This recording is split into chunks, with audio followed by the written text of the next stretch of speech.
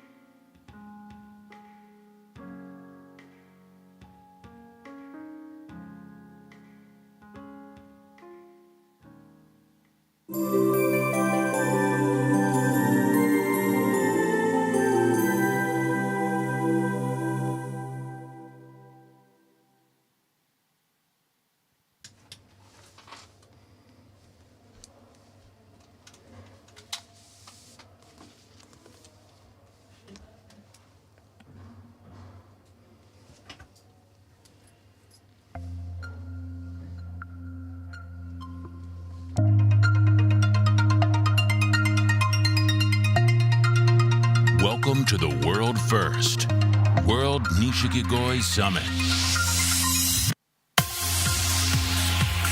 Nishikigoi to the world. Japan's world-famous Nishikigoi are a source of national pride. The first ever World Nishikigoi Summit will be held here in their birthplace, Niigata Prefecture. Nishikigoi are highly regarded for their artistic value, with such vivid and beautiful patterns that they have been called swimming jewels. Moreover, Nishikigoi have a calm temperament, and their colorful forms, as they gracefully glide through the water, evoke a peaceful image. At the World Nishikigoi Summit, we will communicate the charms of Nishikigoi from their birthplace, Niigata, to the world.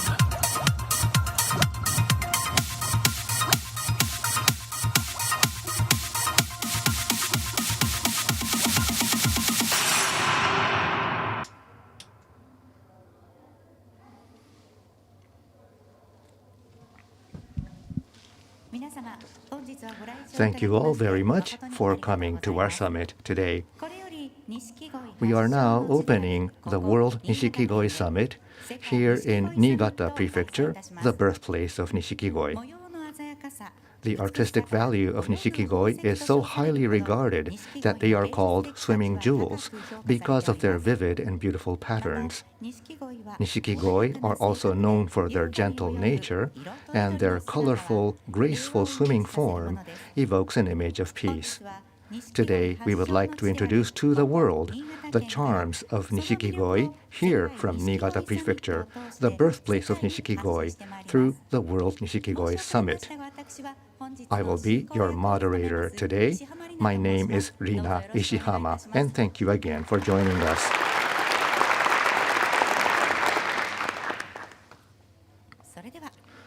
First of all, on behalf of the organizers, Chairperson of the World Nishikigoi Summit Executive Committee, Governor Hideo Hanazumi of Niigata Prefecture, would like to deliver the opening remarks.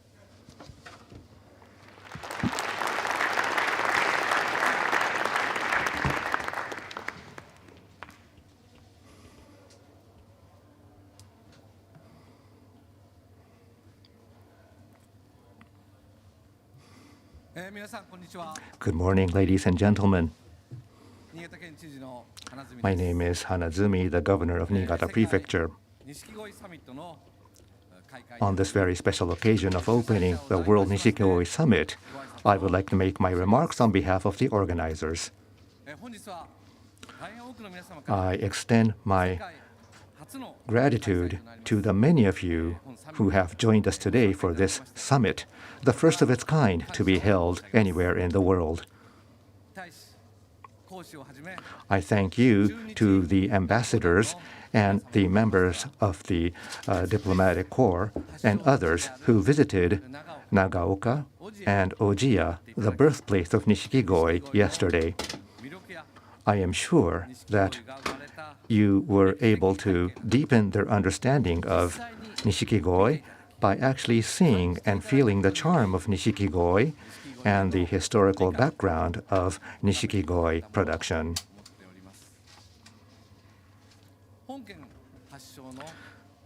The Nishikigoi, which originated in our prefecture, has a long history of more than 200 years and is distributed and loved in more than 60 countries and regions around the world.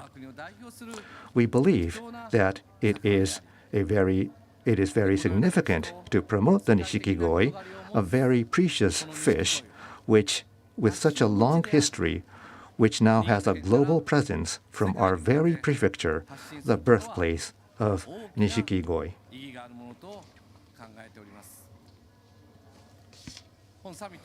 The summit aims to deepen common understanding of the charm of Nishikigoi, which are called swimming jewels and symbols of peace, along with the history of Nishikigoi's birth and economic and the cultural exchanges taking place through Nishikigoi. We endeavor to share the possibilities of the Nishikigoi going forward with the entire world.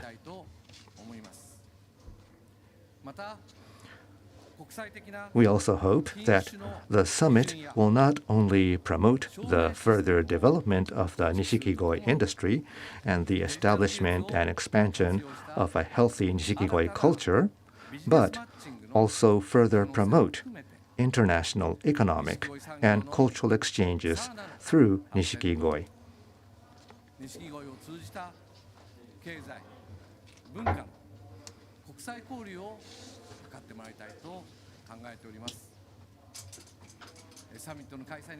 I would like to express my deepest gratitude to all those who supported us in organizing this special summit for their exceptional support and cooperation. I would like to conclude my opening remarks by expressing my sincere hope that this summit will be a meaningful one for everyone here this morning. Thank you very much. Thank you very much.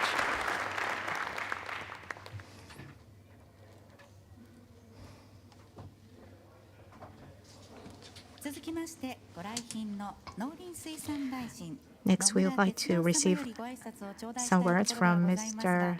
Tetsuro Nomura, the Minister of Agriculture of Japan. However, because of his duty, he cannot attend here today. So on behalf of him, Mr. Koya Takashi is going to extend a few words on behalf of him, and he's going to read the remarks of Mr. Nomura.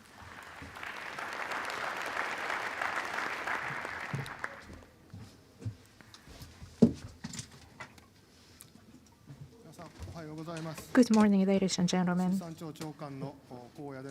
My name is Koya, the Director General of the Fishery Agency.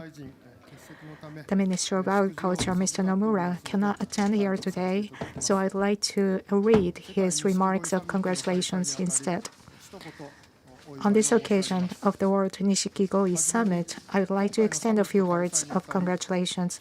First of all, I would like to express my deep respect to Prefecture of Niigata, the city of Nagaoka, city of Ojiya, and also All Japan Nishikigoi Promotion Association and the implementation committee members who made an effort to operate this event.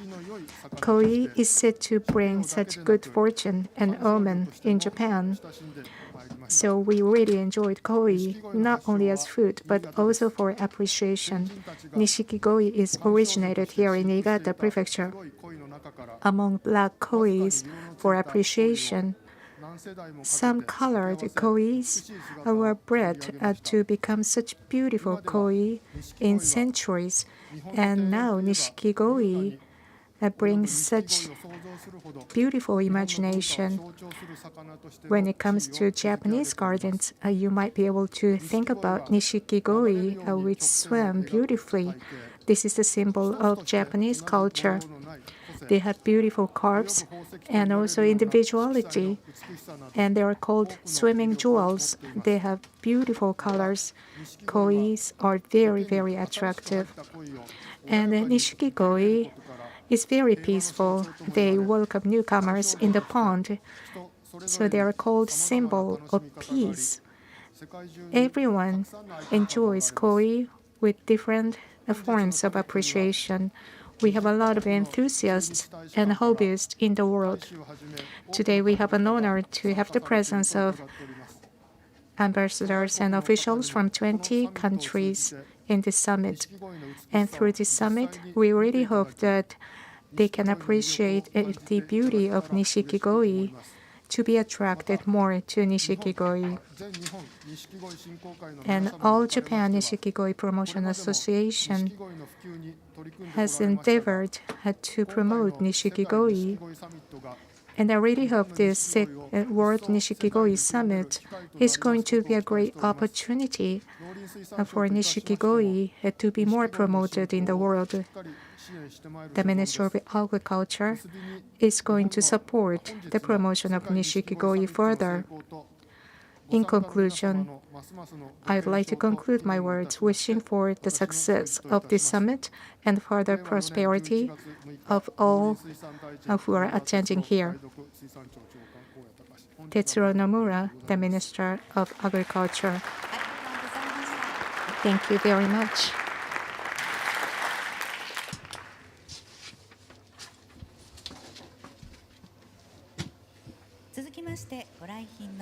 Next, I would like to introduce another guest, Mr. Yasukazu Hamada, the President of the Alliance of Diet Members Promoting Nishikigoi Culture and Industry, and the Minister for Defense, through the video message.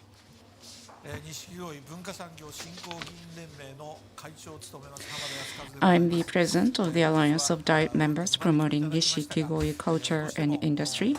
I'm really thankful for this invitation, but because of my prior engagement, I'm not able to attend in person, so I'm sending out this video message, and I'm very pleased that this World Nishikigoi Summit is being held successfully. And this is thanks to the efforts of the President Hanazumi of the World Nishikigoi Summit Executive Committee and many other people.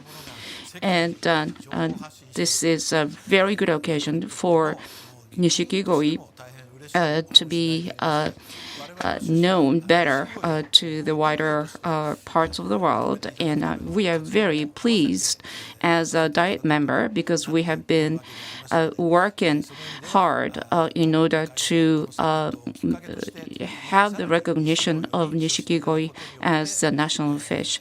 And I hope that this summit will be useful in order to improve the recognition of Nishikigoi. And I hope that this is also a very good opportunity for bringing together the enthusiasm of all these people in Niigata Prefecture and the Nagaoka City and many other people.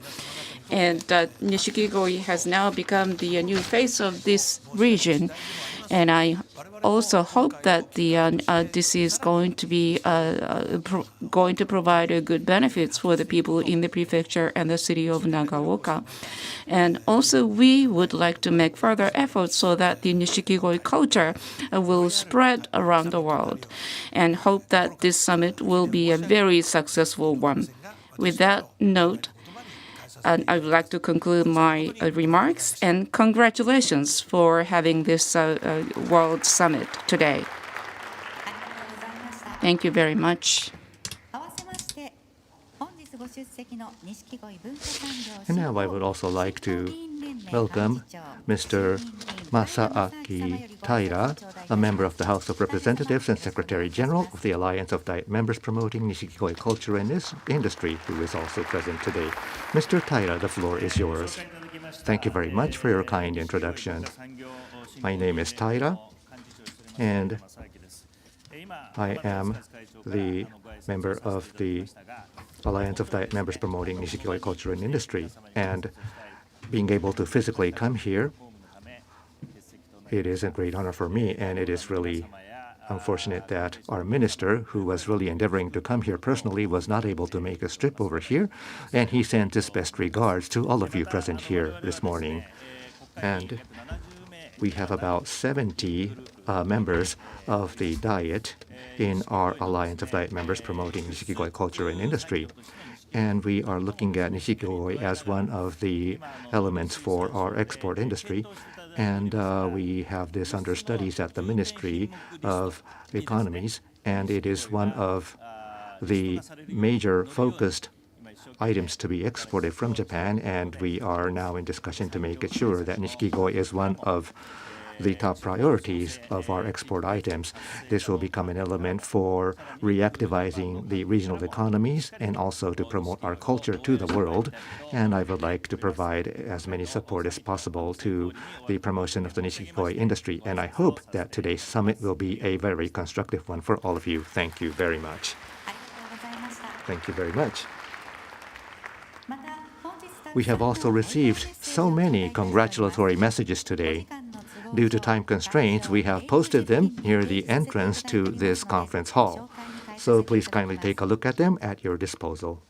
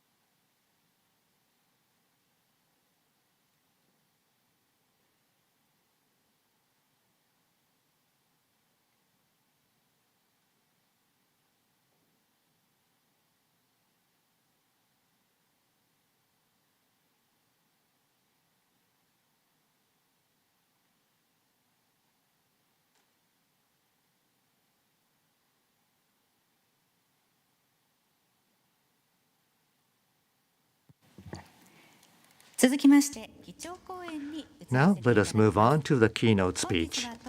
Today's keynote speaker is Professor Yutaka Suga of the Institute for Advanced Studies on Asia, the University of Tokyo. He will give a lecture titled Swimming Jewels, the Birthplace of Nishikigoi and Their Charms. Please welcome him with a round of applause.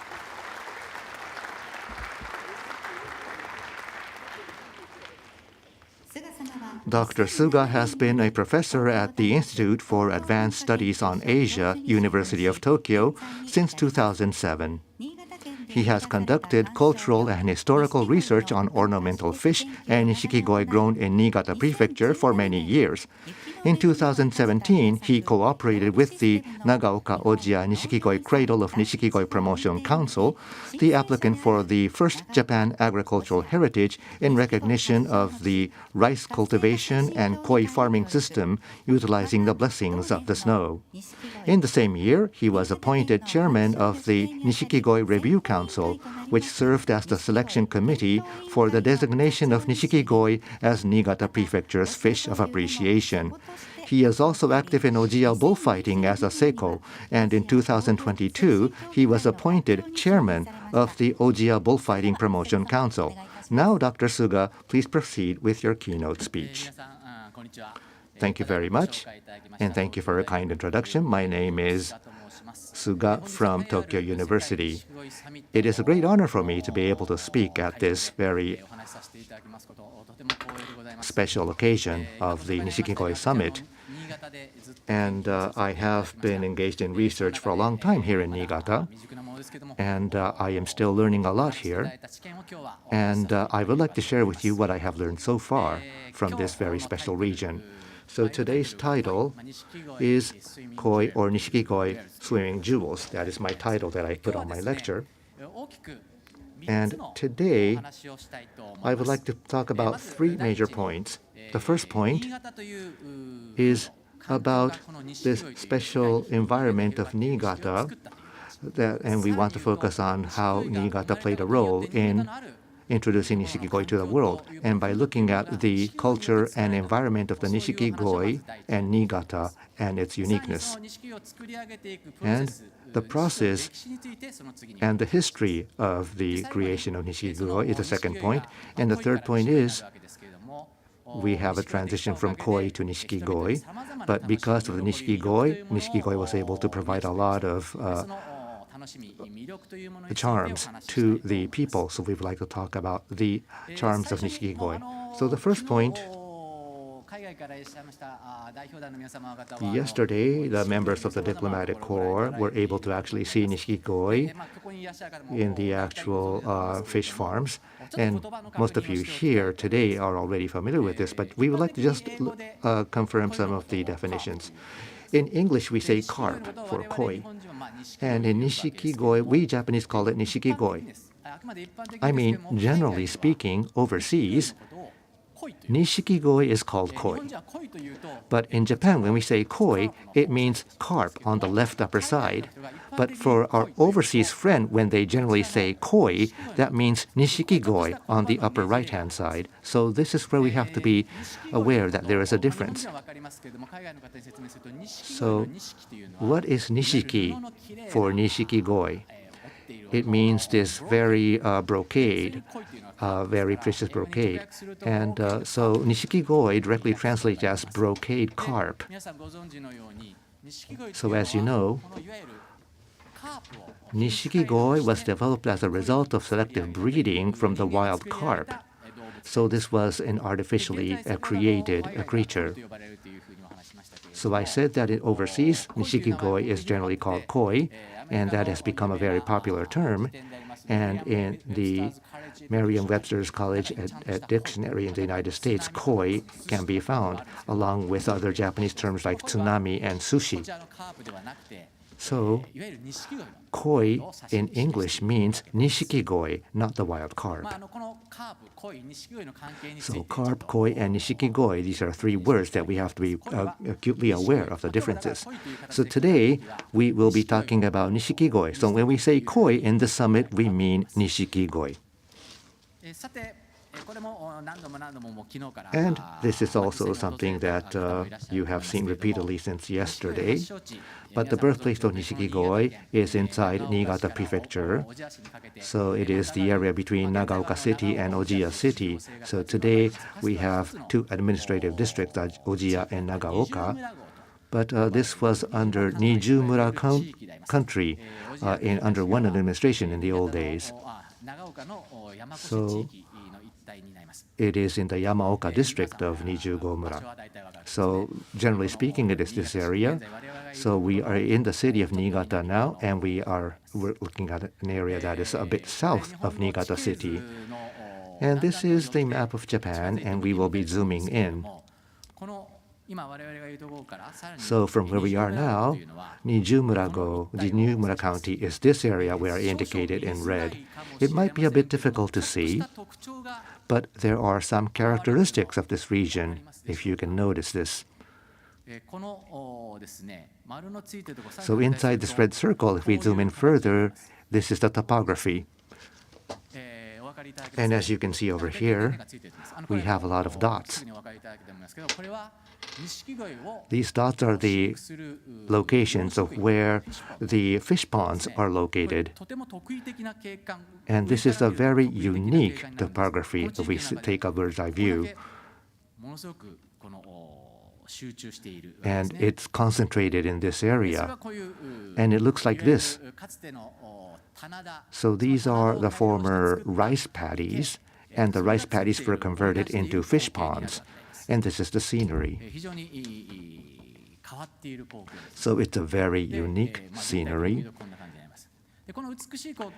And with this landscape that consists of rice terraces and fish ponds is a beautiful region. That is a scenery that was created by Nishikigoi. And I would like to show you a drone video of this region. This was taken by a person called Mark Gardner, who has visited Ojiya and Yamagoshi many times. And he is from Great Britain, and he is a Nishikigoi journalist and photographer. He was a very popular person, but unfortunately, due to COVID-19, he passed away last year at a young age of 49. He was a very nice man. So I would like to share with you the drone video taken by this gentleman. He was a very superb photographer, and as you can see with this bird's eye view, it is very beautiful. And in addition to still photographs, he also took a lot of drone videos. And these are all fish ponds. So in the valleys inside the mountains, there are many fish ponds. These originally were rice paddies. And the Nishikigoi production in this area began with rice paddy fish farms because they were nurturing young koi in the rice paddies while also cultivating rice. So this was how Nishikigoi originated. In the old days, these were all rice cultivation paddies. And with the development of the Nishikigoi industry, with Nishikigoi becoming an indispensable source of industry and business, farmers began to convert the rice paddies into fish ponds. And rather than converting them into real full-scale ponds, they are created in a way that they can be converted back into rice paddies when necessary. So it is a mountainous area with many, many ponds. It is a very unique scenery that you can see here in Japan, like this. And what is very beautiful is during the winter season, with the snow. Mark took many beautiful pictures, and this shows the awe of nature and the mosaic-type pattern of snow-covered mountainous valleys. And it looks like small pieces of tiles were put together. And this is a creation of nature, and I think it is a piece of art that was created by nature. I think this truly is a piece of art.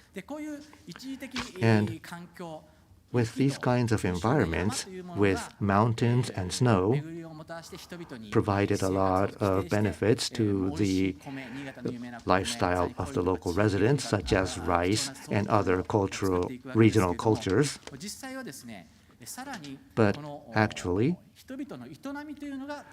the lifestyle of the people actually helped create this kind of scenery. Because of the koi, they had more fish ponds coming into play in the scenery. So this scenery was actually created by the Nishikigoi. So the Nishikigoi were created in this environment, but the scenery was created by Nishikigoi. And along with the development of the Nishikigoi industry, one element that played a great role was snow. And a person who was from Greece yesterday said that he wanted to experience snow. But here we have lots of snow. And this is from 2005. But as you can see, this is a two-storied house. The first floor is almost already covered entirely by snow. So this used to be common scenery in the winter season in Niigata. So you had to really dig your way into the house. And so today we have a lot of modern equipment to take care of the snow, but last year these people were confined and locked in to their villages for several months during the winter season. And the source of protein for those people, they were actually raising carp as food. So this is the prehistory of Nishikigoi. So these were sources of protein or food sources for the people who were locked in during the winter season. So who did this is something that there is a person who already started this. So someone found some interesting koi, just only one, or maybe a few among black ones, and they thought the kois were so interesting and they shared the interest. So before they used to focus only on black carps, but now they started to focus on colored koi. So that was an epoch-making period. However, this kind of timing is not known. To survive, they were farming koi in rice paddies, and this kind of culture was born. This was accidental. And around 1874, this is Meiji era, this is one of the articles of the local newspapers. And Nishikigoi was taken up in this article. I am not going into the details, but they were selling koi to Tokyo. And the price of koi, as I calculate, it was very, very expensive. This is not the price for edible koi. So they were saying these were bred koi with colors for appreciation. And at the same time, in 1877, this is one of the newspaper articles as well, koi trading became very active. So around this timing, it was very popular, and it was a kind of commercial activity. That means the history of Nishikigoi goes back more. However, there is no record of that. Maybe 200 years or so or more of history exists for Nishikigoi. The term Nishikigoi itself was not born around this time. In 1877, depending on the pattern, the prices differed. And next year, the article says koi trading became speculative already around this time. So this was the target for trading, and koi market was born in Mushigame village. This is part of Nagaoka City in 1880. Around this time, koi dealers were born, and they have named different kois depending on the pattern, and they started to sell such koi. And 1890, this is an epoch-making year for Nishikigoi in city of Ojiya. The person called Kuzo Kosuke bred this red and white variety. This is Kohaku, and this is the origin of the modern Nishikigoi history. 1904, the end of Meiji era, Doitsu-goi without scales. In English, they call leather carp as well. Scaleless domestic carp were imported not by Niigata Prefecture. The government, the ministers of agriculture and commerce imported those carps, and the purpose was to develop those carps to make it edible. And we have a lot of Deutz varieties, and it played such an important role to increase the variety. So Nishikigoi is integral to the traditional culture of this Niigata prefecture. But already we have imported technology and knowledge from other countries as well. In 1906 in Tokyo, Kichigoro Akiyama was a trader, and he traded Doitsu and Asagi. He made this Shusui variety by breeding, cross-breeding those two. As I mentioned before, they weren't called Nishikigoi yet in these days.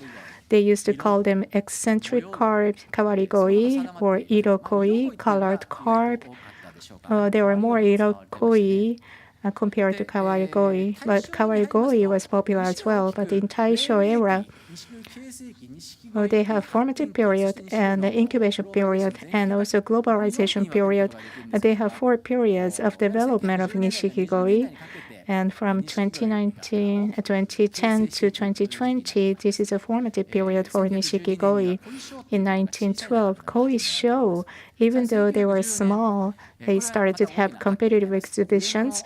And in 1914, Koi were exhibited at the Tokyo Taisho Exposition. So Nishikigoi started to be in the shows in Ueno, Tokyo. And this is a silver award that was presented to Kawarigoi.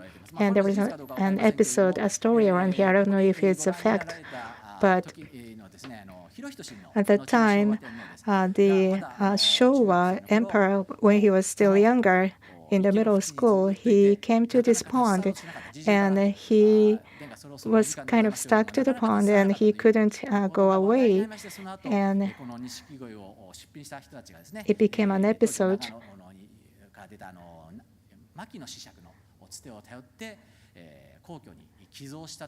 And because of this story, this koi trader went to the imperial palace to donate the koi to the emperor. And because of that, Nishikigoi became very popular. They didn't call it Nishikigoi either. They used to call it Kawarigoi.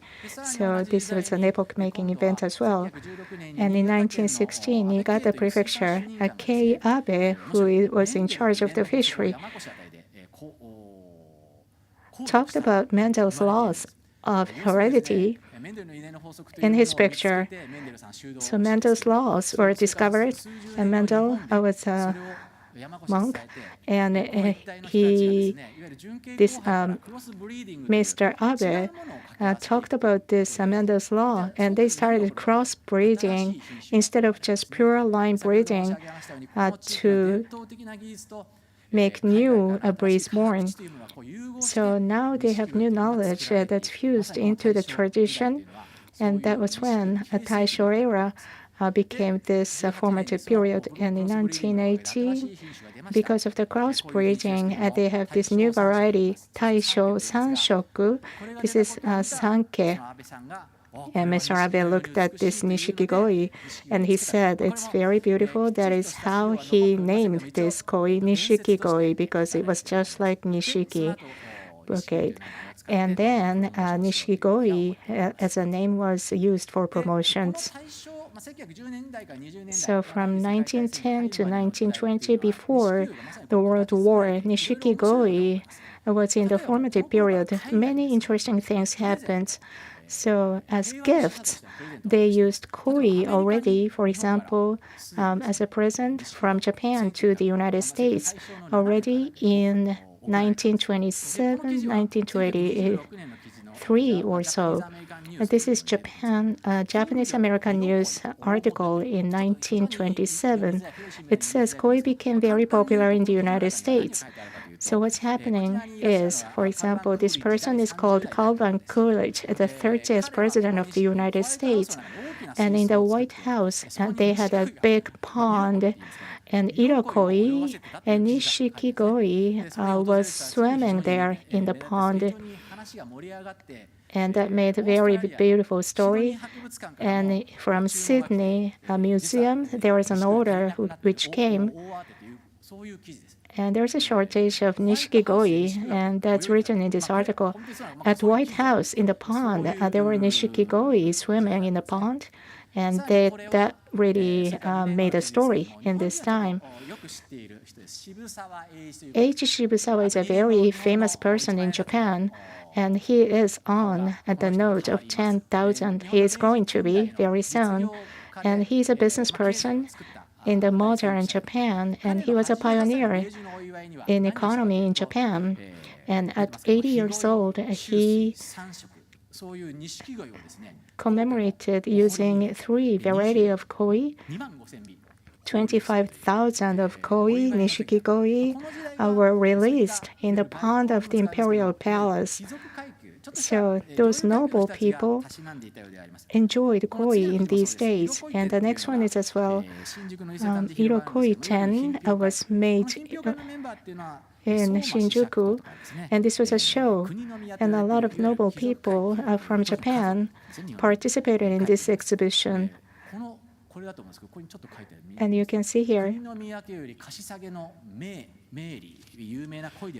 and these were very famous kois, and you can see that the symbol of the imperial family is on the back of this koi. And in 1939, in the United States, the Golden Gate International Exhibition was held. And there, as a messenger of peace, the koi was sent. So koi was used as a messenger of peace since those times. But unfortunately, 2 years after this, the Second World War, or we call the Pacific War, broke out, and we had to halt production of Nishikigoi. And in order to increase the production of food, the production of carp for food became the focus. Nishikigoi do not fight, they are a symbol of peace. But in reality, Nishikigoi is a creature that can only live when the world is in peace. So when the world was undergoing World War II, if this had lingered longer, probably we could have lost the Nishikigoi in its entirety.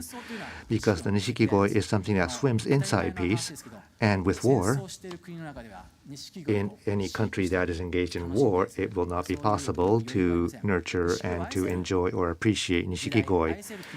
So having a peaceful era or a country that is able to love Nishikigoi is very precious. And the war had a shadow effect on the Nishikigoi culture, but after the end of World War II, after 1945, Nishikigoi began its revival.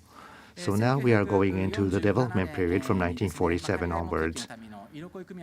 And we first had the first colored carp association. We tried to put the English name as Fancy Carp, but that was not realized. And in the 1960s and the early 1970s, when we called the era of great economic growth, Nishikigoi began its revival.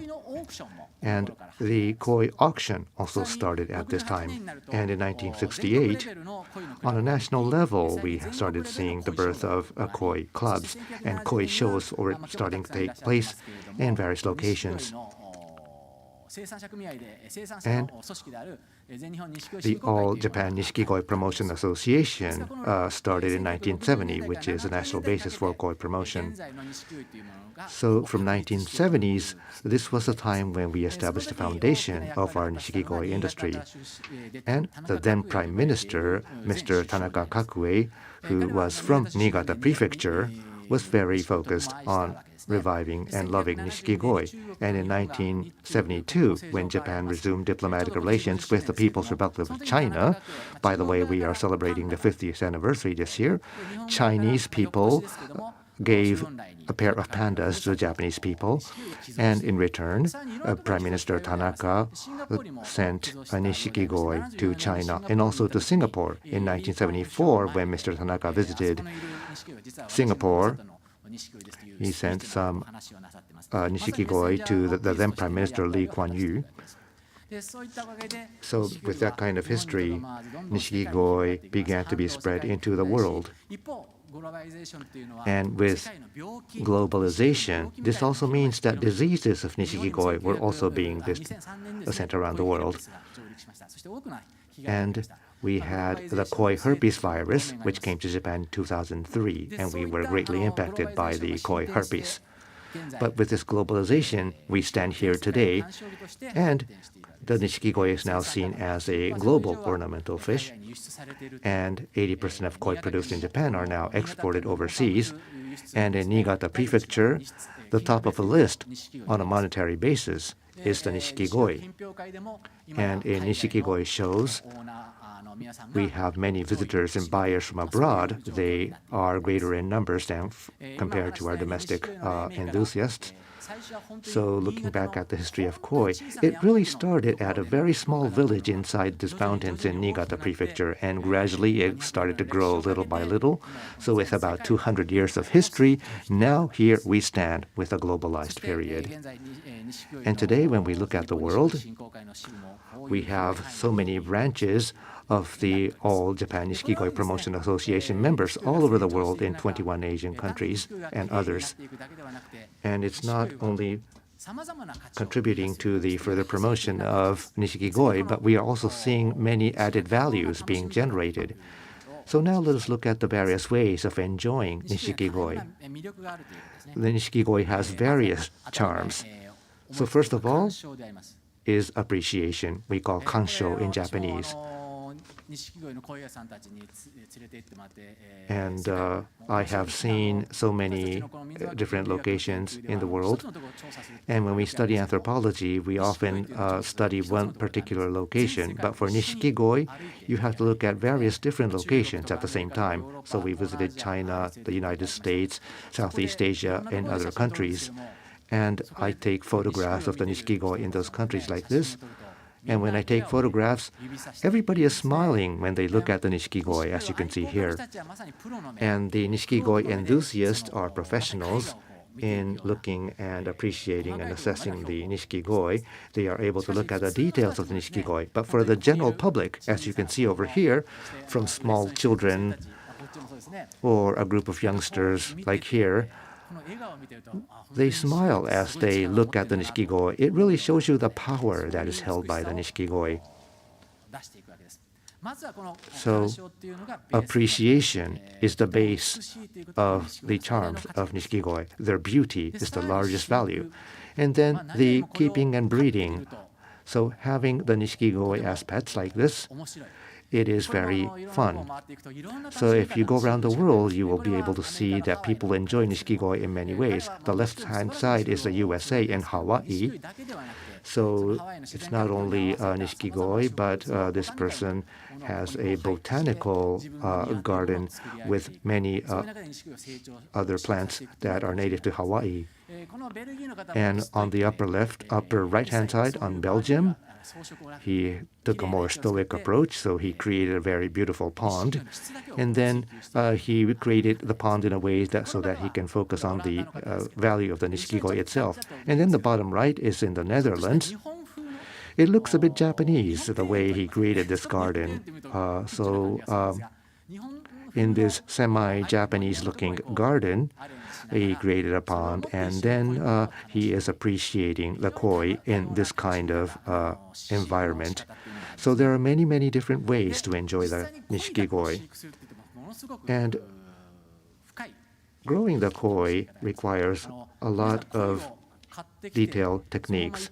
So if you go and buy a carp and let it go swim in a pond, it sounds simple, but it is actually not that simple. Of course, it is a pleasure to go out and buy beautiful koi and looking at it, but the other part of enjoying the koi is to purchase an uncompleted koi, and you negotiate with the koi breeders and owners, and this is where the enthusiasts have a lot of interest in enjoying that conversation. And last year, in autumn, this person bought a 47-centimeter koi. This is a Showa Sanshoku variety, so it has the red, black, and white color patterns. So we have a lot of professionals here, so I would not like to go into the details now. But after 1 year, how this grew, in the autumn of 2022, of course, it grew by about 10 centimeters. This is the same koi, but it looks completely different. So you can see how this is transformed. It's a lot more beautiful. And the black color we call sumi in Japanese. It used to be much more vague a year ago, but now it has become more vivid. So we have very strong black color, and the red pattern is a lot stronger than a year ago. And the border zone between the red and white colors is a lot more clear compared to 1 year ago. So you can see how much this Nishikigoi has grown. And if you look at the part of the head, at the forehead, this is what we call hachi. But a year ago, you can see this very strong black pattern that appeared in the forehead. So this is how the Nishikigoi actually grow and develop into more beautiful forms.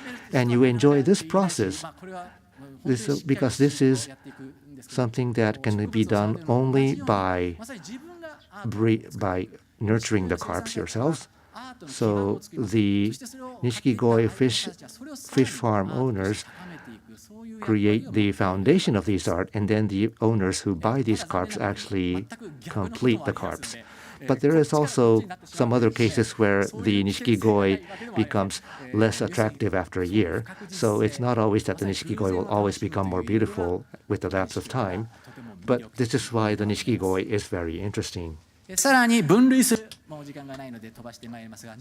going to skip this. Classifying more than 140 different varieties of Nishikigoi present during the panel discussion. We are going to discuss the varieties. And Nishikigoi has a lot of varieties.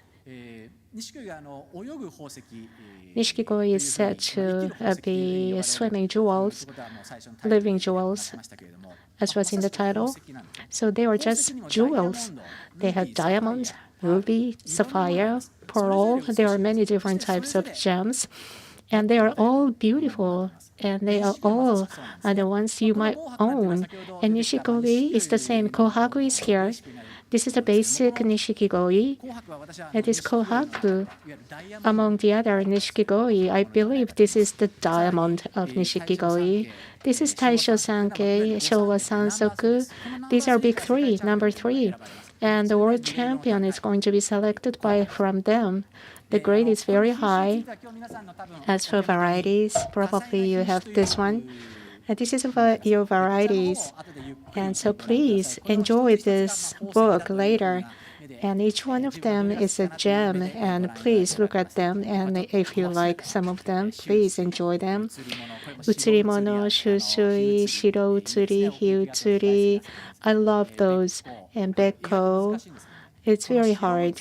Well, Shiro Utsuri, Bekko, they look the same. I'm not going to explain to you. It's very difficult to distinguish. But when you know how different, you can get deep knowledge. It's the same as jewels. So there are so many different varieties, as you can see here. And then here is the family of Nishikigoi. And there's a radical movement right now, new genre, short body kois. And they are not really traditional yet. It's not officially recognized in Nishikigoi world. This is something different. Well, some people say this is not koi, but I think taking on this kind of challenge is interesting. And there are a lot of people outside of Japan who enjoy this new genre. And together with the official tradition, this kind of new genre is born. That is important. And also, the next one is healing. It's part of the appreciation. I wanted to show you some pictures, but it's on YouTube, so I cannot use it. So here is this quote as well from Daily Mail. This is an article. Do you remember Freddie Mercury from Queen? He became very popular as well, again, because of the movie, and he loved Nishikigoi. That's very popular. After he died, 1 million pounds equivalent of Nishikigoi died, and that brought such fury. And this is the word of Freddie Mercury. I have lived a full life, and if I'm dead tomorrow, I won't give a damn. I finally found a niche I was looking for in my life, to have my wonderful Japanese garden with all this koi carp recently bought at such expense. I love it. That's what he said. So koi was healing for him, and Lady Gaga. Well, I can't use the pictures here. I don't remember which year, but in 2013, I think, this article was written. She had a hip surgery, and the time for healing, Lady Gaga decided to have a fish tank, a huge one, at home with 27 koi carp. This was around 40,000 pounds. Well, it didn't reach Freddie Mercury's expense, but well, she spent so much to live with koi carp. So Nishikigoi healed mentally people. And the next one is competing competitions. Nishikigoi is beautiful. So there is this beauty competitions. And that's very important for Nishikigoi as well. In the Promotion Association, every year they have big 3 world competitions. And this is the 5th one. Wakagoi and International Yogyo. So globally, everywhere, for example, Koi show in the Netherlands is the biggest. Well, Koi show in Netherlands is actually bigger than Japanese. And also the show in the UK is very big as well. So globally, everywhere they have Koi shows where they compete. And also they are evaluated. And they get such big honor. This is the World Championship. So they are going to decide the world champion. So this is the world highest honor. And also they have regional events as well. And they have regional competitions and also friendship competitions as well. So you can really enjoy koi in many different ways. And more than anything, you can make friends through koi. It's the same for the other hobbies as well. Hobbies connect people. Nishikigoi as well. Nishikigoi connects people, and Nishikigoi is global. So beyond language barriers, we can connect people. This picture here, I was there too. This was in Hawaii. It's koi show. And the breeders from Ojiya City, from Jakarta, even if they didn't speak English,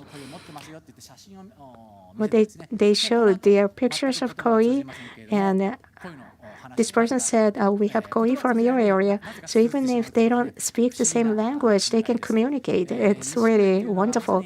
Nishikigoi is the symbol of peace. So they are very active peacefully to connect people everywhere on the globe, to help people make friends everywhere. In conclusion, Nishikigoi was born in Niigata, and we have brought tradition from this Niigata area, and this became a global culture. I'm a researcher in an university, and why do I research Nishikigoi? Everyone is surprised, but this is so rare. This kind of culture doesn't exist. So that means culturally it's very valuable. And Nishikigoi is beautiful. Not only that, they have various ways of enjoying koi. It's very attractive. And Nishikigoi is going to develop more so that they can use other people. For example, Metaverse and NFT. We can use many different technologies to enjoy koi, maybe in Web3 as well. So there is a great potential for the future. That is what I'm expecting from koi. So Nishikigoi connects the world, connects a lot of countries and a lot of people. That's the role of Nishikigoi. With this, I would like to conclude my speech. Thank you very much. Thank you very much, Mr. Suda. Professor Suda, thank you very much. That's such a significant history of Nishikigoi. Thank you very much.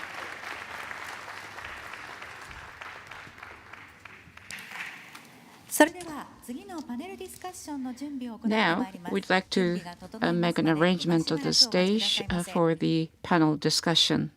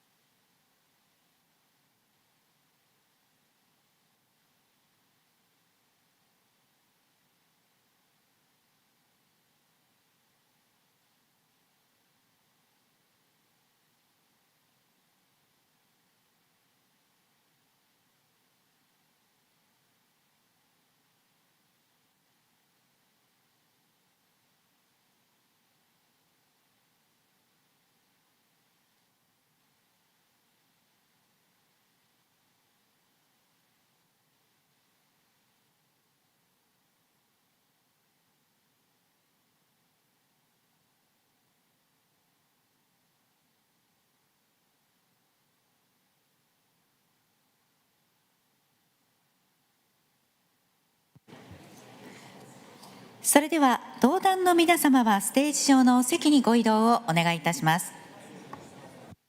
For the panelists, would you like to please move on to the stage and to your seat?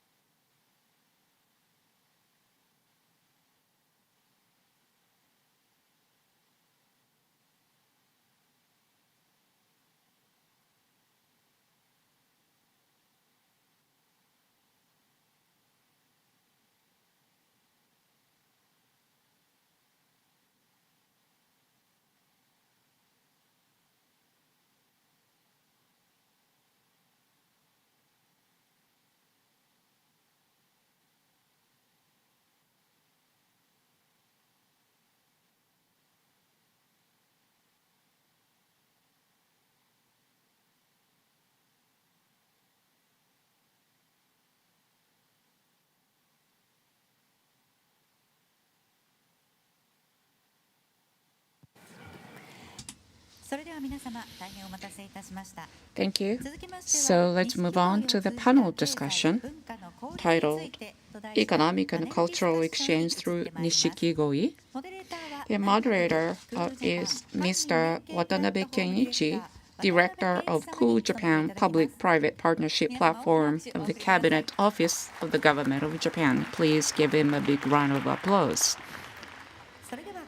Now, I'd like to hand over the microphone to Mr. Watanabe. Mr. Watanabe, please.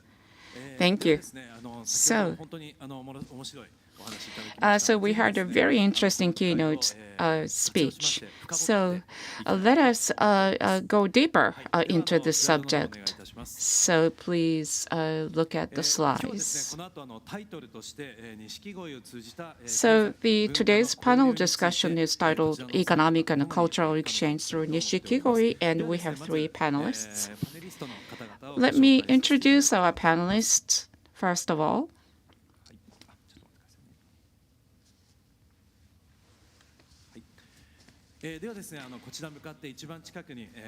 So the closest to me is Mr. Taira Masaaki, who made an opening speech, and also the Executive Director of Nishikigoi Culture and Industry Promotion Diet Members Caucus. Next is from the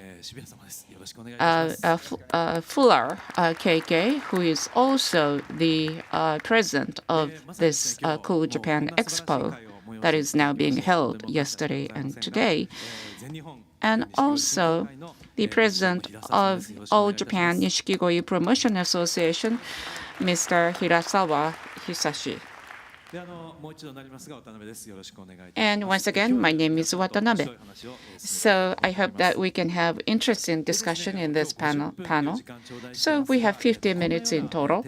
So these are the themes that we would like to deal with. First of all, about how the popularity of Nishikigoi is growing and what the future will hold, and also about the digitalizations, and then the possibility for tourism and the international exchange. So let us talk about the expanding popularity of Nishikigoi. I'm sure the audience,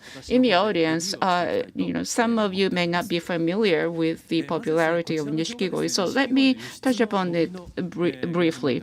So this is a data from the Ministry of Finance about the Nishikigoi exports. And it is now a little less than 6 billion yen. It's growing very fast. And on the right-hand side, you will see the major export destinations, starting with Hong Kong, Netherlands, Germany, United States, and Indonesia. And then and so it is the product which is the greatest export product for Niigata Prefecture. So if you compare Nishikigoi with the rice, another very famous product from this prefecture, then it now exceeded the total rice exports. And this is a data from Google Trend. This shows the growing interest and recognition of koi, and it is now 4 times greater than in the past, and also the greater geographical expansion of the recognition. And in China, koi has become one of the most trendy words. And this is from the Twitter data from 2010. The most recent tweet about koi was about the President Trump visiting Japan and meeting with the Prime Minister Abe and feeding the koi. And this is the trends in the volume of topics related to Nishikigoi and Niigata. It's also growing. And then there was this reference to popularity and also the growing prices for Nishikigoi being dealt with in Thailand. But as you can see, as you see, the majority of the participants in the shows are foreigners. So the Nishikigoi is becoming very popular. And I'm sure our panelists are well aware of that. And first of all, I'd like to ask Mr. Hirasawa, what do you think of this growing popularity? Yes, in the last 1 and 2 years, because the foreigners could not visit Japan, so it's kind of declining. But from October this year, people from China, the restrictions were lifted for tourists. So now we are beginning to see the growing number of people visiting Niigata from Vietnam and India. We are also having people coming from those countries to see koi here, and it's very encouraging. So now the atmosphere has changed. Yes, indeed. So Shibuya-san, so you have been, doing the Cool Japan projects. Yes, indeed, the recognition of Nishikigoi is now becoming really widespread. And I am running an IT company, and you may think that the IT is not related to Nishikigoi, but it's not. The IT people really love Japanese culture, starting with Steve Jobs, for example. And the people would like to have a Japanese garden in their home and would like to keep koi in the pond. So, and Nishikigoi, as you saw, the export volume and also the unit price is very big, like 200 million yen, for example. And so, and the people come to Niigata, and people will also see other stuff like the sake and the rice and so forth. So starting with the Nishikigoi, they are also exposed to various other types of goods in Japan. And so that is a very good opportunity, I think. So Nishikigoi can open up possibilities for growing more industries, right? Yes. And the Nishikigoi is a symbol of peace. And without a peaceful environment, they cannot survive, as was touched upon in this keynote speech. In recent years, we have seen the growing trading in the United States, whereas the trading in Europe has been declining. But it's not just a Nishikigoi, but starting with Nishikigoi, we can also try to expand and reinvigorate the regional economy, and we can, entice more foreigners to visit. In 2020 at Davos conference, when there was this survey with foreign people, with participants, which country do you want to visit? It was during the COVID-19 pandemic, and by far, Japan was the #1 country for destination. So I think there are many different possibilities in terms of the policy making. I think it has a lot of potential. It's not just a Niigata prefecture, but this can also, help grow other industries and economies in other parts of Japan. Hirasawa-san, what do you think? The breeders are not just in Niigata, but in Hiroshima and in Kyushu region. The nationwide export of Nishikigoi and also the improvement of the quality of Nishikigoi are clearly improving.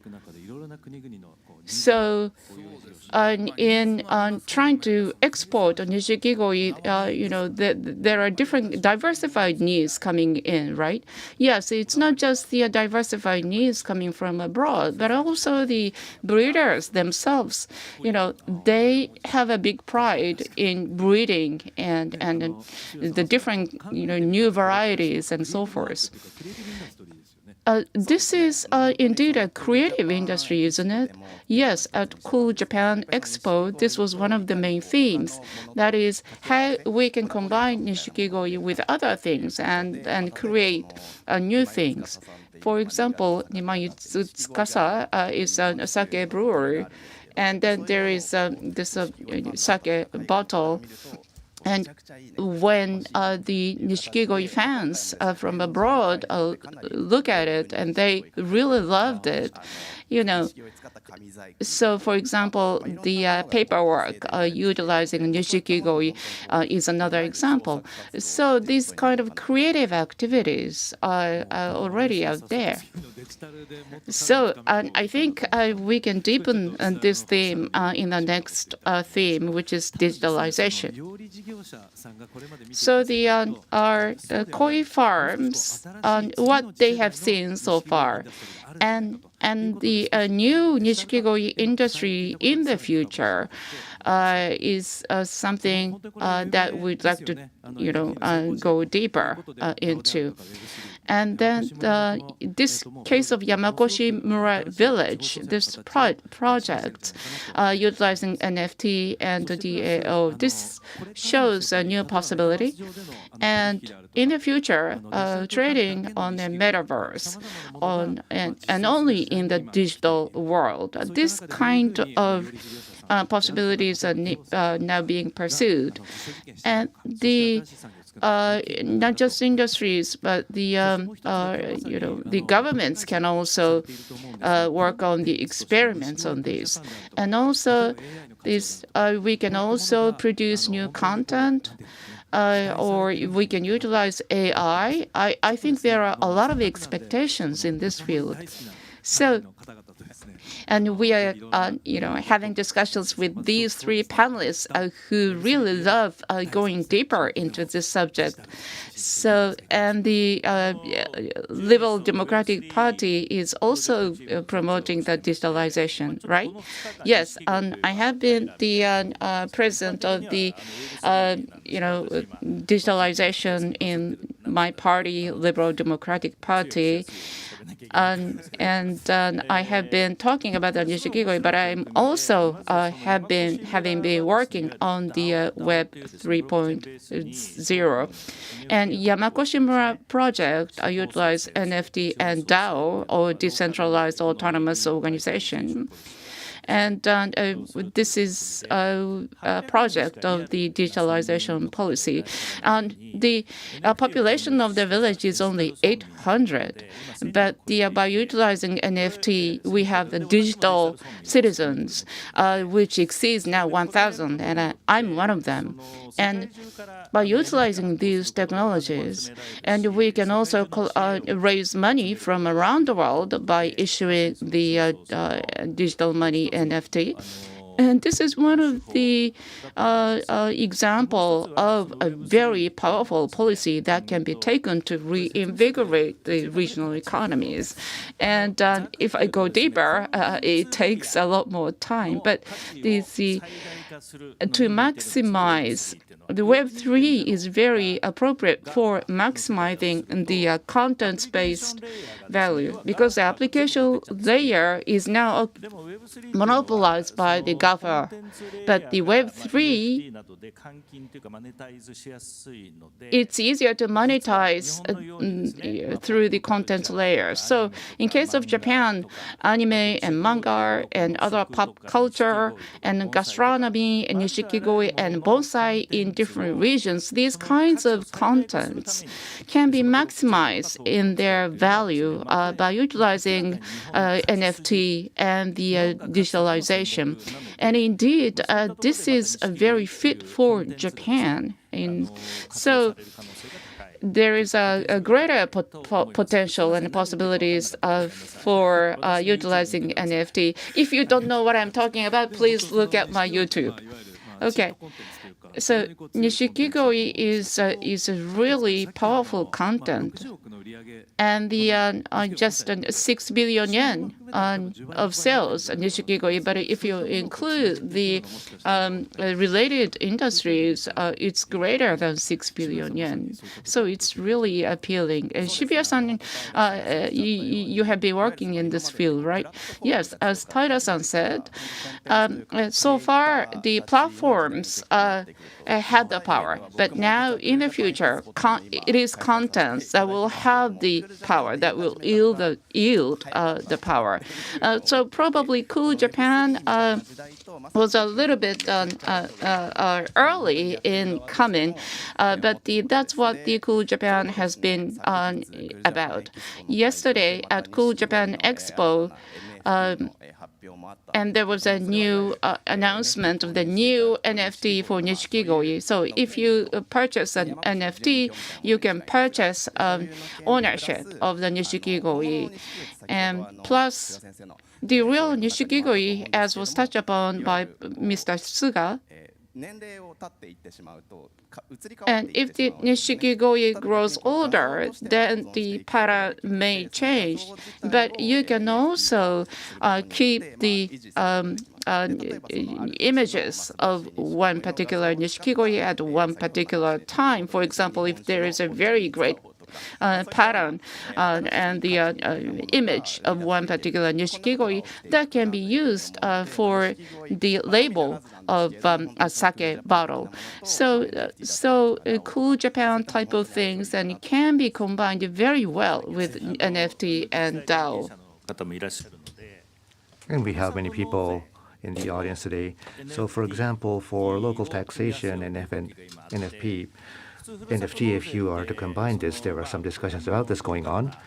And usually this Furusato Noze, or paying taxes to your favorite local regional government, is one thing we do here in Japan, but in exchange you will be able to receive a lot of benefits, such as the local food. But for NFT, for people who pay taxes to that particular region, you could give them back NFT as a benefit, and you can combine that NFT with a local product or a coupon that allows the person, when he comes to visit, to go around the famous sceneries of that local area. And you can do a lot of these things to actually promote the tourism to that local region. So by combining the character and the NFT, you will be able to actually start creating new kinds of value and to promote the local economies of those regions. That sounds interesting. So I don't know all the details, but if you have identity ID numbers for all individuals, Nishikigoi, then maybe they can be turned into some kind of a monetary value. So by having this authentication method combined with the NFT and have the Nishikigoi go along with the NFT, and if the NFT is transacted, then each time the Nishikigoi with the NFT is bought or sold, then part of the benefit goes to the original Nishikigoi breeder. It's that kind of a system. This is something I'm just saying as an example. And you can always identify the original breeder of that particular individual Nishikigoi by looking at the NFT, and you can do a lot of things. I think it sounds extremely interesting. For example, here in the back we have the white and the red. It's a theme of the Nishikigoi. And I think that this deformed type of artistic expression is also good. So in Showa and Taisho Sanshoku, I think you have the ratio of the white and red colors. And then you can look at those ratios and then look at the grand champion of the former year and look at that ratio. And then you can actually use that kind of data to convert it into some kind of an artistic expression and apply it onto commodity items, for example. And it really generates a lot of thoughts and inspiration for creativity, and I think it is very interesting.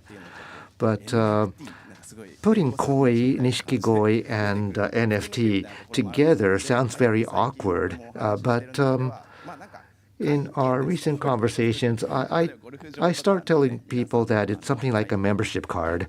So I think that's more easier to understand.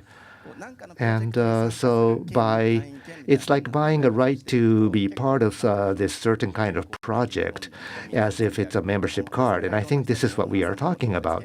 And this is how we involve our breeders, our producers, and the buyers and the owners, and we can connect the relevant people who are all engaged in this circle. And if you take a photo by a smartphone, then you can identify whether it's a Showa Sanshoku or Taisho Sanshoku. You can identify the variety. Yes, we do have that kind of scheme as well. And there are many, many smartphone applications where when you take a picture of a plant, you can identify the exact variety of the plant. So There are also a lot of cases where human decision-making is necessary in terms of evaluating what it is, but this is where we can continue updating the system every year as our technology improves, and I think we can take the lead in this kind of initiative. So when it comes to digitalization, with COVID-19, there were so many people who were barred from traveling to Japan to come into the koi shows, and so this dependence on online things have gone up. And so when we talk about digital twin, well, maybe I'm not really familiar with the digital world. I think I need to learn more from these two colleagues here. But digitalization, of course, I think is very important in our industry. And we started to use artificial intelligence in the evaluations, and then we use chat functions, for example, to connect with our overseas buyers to close deals. We started doing this little by little, but I still need to learn more about this. So transaction of Nishikigoi in the digital world, I think Niigata should be able to take the leadership in this kind of initiative, and we want to be ahead of everybody else in this kind of endeavor. Yes, I think online koi shows is something that has a great need. And in the Cool Japan Expo, we had about 6,000 people physically present, but we also had people connected online to provide a lot of online sessions. And we had about, the participants were threefold of the people who were physically here in the venue. So doing things online also creates this possibility of expanding the audience by many, many times. And so if you are not physically here, of course, you won't be able to have the real look and feel of the real thing. But by being connected online, you will be able to still get a sense of what is being spoken here. And I think this has a lot of potential. And in 2025, there will be an exhibition in Osaka, and maybe we could have a digital expo here simultaneously in Niigata. Maybe that might be a good idea. So do you have any thoughts about this? Well, I have nothing to do with the Banpaku, the exhibition in Osaka at this point, but this Nishikigoi Summit is getting a lot of attention. I realize that, and we have the members of the diplomatic corps also present here, and I really appreciate it. So please, in the foreign diplomatic community, please spread the word of mouth about this kind of attention we are getting. And so, in addition to being invited to the imperial duck farms, I think this will be another famous spot for the members of our diplomatic corps. So we have people from more than 20 countries. And maybe having this idea of creating a Nishikigoi citizenship or something like establishing a community might be a good idea. Well, creating a community is something that we should think of. I think we are at a good opportunity now to do that. And the DAO in Yamakoshi Village was originally intended to promote the culture and economy of Yamakoshi Village, but it could be used to be applied to organize a network of people all over the world who are Nishikigoi enthusiasts. And we can connect all of those people online, and then maybe once a year we can get together at the Nishikigoi Summit, which also provides an opportunity to meet face-to-face. And so having this DAO and the Nishikigoi Summit come in contact once in a while would also create a lot of value. So Nishikigoi DAO is something that we should think about. It is based on a blockchain, and we issue tokens, digital tokens. And as I said before, it used to be Bitcoins until a few months ago, but now we have like 4 types. One is a currency type, like ISA, and then we have the voting rights, for example, a token, and then the other one is like a certificate type of token. For example, you have a certificate proving that you graduate from college, and also the membership a membership type of token. So when we want to create a network of all the Nishikigoi enthusiasts in the world, this DAO initiative could become really, really big.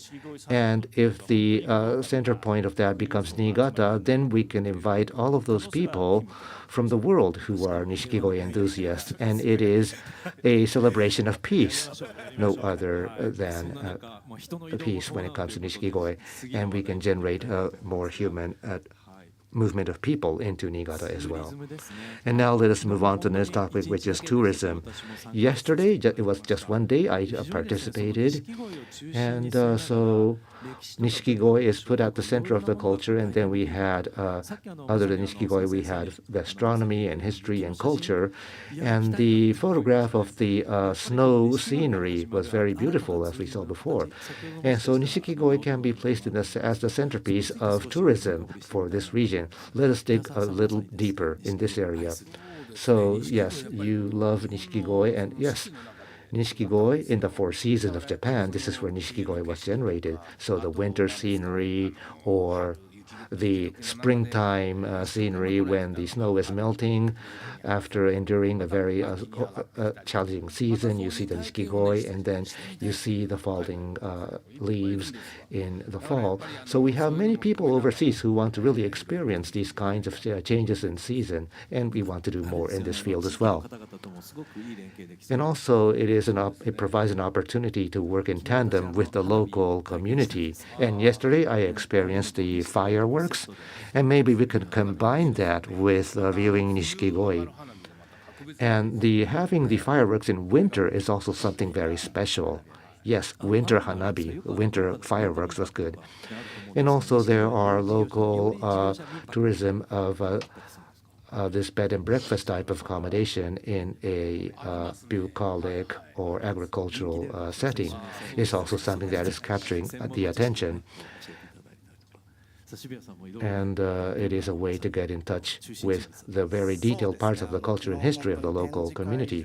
And yesterday in the exhibition hall, we created a virtual Bandai Bridge of Niigata, and we brought in a lot of Nishikigoi objects. And the general public were very surprised to see this kind of exhibit, because it further went beyond the image of Nishikigoi they had. And so many people said that they were really impressed that they saw something of this sort for the first time. So even in the Niigata area, we are still able to communicate more about the charms of Nishikigoi. And when we look at it from a standpoint of business and economy, people tend to think of looking at Nishikigoi as a people targeting the wealthy layer of people. But so we have like unit prices of 20 million or 200 million yen, and people who come to buy those kinds of koi are also willing to stay in accommodations that charge like 1 million yen a night, for example. And we could provide all of that into a set and create a tourism for the wealthy people, for example. And the rice paddy terrace inside the mountains, maybe we could create a nice luxury accommodation facility in the mountain village, for example. And when it comes to rice paddy scenery, I think Niigata is the place. And also in the keynote speech we heard this morning, the koi terrace, I think that is something that could be even used as a buzzword, because we have the koi pond in the middle of the mountain village. I think it provides wonderful scenery. It has a lot of charms, and we can charge 1 million yen per night for accommodation in that luxury accommodation facility, for example. That is just an idea, and I think that is actually not a bad idea. Maybe we should proceed further with this.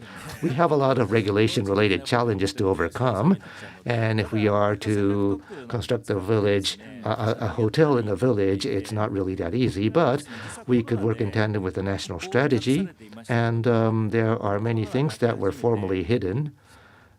And as we overcome COVID, this labor shortage is becoming much more focused in Japan, and we need to look at it from a different angle as before. So in that regard, we need to continue adding value to our content. And when we have areas that have items like Nishikigoi, I think these are areas that can actually add a lot of value. And local governments are often mistaken because when we say marketing to the wealthy, they immediately think of five-star hotels. But the five-star hotels are not necessarily always doing well in business. So it's about having a sole luxury hotel that really carries the value of the local community. And it's a sharing economy. I mean, I will be scolded by my LDP colleagues if I say this, but even if you have the facility, if you don't have any taxis to come pick you up, it won't work. So this sharing economy concept is something we need to consider. And it creates a win-win situation, not only for the accommodation business operator, but also to the transportation business operators. So any region that has these kinds of fabulous content should be able to take risks in promoting their local economy. And living together with the environment is a must word these days. And living together, coexisting with the Nishikigoi, is something that will be working. And we need to also invite ESG investment. And I think this is an opportunity for us. Looking at the photographs, I think it reminds us of the word sustainability. I was not able to attend the tour yesterday, but we had some colleagues who went to Ojiya yesterday and had a chance to communicate with the Ojiya local residents, and they were really impressed with the hospitality level of the local residents. So in this area as well, words like inclusion, sustainability, hospitality, these are global key words or key terminologies, and we need to really start converting them into real value. And in investment, we have ESG investment. So this ESG investment is another area where we can really look into and further dig further. So that means koi can be a sustainability item, and we can create a new ecosystem with a new idea. For example, community finance is one theme too. So only community finance cannot really cover finance and loans. So we have to utilize this kind of sustainability finance. That should be very important. And tourism should be the biggest industry right now. So we need to increase the number of players in this industry so that we can work together, and the human resource development as well. So Mr. Hirasawa, what is the new style to develop new human resources for Nishikigoi industry?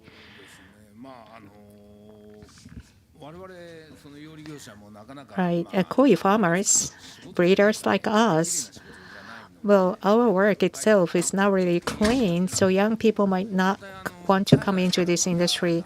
And from outside of Japan, there are people, a lot of people want to study Nishikigoi now who want to come to Japan. So we'd like to have a system to welcome those people. It's like artists in residence.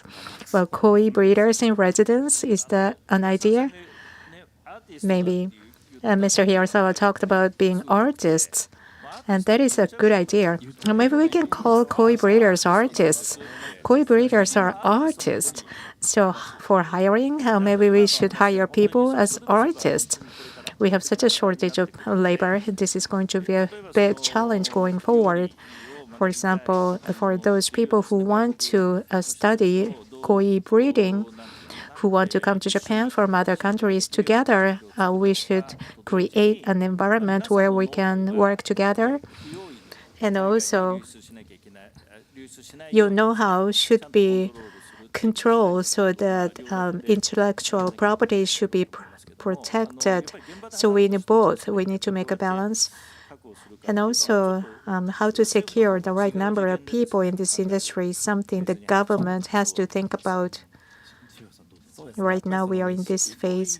Yes, Nishikigoi breeders, producers, the branding of that is very important. As I listened to Mr. Hirasawa, I thought that was very important for those people who are working in aquariums. The image is better than koi breeders.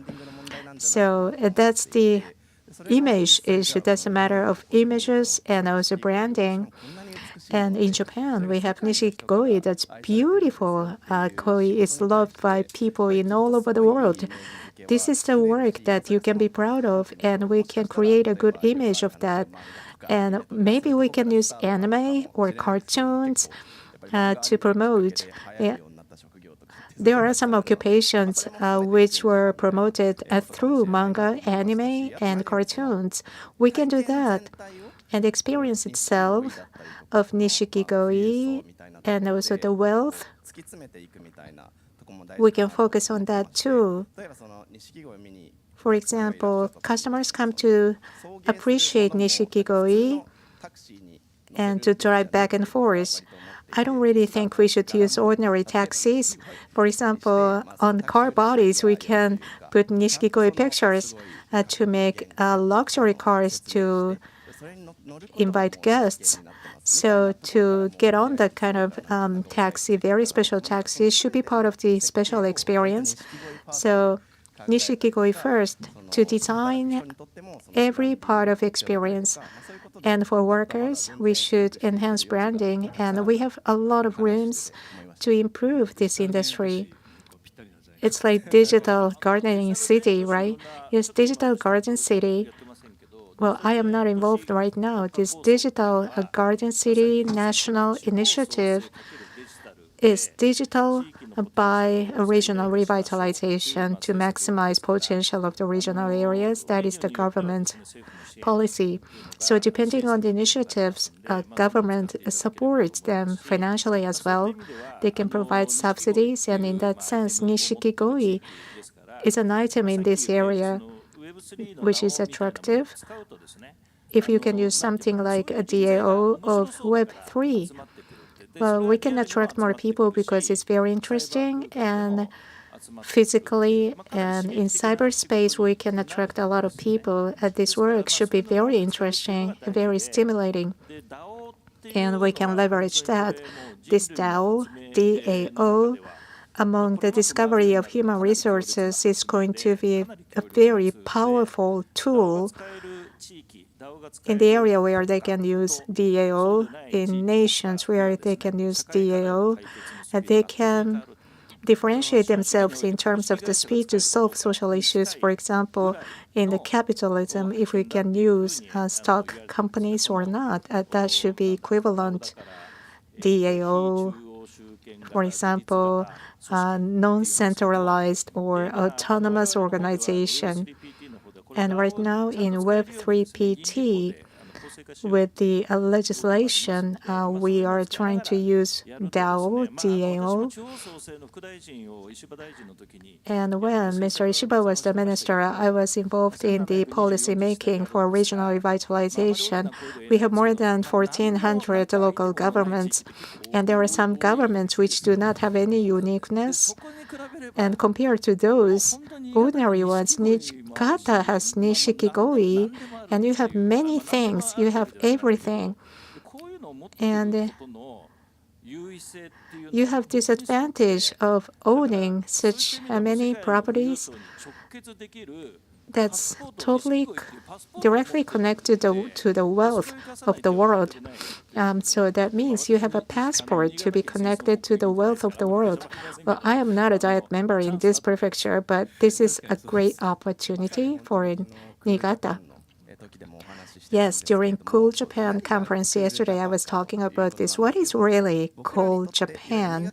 For us, for those people who are in Niigata prefecture, well, they are not really extraordinary, but from the rest of the world, something is very extraordinary. That is Cool Japan. In Niigata, we have Nishikigoi and fireworks and craftsmanship, tradition. And when we look back at our history, 130 years ago when Nishikigoi was born, Niigata used to have the biggest population in Japan.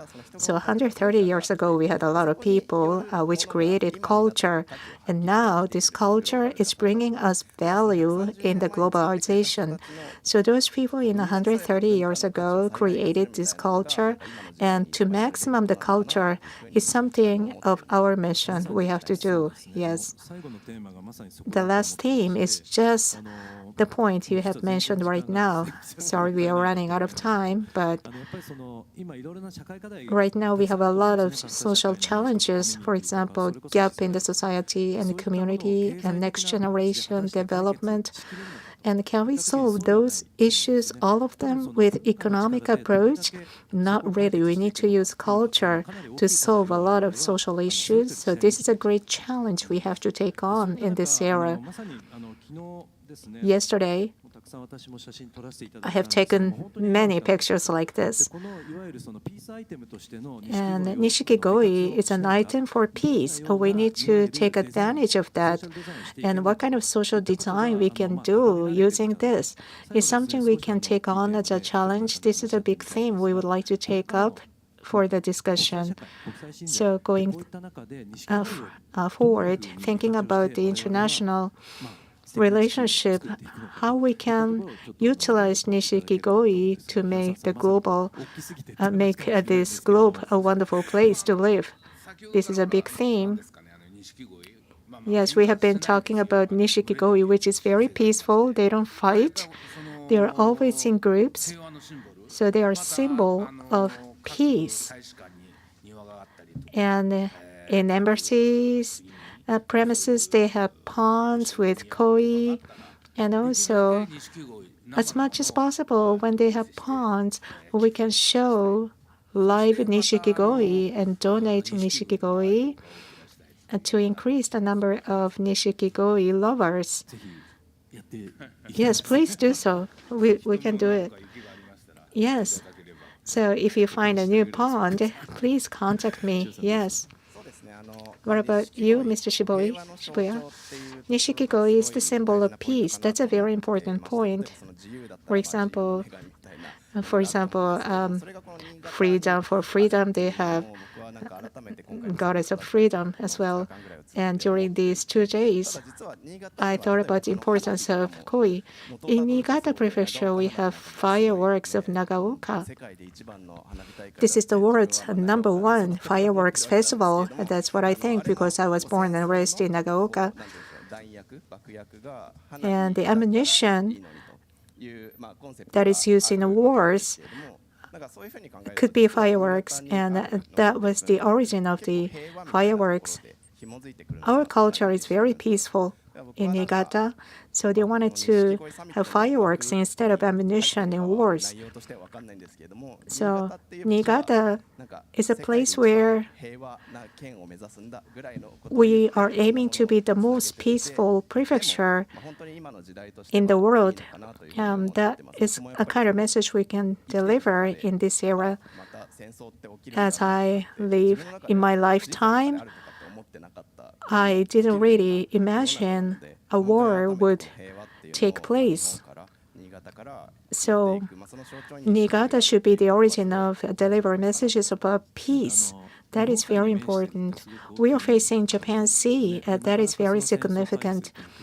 To avoid wars between nations, it might be difficult. However, Nishikigoi connects people, individual to individual. That's power and that's an impact, and we can count on Nishikigoi for that. Yes, as was mentioned, unfortunately, right now we are in an era of wars. In my generation, we never thought in the 21st century era, this kind of invasive war would take place. I never imagined that. So what we can do with culture, the power of culture, this is a very big theme. And since I became a parliamentary member, I always said that these kind of summit meetings should be in the space station. We often use resorts. That is because the top leaders of the nations get together in such a resort area to relax. For example, food security and the poverty and the environment and energy issues. We can look at the blue ocean of the globe, of the earth, to talk about peace. And so that is why I was recommending people to use space stations to have congresses and summit meetings. However, the operation of the space stations are kind of controlled by China and Russia as well, and we have vis-a-vis as G7 countries. So what Nishikigoi can do? Next year, Japan is going to host G7. And we have the Central Bank G7 meeting and also Finance Ministers meeting that will take place in Niigata. So we would like to bring Nishikigoi so that top summit leaders can relax during the conferences. And the ultimate goal would be to have a pond among the UN Assembly hall, to have a pond just at the center of the hall, to have Nishikigoi there. Maybe around the mark of the United Nations, we can use Nishikigoi. It's time. Now we'd like to have closing comments. Mr. Tyra mentioned overview effect. That means when you are looking from a bird's eye view, you can have a comprehensive view. Nishikigoi, as we have discussed today, has potential for the future, culture, economy, and peace. So one word, one comment from one person we would like to receive to close this discussion. So starting from Mr. Hirasawa. Yes, going forward, koi breeders and buyers are going to be in collaboration so that we can enhance quality of Nishikigoi breeding, and we'd like to have koi industry which is more advanced, and I really hope Nishikigoi is going to contribute to the international cooperation. Thank you very much. So right now we are in the middle of Cool Japan Expo. This is my hometown. I was raised here in 20 years in Niigata, where I was born. For the first time, we have this Nishikigoi Summit. This really is a pleasure for us, and also for everyone in the audience who came from the other countries. We are connected through Nishikigoi to share this event. This is very peaceful. This is so precious. So Cool Japan Expo is going to continue until 5 o'clock today. So Niigata has a lot of things, of course, Nishikigoi, but we have many other things. Sake, good food. We have so many things. So if you have time, please enjoy all of them. And I hope that you want to come to visit Niigata again. So lastly, Taira-san, we have been discussing many different things, but closing comment, please. Thank you. The more you discuss, the more possibilities of Nishikigoi you feel. So that was how this session and this summit has been. And recently, with your cooperation, we were able to release Nishikigoi in a pond at the House of Representatives building. And I hope that the politicians can also cooperate more so that we can promote Nishikigoi further. And Nishikigoi has been at the center of best practices for regional revitalization, and that can be combined with Web 3.0, and that can also combined with the international exchange and for peace. And as a Diet member, I would like to cooperate and work so that we can achieve those results. Thank you very much. The time has come for the closure of this session, and I think we confirmed that this kind of summit can be a very good opportunity for us to deepen our understanding, and we hope that such a summit can also be held next year and on. Thank you very much. Thank you very much for your discussion about the future possibilities of Nishikigoi, and please give them a big round of applause.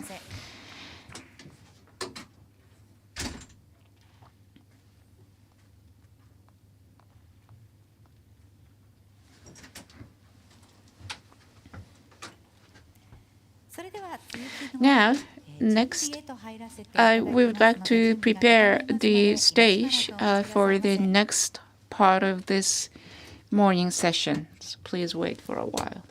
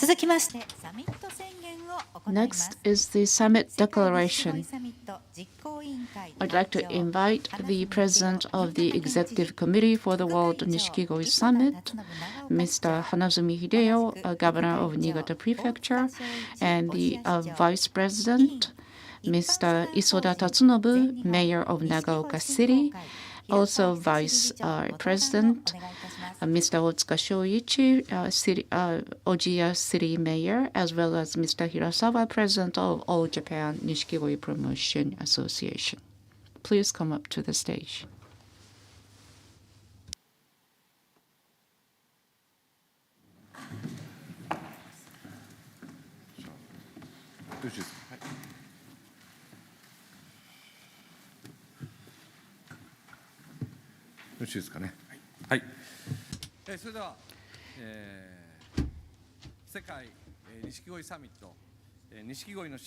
So, Niigata Declaration on the Promotion of Nishikigoi at the World Nishikigoi Summit.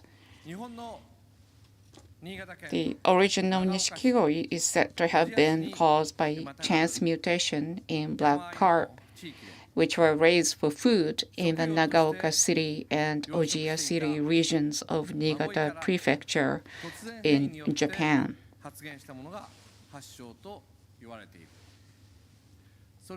Since then, breeding improvements have been promoted over many years, and representative varieties such as Kohaku, Taisho Sanshoku, and Showa Sanshoku were created one after another. Nishikigoi is now the national fish of Japan, with over 100 varieties in existence. Their artistic value is recognized around the world, earning them the name swimming jewels, and they are distributed and loved in more than 60 countries and regions. In addition, Nishikigoi are not territorial, do not like conflict, and have a gentle character, so they play a role in international exchange as a symbol of peace. We organized the World Nishikigoi Summit in order to share the appeal and recognition of Nishikigoi to people and regions all across the world, while also using the promotion of Nishikigoi to contribute to sustainable and evolving international exchange. We hereby declare that the participating countries will work together to further develop the Nishikigoi industry and establish and expand a strong culture of Nishikigoi. We declare that we will strive to appreciate the diversified varieties of Nishikigoi to deepen our understanding of the appeal and history of Nishikigoi. We will strive to further develop the Nishikigoi industry by properly evaluating and distributing the artistic value of Nishikigoi produced by the excellent techniques of the Nishikigoi breeders. Taking this opportunity for the promotion of Nishikigoi, we'll move forward to promote each country and region's mutual understanding of culture and history and promote further economic and cultural exchanges. November 6, 2022. That is the Niigata Declaration.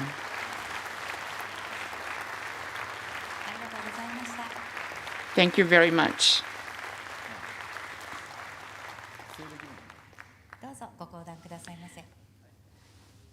Please come down the stage.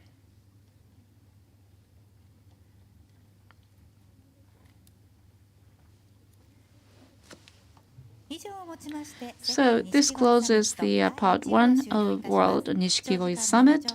Thank you very much for your participation for such long hours. Next, we would like to have a group photo session. And the participants, please remain seated in your seat until the participants in this group photo session can move on to the stage.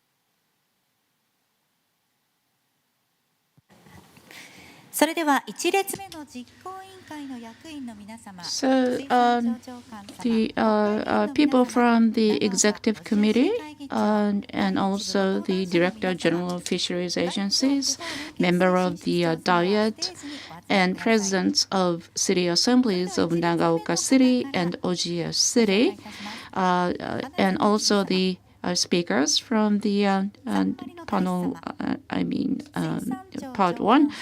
Please come to the stage. And the Governor Hanozumi and the ambassador of San Marino and Director General of Fisheries Agencies, and Mr. Taira, 市長様、 and Mayor of Nagaoka City, 斉藤国会議員様、 and Mr. Saito, the member of the 小島 Diet, 市長様、 Mayor of Ojiya City, 塚田国会議員様、 Mr. Tsukada, member of the Diet, 振興会理事長様、 and the president of All Japan 米 Nishikigoi 山国会議員様、 Promotion Conference, Mr. Yoneyama, member of the National 菅 Diet, 教授、 and Professor Suga. 続いて後列です。 Next on the 外務省 second row, 地方連携推進室長様、 Director General of Local Partnership Office of the Ministry of Foreign Affairs, and President of Nagaoka City 吉田市議会議 Assembly, 長様、 President of City Assembly of Ojiya City, 渡辺様、 Mr. Watanabe, 渋谷様、 Mr. Shibuya,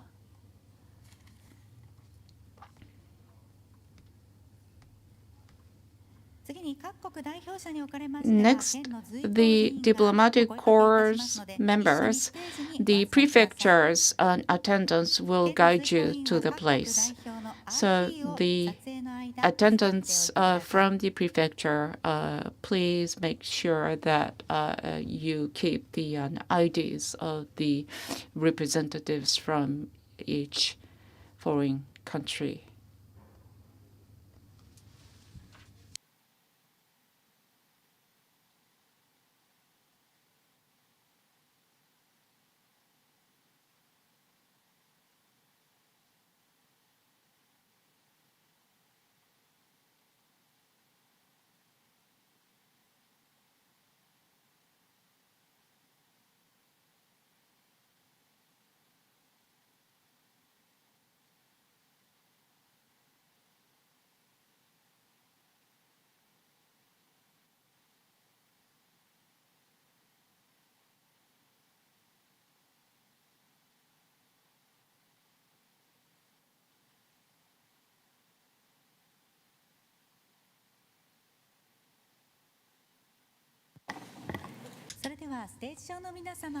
So people on the stage, all of them are there on the stage. And for other participants, thank you for your cooperation, and then you can leave this room. And the part 2 will start at 1:15 o'clock. And so please be back by 1:15 after your lunch. And please also give the receiver for the simultaneous interpretation to our staff.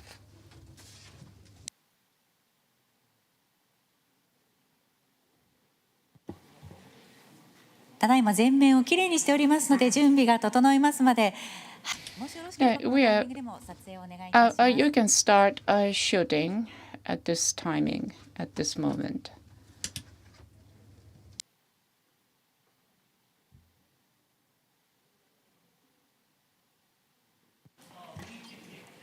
これより公式カメラマンが準備へと入りますので、 Now the 少々お待ちくださいませ。 official photographer is now preparing for the photo shoots.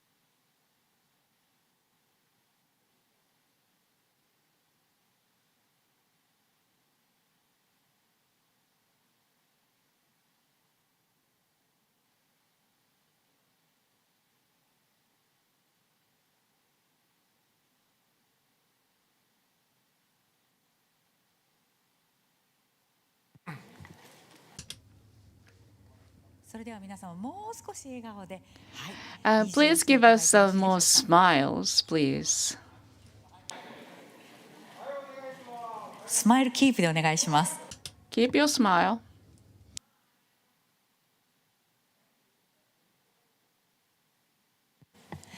はい、それではカメラマンの皆様、Thank you. Thank you for photographers, and also thank you very much for you, the participants.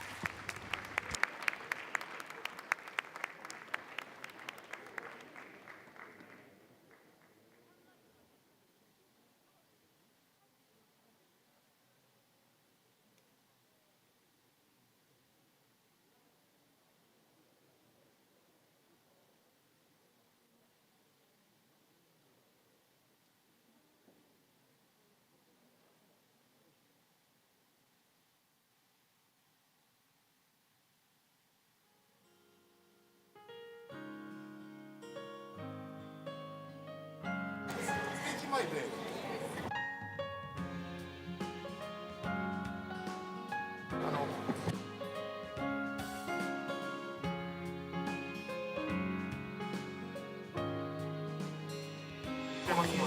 ただいまステージ前では取材陣の皆様向けに Q&A を行っておりますので、ご質問などございます取材陣の皆様はステージ前にお越しくださいませ。また先ほどご案内いたしましたように第2部はお昼休憩を挟みまして13時15分から開始予定です。ご参加の皆様はそれまでに昼食を済ませてお戻りいただきますようお願いいたします。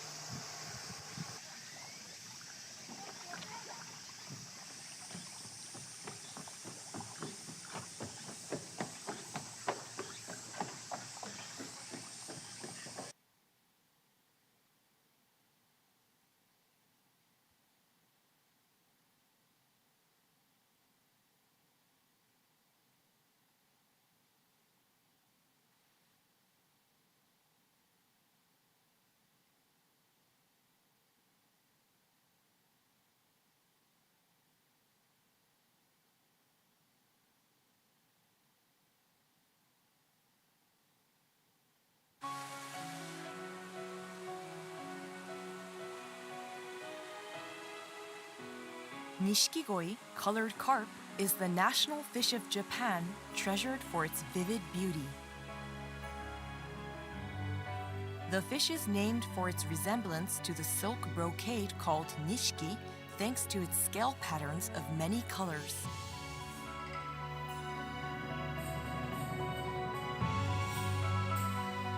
Nishikigoi are the only ornamental fish bred in Japan. Their graceful beauty is a symbol of Japan known worldwide.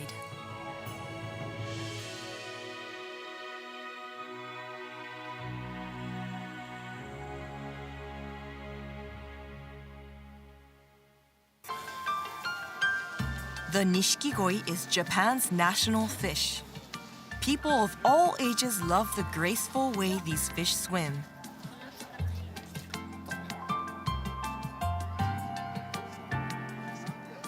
They are also called the world's largest garden fish. Their amiable character and large yet gorgeously colored bodies make them popular overseas too.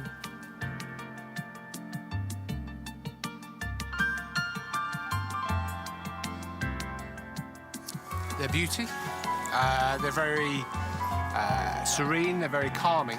I love the fish because, to me, they are not only pets, but they are living jewels. So it's kind of my hobby to be around and to be busy with them. At home also, I have my own pond. So it's my hobby.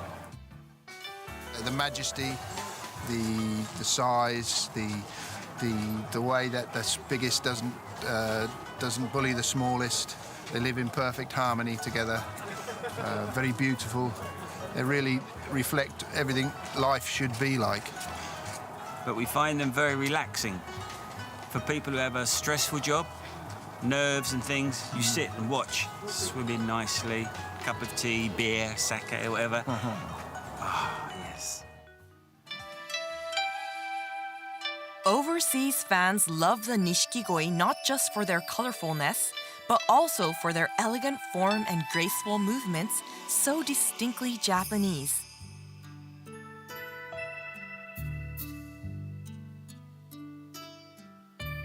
Non-Japanese call these fish swimming jewels of art, embodying Japanese tradition and culture.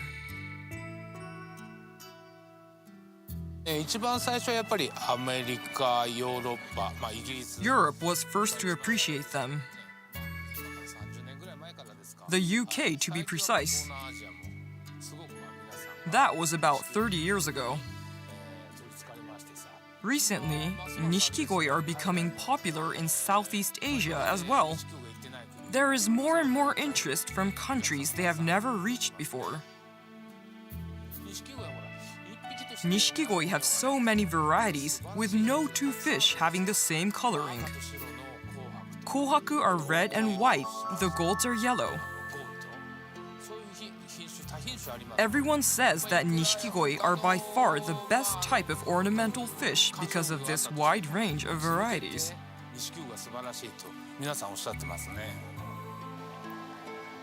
Loved worldwide for their unique beauty and graceful movement, Nishikigoi are a symbol of peace because they do not attack one another. They are also said to be lucky and to lead to success in life.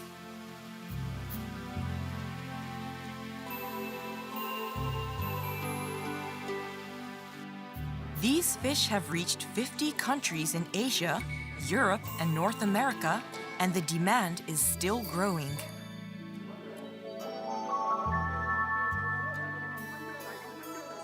Nishikigoi are known outside Japan by their Japanese name, including the names of many varieties. Japan is proud of the warm attention its national fish receive globally.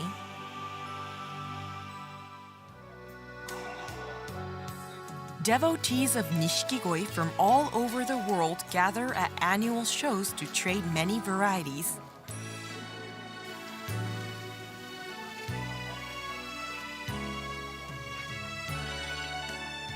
The shows range from major events held by trade associations to small ones at clubs or shops. Shows organized by producers are held in many locations from October.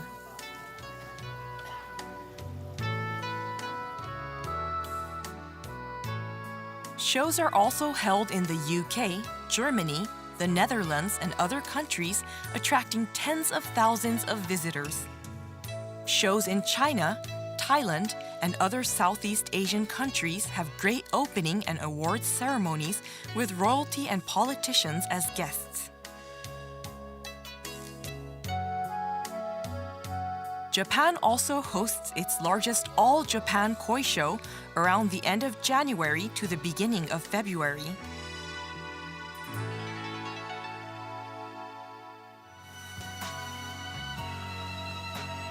Nishikigoi are swimming jewels. We should appreciate again their grace and beauty.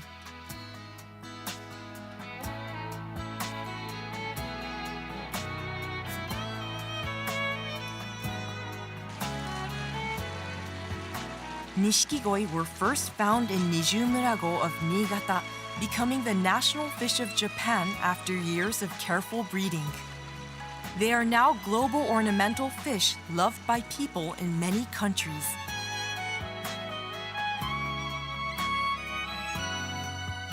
Nishikigoi, the national fish of Japan, loved worldwide. Their beautiful silk brocade-like appearance and graceful way of swimming underline their status as global works of art formed from Japanese tradition and culture.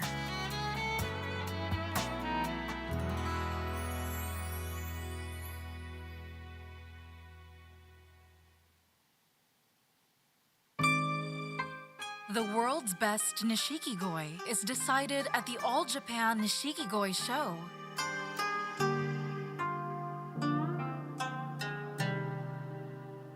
The Nishikigoi is the only ornamental fish bred in Japan. It is also the country's national fish. Its beautiful appearance was achieved by taking the few colors found in naturally occurring magoi, or black carp, and continuously enhancing them through a process of selective breeding. The Nishikigoi's beginnings trace back to the early 19th century in the Yamakoshi region of the central part of Niigata Prefecture. In that snowy mountainous area, people bred extremely colorful Nishikigoi and created many of the varieties we see today. Nishikigoi can be subdivided into more than 80 varieties. No other ornamental fish can match the sheer number of varieties, and this is one of the attractions of Nishikigoi.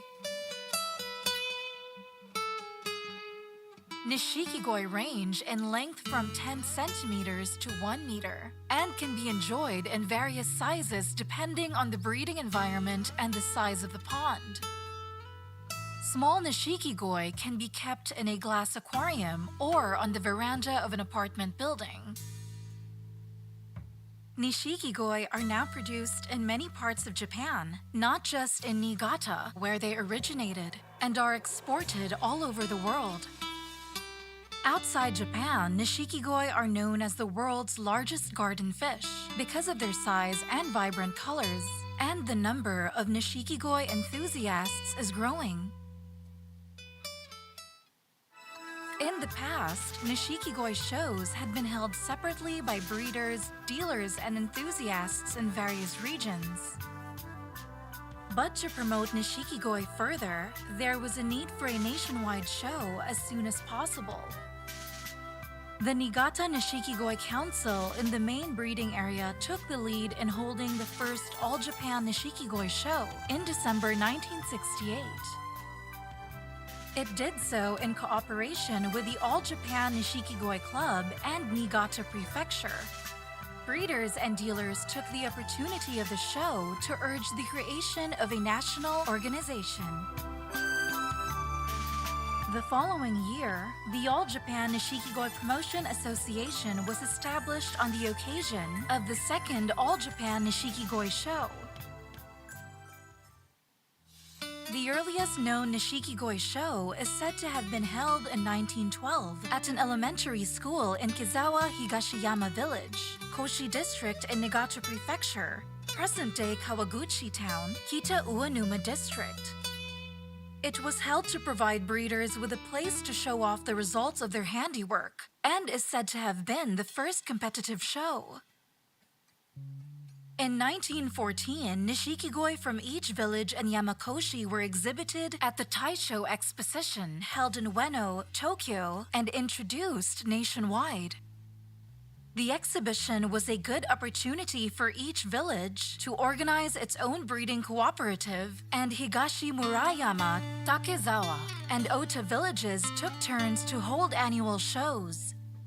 In addition, it is said that small-scale shows were held in each village at the end of the harvest season. From this time on, it seems that the popularity of Nishikigoi spread throughout Niigata Prefecture. This was because anyone could freely exhibit their Nishikigoi at fairs, regardless of where they lived. Nishikigoi shows were not held during the war years, but they resumed in various locations in conjunction with post-war reconstruction. These days, shows are also frequently held overseas. These highly acclaimed shows include fish that have been bred from Nishikigoi, exported from Japan. Nowadays, the All Japan Nishikigoi show is held in Tokyo every January. The best Nishikigoi from around the world take part in the show. In the past, some have been valued at $2 million. So if you want to see the best Nishikigoi on the planet, you can't miss this show. Since the first show in 1968, there have been 52 shows to date. Over the years, the show has grown in size, and so has the size of the overall winner. These days, the grand champion is selected from the 1-meter class. Judging is strict. The Nishikigoi from around the world are all first-rate specimens and include many regional champions. The competition to decide the number one is a contest to decide the world's best Nishikigoi. You could say it's a World Cup of Nishikigoi. The word Nishikigoi is commonly used overseas, along with other Nishikigoi terms such as kohaku, a white carp with red patches, and tosai, a baby carp less than 1-year-old. It's interesting to note, therefore, that while the Japanese language contains an increasing number of foreign loan words, the vocabulary of Nishikigoi is an example of something less common, Japanese terminology that has gone international. Created by Japanese people, Nishikigoi have become popular all over the world. Not only do the vibrant colors fascinate, but the austerity found in some varieties is associated with Japan's wabi-sabi aesthetic. In other words, Nishikigoi can be thought of as Japanese culture's swimming works of art.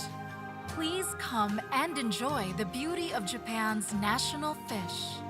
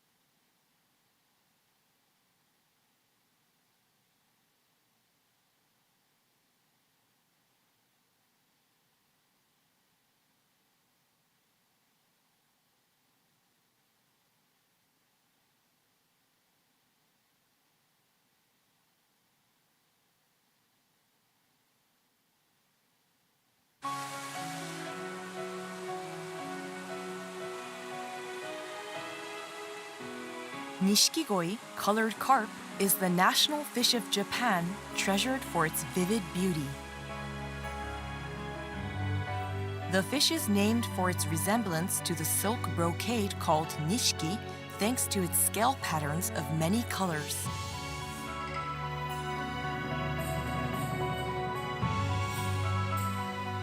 Nishikigoi are the only ornamental fish bred in Japan.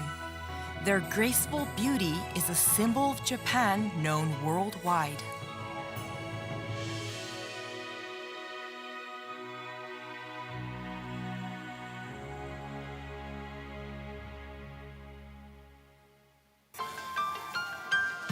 The Nishikigoi is Japan's national fish. People of all ages love the graceful way these fish swim.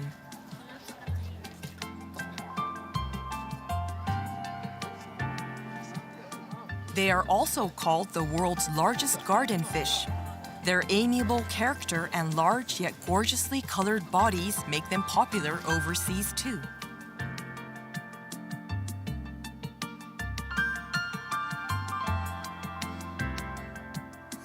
Their beauty, they're very serene, they're very calming.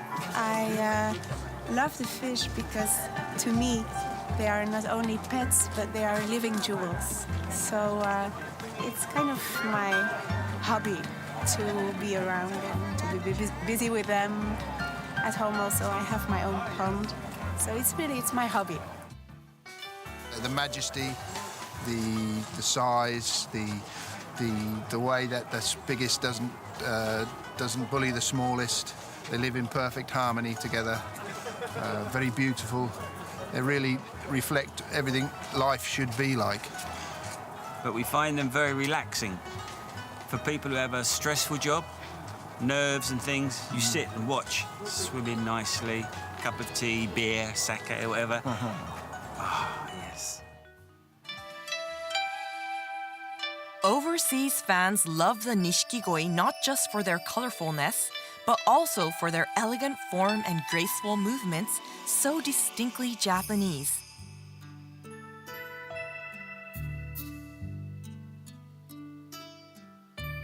Non-Japanese call these fish swimming jewels of art, embodying Japanese tradition and culture.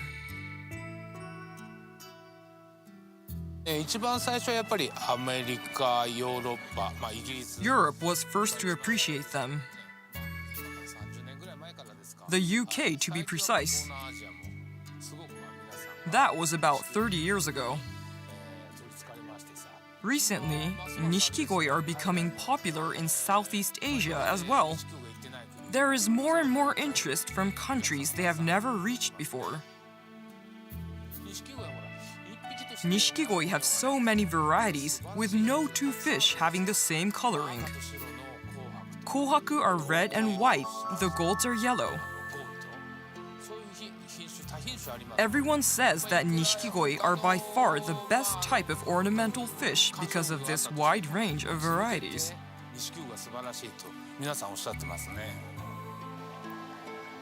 Loved worldwide for their unique beauty and graceful movement, Nishikigoi are a symbol of peace because they do not attack one another. They are also said to be lucky and to lead to success in life.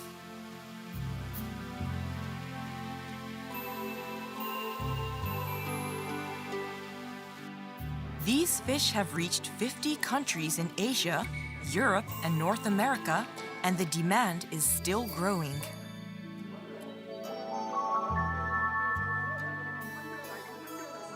Nishikigoi are known outside Japan by their Japanese name, including the names of many varieties.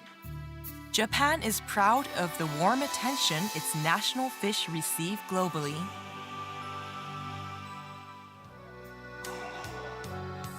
Devotees of Nishikigoi from all over the world gather at annual shows to trade many varieties.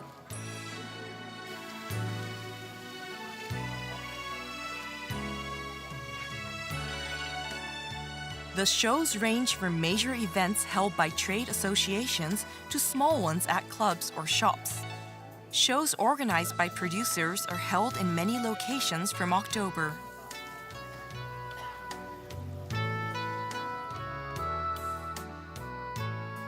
Shows are also held in the UK, Germany, the Netherlands, and other countries, attracting tens of thousands of visitors. Shows in China, Thailand, and other Southeast Asian countries have great opening and awards ceremonies with royalty and politicians as guests. Japan also hosts its largest all-Japan koi show around the end of January to the beginning of February.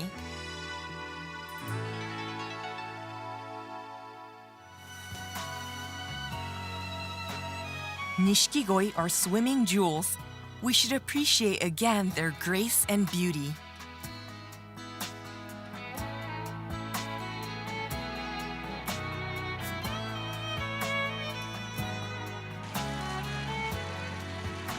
Nishikigoi were first found in Nijumurago of Niigata, becoming the national fish of Japan after years of careful breeding. They are now global ornamental fish loved by people in many countries.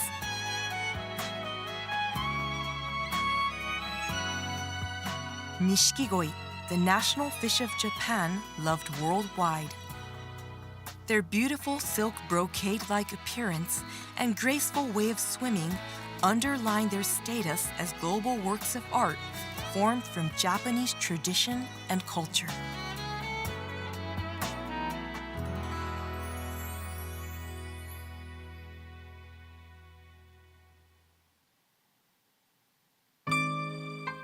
The world's best Nishikigoi is decided at the All Japan Nishikigoi Show.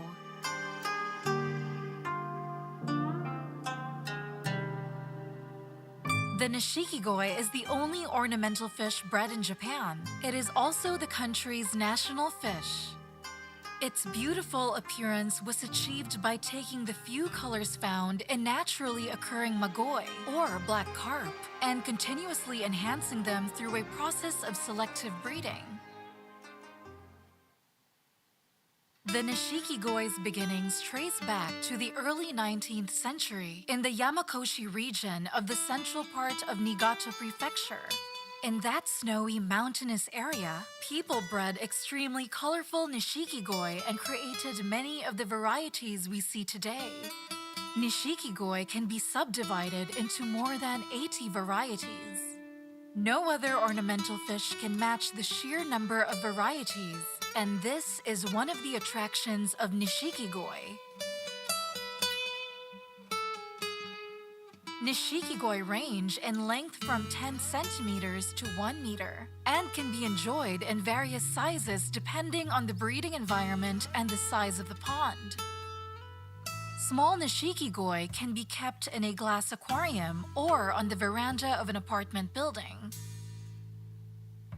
Nishikigoi are now produced in many parts of Japan, not just in Niigata, where they originated, and are exported all over the world.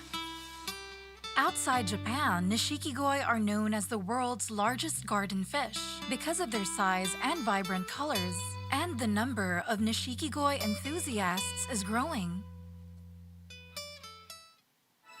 In the past, Nishikigoi shows had been held separately by breeders, dealers, and enthusiasts in various regions. But to promote Nishikigoi further, there was a need for a nationwide show as soon as possible. The Niigata Nishikigoi Council in the main breeding area took the lead in holding the first All-Japan Nishikigoi show in December 1968. It did so in cooperation with the All-Japan Nishikigoi Club and Niigata Prefecture. Breeders and dealers took the opportunity of the show to urge the creation of a national organization. The following year, the All-Japan Nishikigoi Promotion Association was established on the occasion of the second All-Japan Nishikigoi show. The earliest known Nishikigoi show is said to have been held in 1912 at an elementary school in Kizawa Higashiyama Village, Koshi District in Niigata Prefecture, present-day Kawaguchi Town, Kita Uenuma District. It was held to provide breeders with a place to show off the results of their handiwork, and is said to have been the first competitive show. In 1914, Nishikigoi from each village in Yamakoshi were exhibited at the Taisho Exposition held in Ueno, Tokyo, and introduced nationwide. The exhibition was a good opportunity for each village to organize its own breeding cooperative, and Higashi Murayama, Takezawa, and Ota villages took turns to hold annual shows. In addition, it is said that small-scale shows were held in each village at the end of the harvest season. From this time on, it seems that the popularity of Nishikigoi spread throughout Niigata Prefecture. This was because anyone could freely exhibit their Nishikigoi at fairs, regardless of where they lived. Nishikigoi shows were not held during the war years, but they resumed in various locations in conjunction with post-war reconstruction. These days, shows are also frequently held overseas. These highly acclaimed shows include fish that have been bred from Nishikigoi, exported from Japan. Nowadays, the All Japan Nishikigoi show is held in Tokyo every January. The best Nishikigoi from around the world take part in the show. In the past, some have been valued at $2 million. So if you want to see the best Nishikigoi on the planet, you can't miss this show. Since the first show in 1968, there have been 52 shows to date. Over the years, the show has grown in size, and so has the size of the overall winner. These days, the grand champion is selected from the 1-meter class. Judging is strict. The Nishikigoi from around the world are all first-rate specimens and include many regional champions. The competition to decide the number 1 is a contest to decide the world's best Nishikigoi. You could say it's a World Cup of Nishikigoi. The word Nishikigoi is commonly used overseas, along with other Nishikigoi terms such as kohaku, a white carp with red patches, and tosai, a baby carp less than 1-year-old. It's interesting to note, therefore, that while the Japanese language contains an increasing number of foreign loan words, the vocabulary of Nishikigoi is an example of something less common, Japanese terminology that has gone international.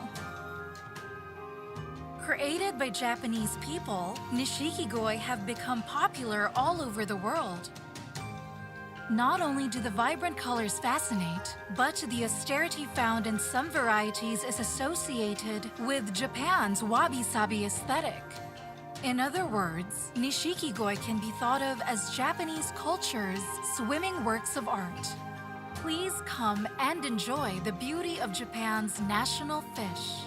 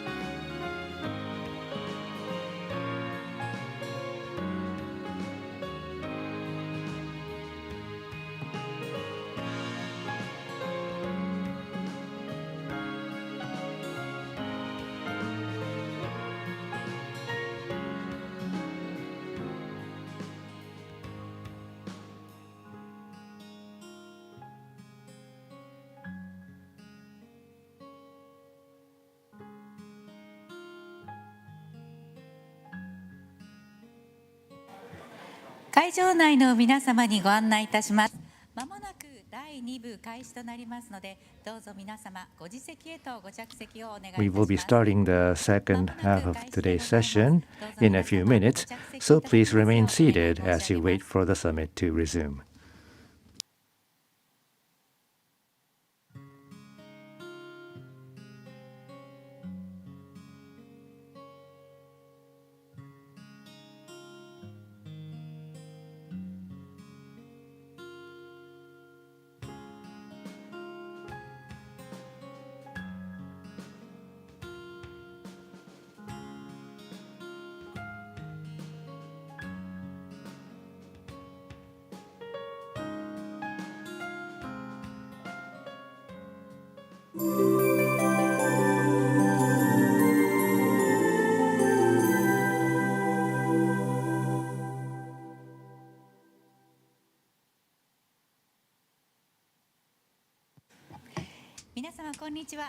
Good afternoon, ladies and gentlemen.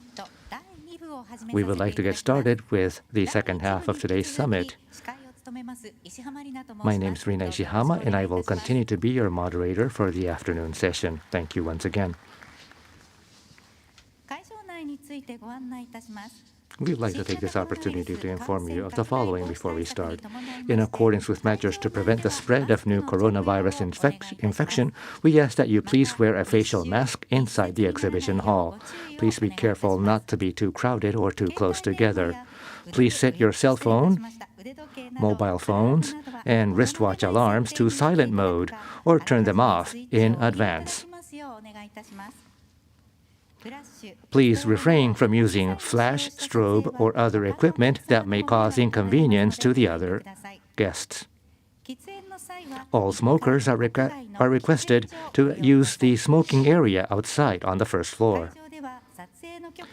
There is a possibility that staff members who have been authorized to take photographs and members of this various media may be asked to take photographs or videos to cover the event. Any photos or videos taken or articles written may be published on the official websites operated by the organizer or through various media.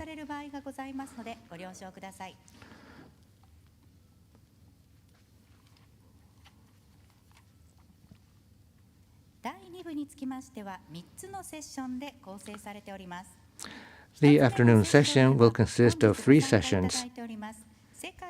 In the first session, 5 representatives of Nishikigoi distributors and koi enthusiasts from around the world who are attending today will make presentations on the situation of Nishikigoi in each country.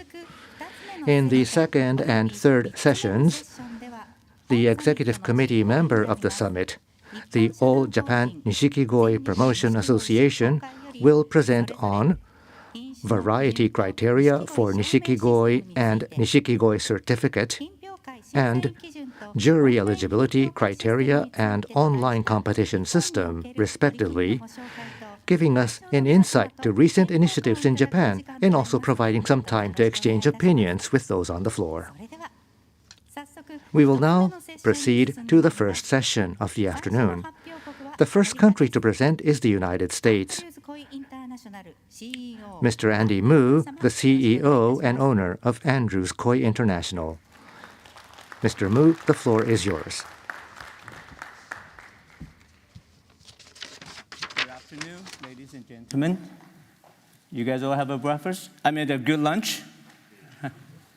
I'll be watching you because I know you're going to sleep. Okay, my name is Andy Mu. I started interest in koi in 1968 when I was a schoolboy. And then I started keeping koi since 1971 in Taipei, Taiwan. In 1980, I moved to California. And right away, I joined a different kind of koi club. ZNA, Southern California, Nishiki Koi Club, and also Southern California Koi Club in different chapters. And then 1993, I started my small koi business called Andrews Koi International. In 1995, 7 of us Shinkokai members would get together and join to Shinkokai making an American chapter and currently I'm serving as a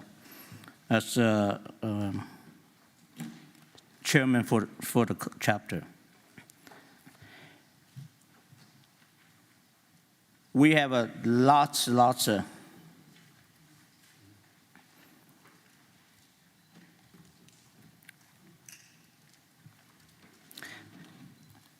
right now, I try to find information for koi industry in U.S.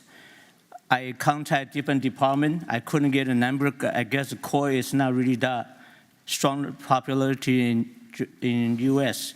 So the only one I got is a census from 2018. That time, there's a 29 state with 149 koi farm registered. And back then, they're making about $8.14 million. And most of koi lovers before, they all going to the farm, going to the store to buy fish. But nowadays, they go through the internet buying fish or internet auction. So the style has been changing.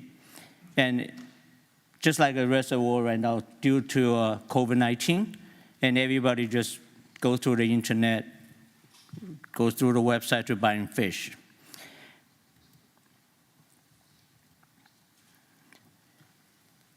In America, if you know, except the major city, have a high-riser apartment, majority of place, everybody have their own yard. Most of the houses have their yard regarding the sizes. They were able to put in some kind of koi pond. They can do whatever they like to do in their yard, as long as the city permit. And Americans have this DIY spirit. They build their own houses, they fix their own car, they mow their own grass. Of course, they like to buy smaller fish and grow into the size for a future grand champion. And in US, besides the Gosanki, Americans are more fun people. They want to have a different type. They like to have a Deutsch, they like to have a genuine variety, metallic variety, and unusual variety, koi mono. Of course, regarding what type or any type, tancho always very, very popular. So for a lot of newcomers, as a koi dealer or importer for US, as long as they contact me, I always suggest them. They have to have a good facility because we are the gatekeeper. When fish come into US, we need to make sure that fish don't bring anything in. KHV, and then they must have quarantine due to the long shipping. Fish a little weak, they must make them growing strong before they can sell it. And all the staff is a key for any business, not the owner. Owner's job is to keep business going. The staff's the ones to make business success. They have to have a good knowledge. They have a good, honorable person. They can answer all the questions that customer have and help them decide what's best for them, instead of just to make the sales. And to me, the most important thing is to have a strong, loyal relationship with koi farm in Japan. Here I give you my personal example. One time I have a shipment comes in. Due to Korean airline computer down, they wouldn't release for 8 hours. So supposed to reach my shop by 2 p.m., by 10 p.m., still in the airport. So I have to make a fuss, call the manager, tell them if you don't release the fish in 30 minutes, you keep it because they're gonna die. They're gonna run out of oxygen. So finally they released. Got to my shop. I jump on the truck, open the box. I saw a whole bunch of shiramuji. I'm thinking, oh my God, what kind of shipment is this? All white fish. No, they all belly up, but they didn't die. They didn't die, they barely breathe, so we took it down. We worked till 1:40 a.m. in 45-degree weather, probably 8 degrees Celsius, in the drizzle. And then we're able to save majority of them. In that meantime, the custom broker already contacted Japan, told him due to computer down, all fish gonna go either dead or gonna be dead. So next day, when everything settled down, looked strong, I called supplier. I told him, I haven't even said nothing. I just said, Mr. O, and he said, Andy, don't worry. I'm catching replacement shipment for you right now. To me, that's a businessman. That's truly important. Because the other guy will probably going to tell you, well, talk to Korean airline. That's their problem, not mine, right? So I got a replacement shipment in 5 days later. Better than the first group. Nice. So important, you have a strong, trustful relationship with your supplier. And we also need to have ability to find unique fish for customer. Like I said, American people, they don't go by the rule. Gosanki to them, each pound is enough. They want some weird stuff. So you need a know person. You need a know smaller farmer. They usually come with some very unique fish. That's one for the customer. And then we tell all the new dealers, don't just get high-end fish. That market is very small for you. Don't just get jumbo fish. That market is smaller than small. You need to find a lot of different grades of fish, different sizes, for all kind of customer. Majority people comes in, they just want to have a koi. They don't really care how great. They just want to have a koi. They want a yellow one, they want a white one, they want a red one. So it's important to get everything else to make all the customer happy. Get them started. Once they start, they cannot stop. Okay? And then for the koi group-wise, koi show was pretty big in West Coast, in California.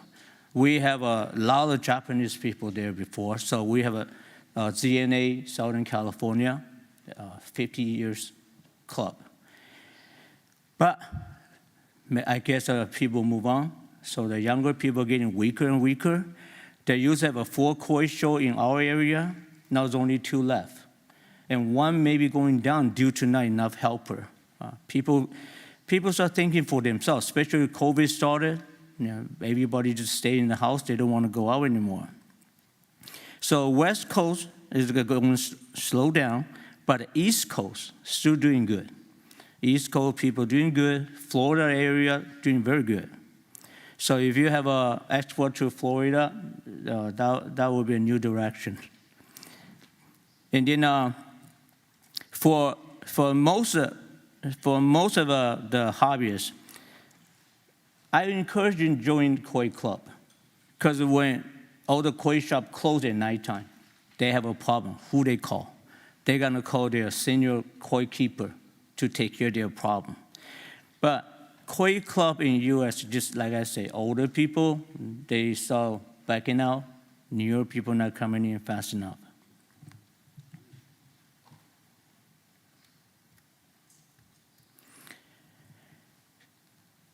So in West Coast, our weather is a lot better than East Coast. So for koi keeping, it's a lot of people able to do the koi keeping. And then for exporter, importer-wise, we have so many little importers. They don't go by the route. They just get whatever few boxes in, keep some, sell some, mess up a market. So I'm hoping there's some kind of control in exporting, maybe by the number or something. Okay? And thank you. My name is Andy Mu, and glad to be here. Thank you.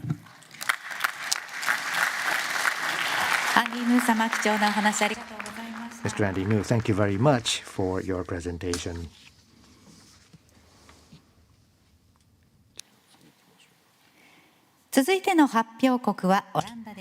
The next is the Netherlands.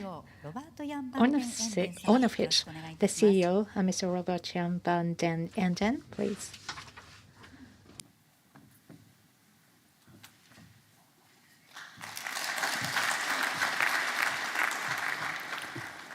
Minasan, konnichiwa. Good afternoon,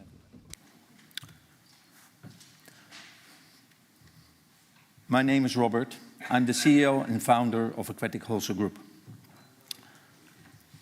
Aquatic Wholesale Group is a leading manufacturer and distributor of aquarium and pond products in Europe.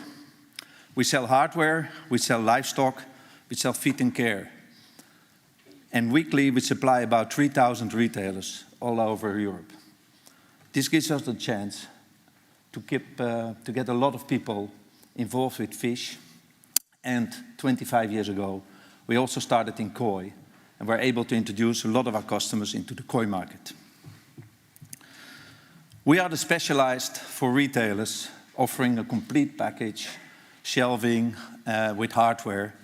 But next to all our hardware, we also specialize in fish, in tropical fish, cold water fish, and in koi.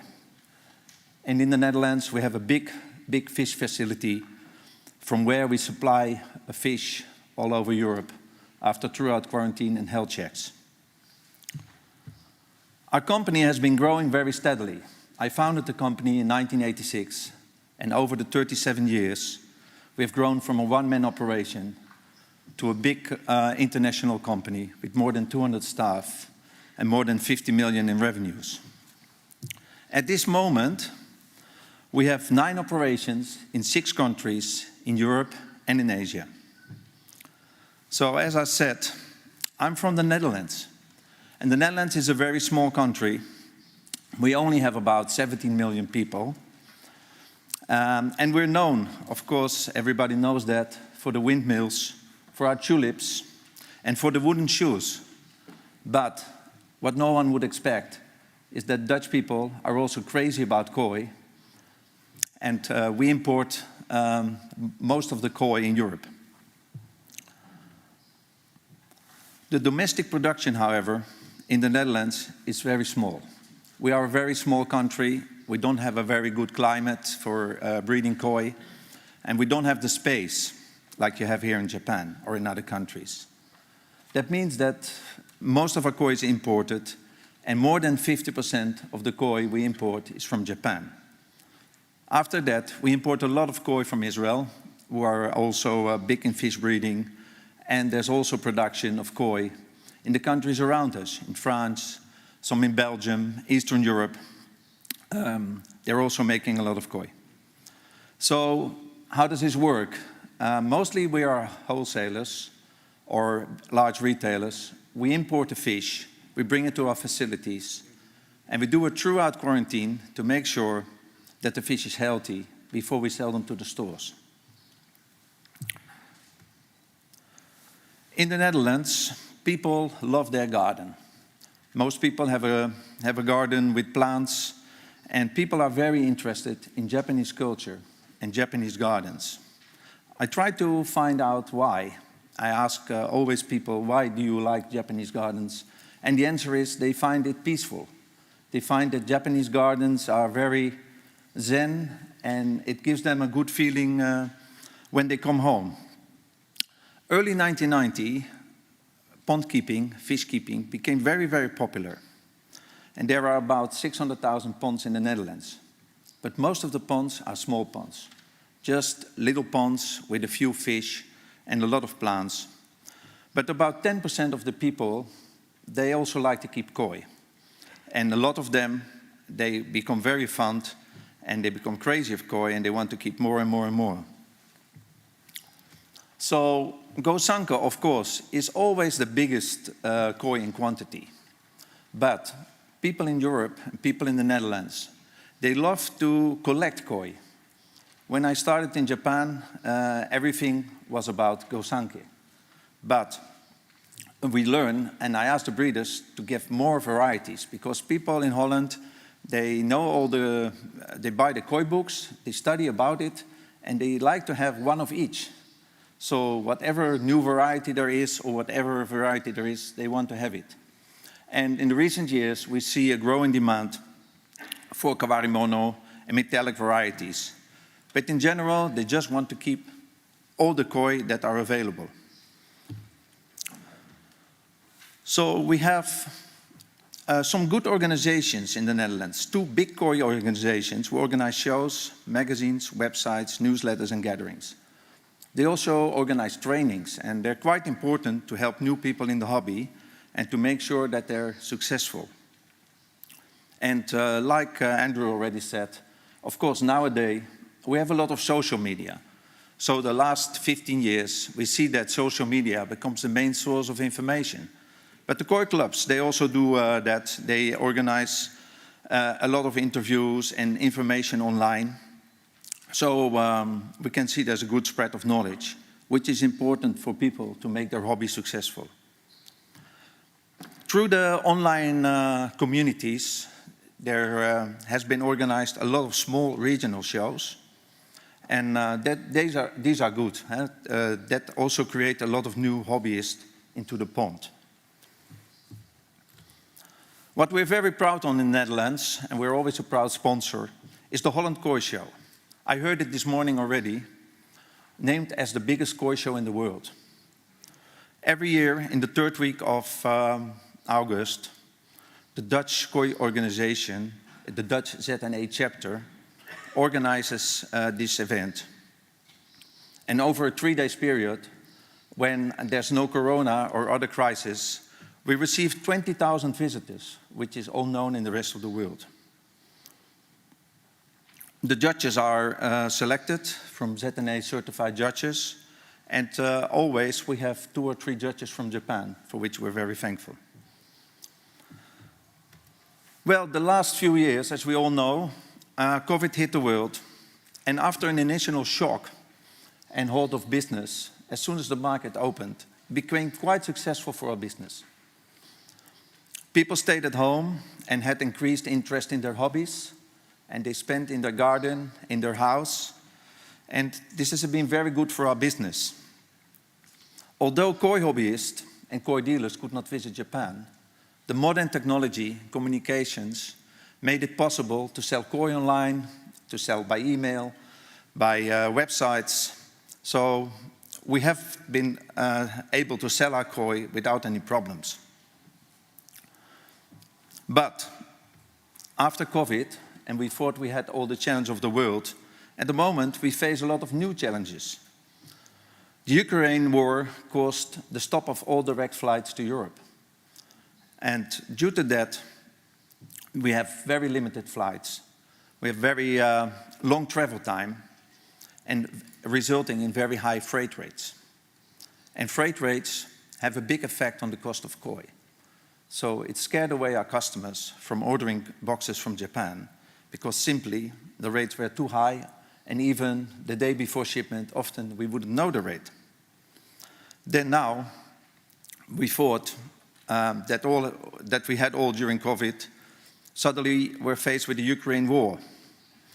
There's a big energy crisis in Europe now, big inflation, and people worry for anything that uses electricity, so including their aquariums and their ponds. Following this energy crisis, we have a big inflation, and people are really worried for the future. They are worried if they can spend their money, and on top of that, all our fish resellers, the retail stores, have to pay extremely high energy bills, 2, 3, or 4 times as much as normal. So they really suffer and have a very hard time.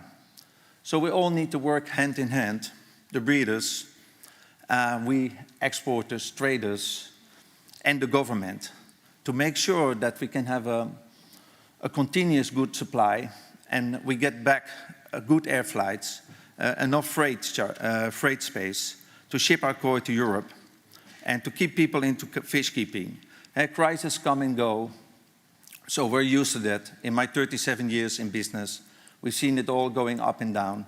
But it's very important that we keep the people in the hobby, so they continue to keep koi and continue to keep fish. And once the economy improves, they're ready to spend money again. So I hope this was some good information for you.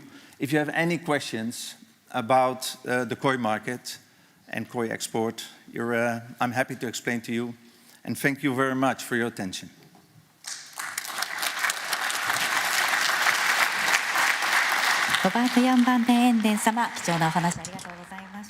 Thank you very much, Mr. Andrew.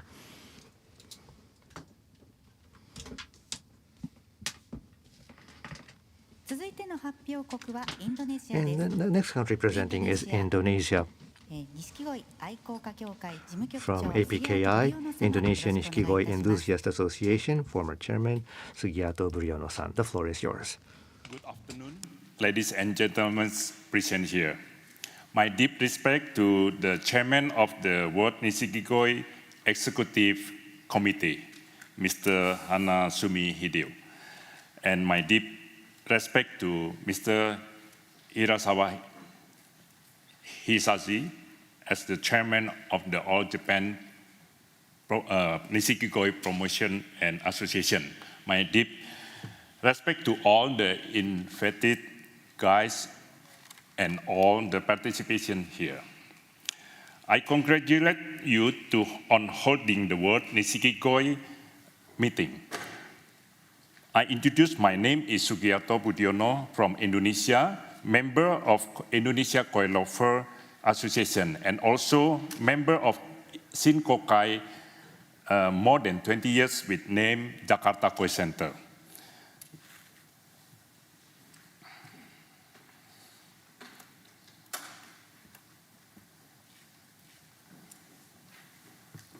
Okay. I will convey to develop the development koi in Indonesia. Indonesia is a big and beautiful country with the area 7.8 million kilometers square, with archipelago country with 17,499 islands, with a big population, 273 million people.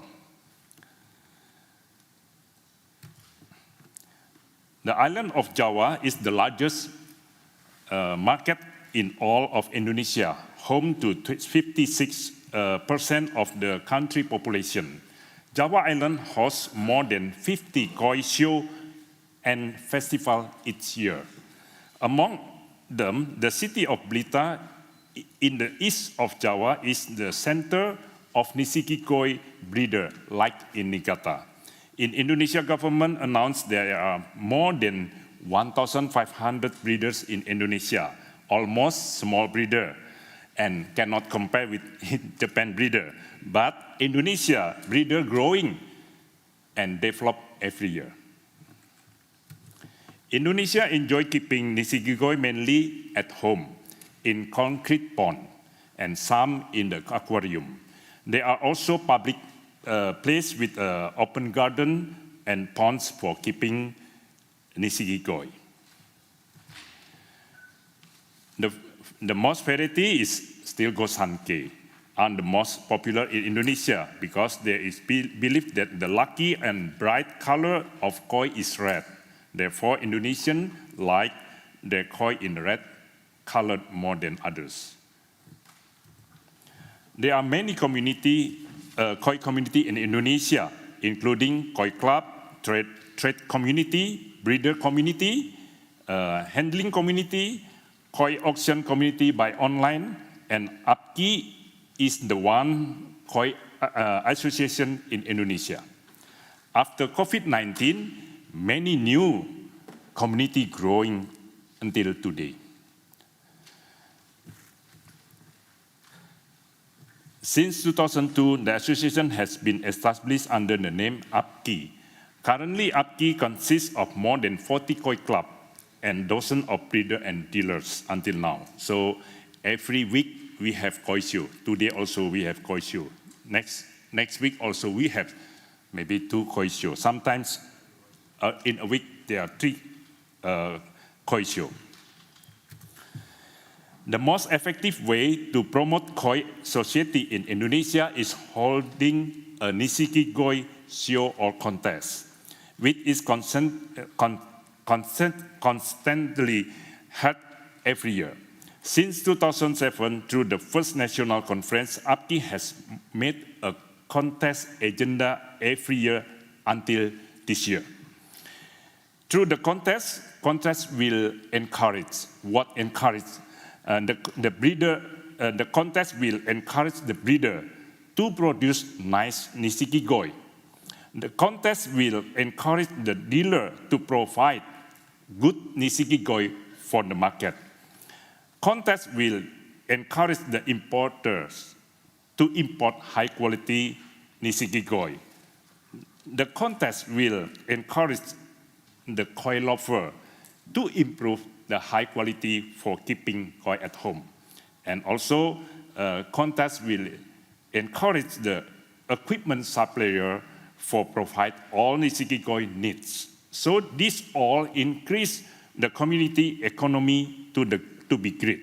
Support in the national economy also for national economy and also I think the world. Like today, we have heard about the meeting, also Nishikigoi make economy in the world become good. Upkeep brings Nishikigoi to become the largest market in the Indonesian ornamental fish sector within 20 years.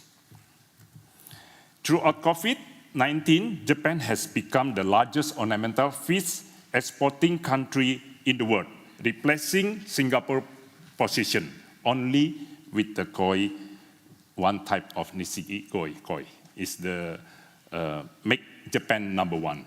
Indonesia want to be number one, but still in the maybe in the fourth or third or fourth. This proves that the Nishikigoi business is very global and has great prospect. And we need our cooperation together to continue to develop and maintain the achievement. This meeting is very important and valuable moment for Nishikigoi business world. I would like to thank you to World Nishikigoi Summit Executive Committee and also All Japan Nishikigoi Promotion Association for inviting me at the World Nishikigoi Summit. I hope we can continue at the next meeting. Big congratulations and success to all of us. Good health to all of us. God blessing to all of us. Thank you. Greetings from Indonesia, Koi Lover. 杉谷とブリオナ様、ありがとうございます。Thank you very much, Sugiat Brianna. Thank you very much.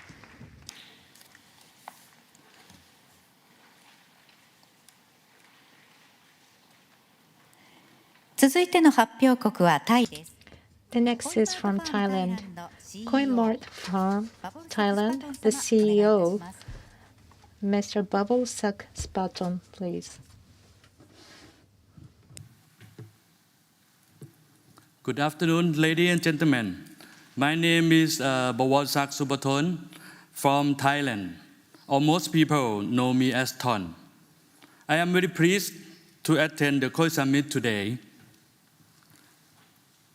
My company name is Koimart Farm, located in Bangkok, the capital city of Thailand.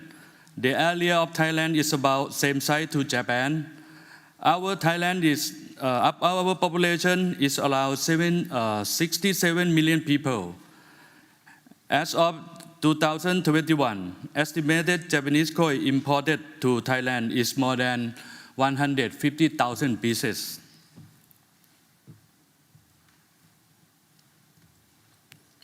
I started my koi business with my father in 1997.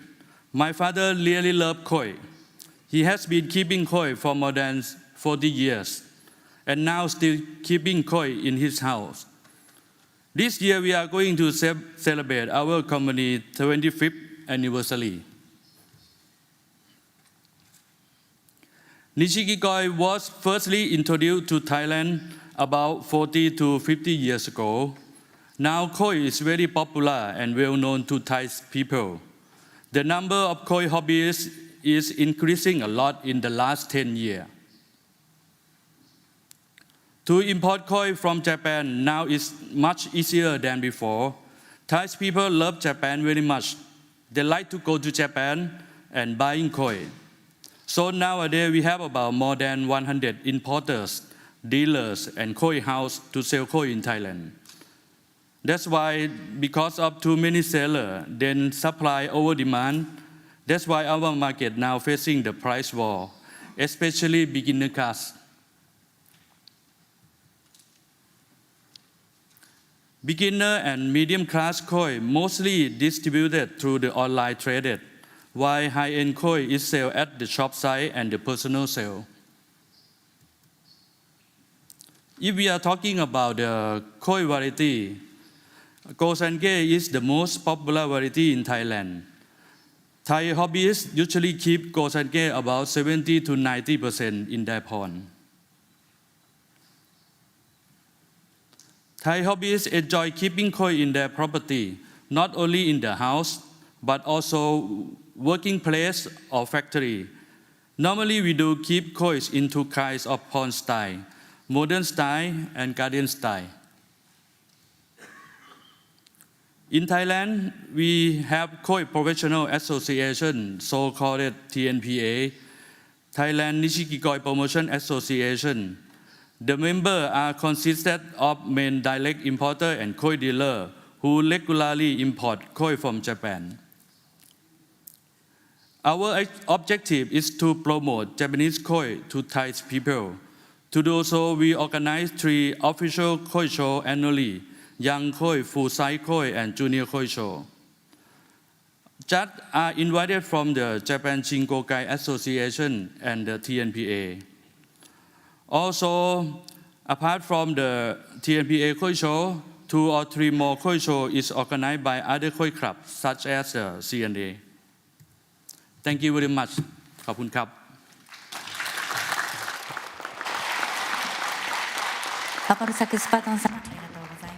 Thank you very much. Next, I'd like to invite from the UK, CEO of Selective Koi Sales, Mr. Andre John Chatton, please.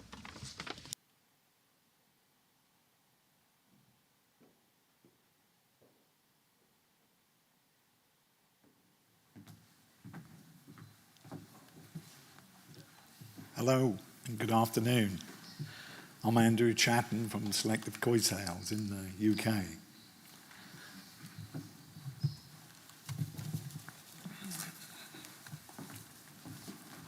This one. This one. Yep. Okay. Thank you.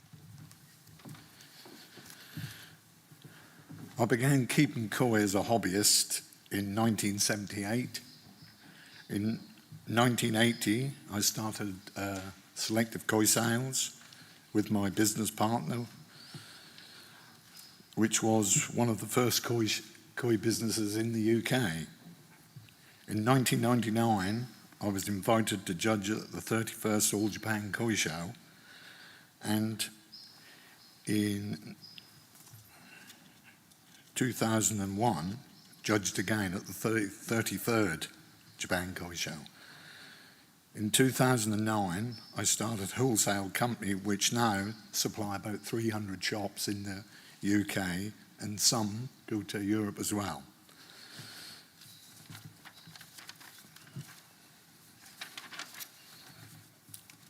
The koi industry in the UK has always remained quite stable. During the 80s, 90s and 2000s, there were lots of small koi shows in the UK. At these shows, information was exchanged and people would learn from each other and from the professional industry experts. There also used to be many koi clubs then, but not so many today. Today, around 33 koi clubs in the UK and 2 major koi shows, 10 smaller koi shows annually. As the koi hobby in the UK evolves, the way people get information changes, and there is a lot of information available online, and koi clubs are not so important now. There are about 200 specialist koi shops in the UK which still are doing well, and most offer a wide selection of koi and helpful advice. Having a koi pond in the UK is a popular thing, and there are lots of new ponds being built in people's gardens all the time. I believe the interest in keeping specialist Nishikigoi is good, but needs more new people to take up the hobby.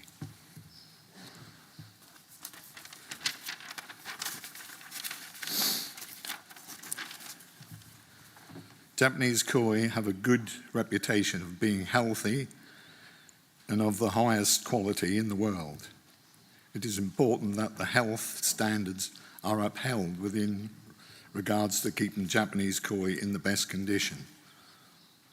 All fish entering the country should be subject to adequate quarantine procedure, and the importer and the dealers should take responsibility for the health of the koi.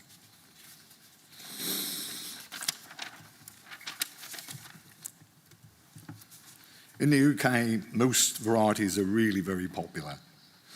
The most expensive koi sold in the UK are the Gusanki varieties, and I think this is the case in most places.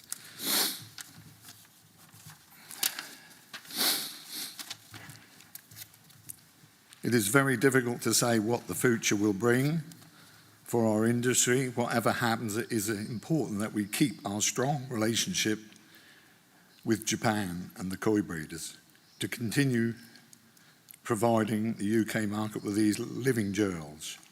We should do what we can to make the hobby interesting, inclusive, and appealing to the future younger generations.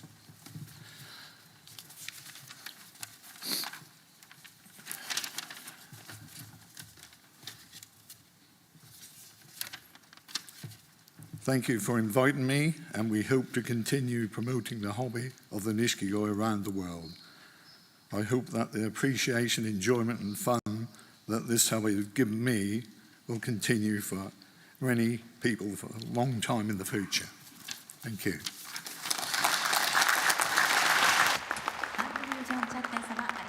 Thank you very much, Mr. Chatton.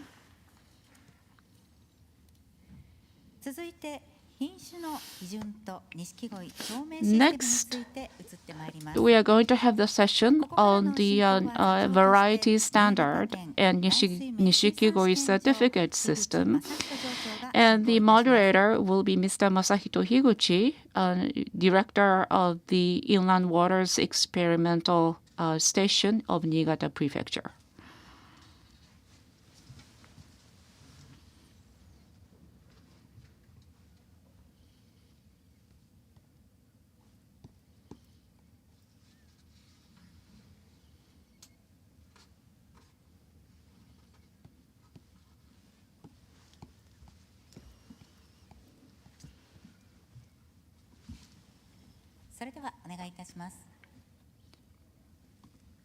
So please start the session.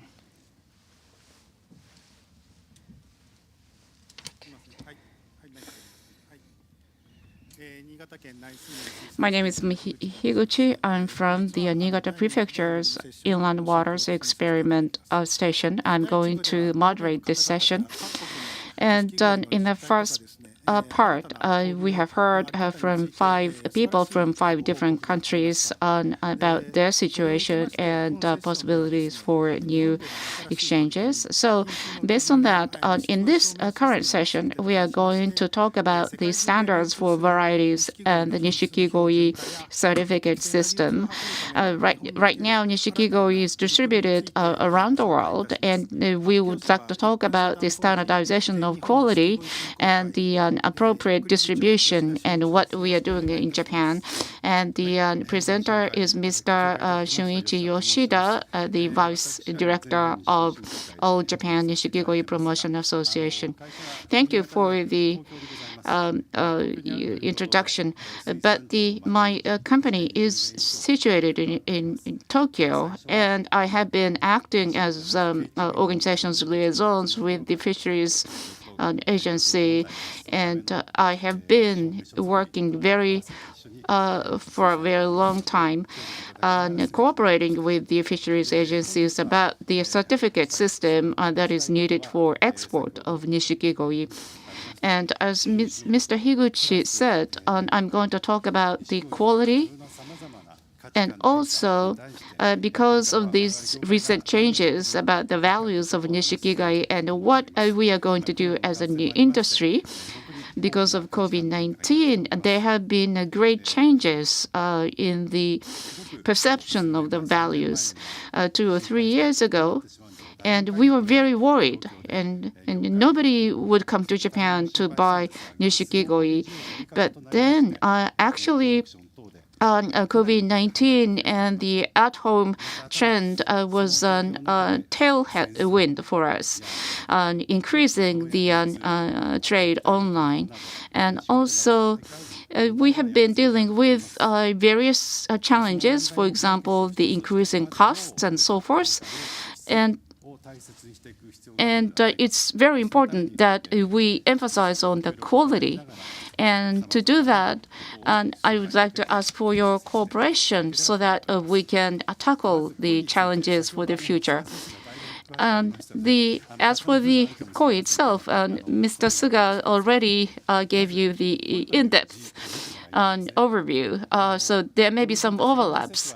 But first of all, about the Japanese, the Japanese word for or the characters to represent the koi. The relationship between koi and human beings. The fish in the river near village is koi in the Chinese characters. So that means that the koi has had very close relationship with us people, and these Chinese characters represent very well that nature.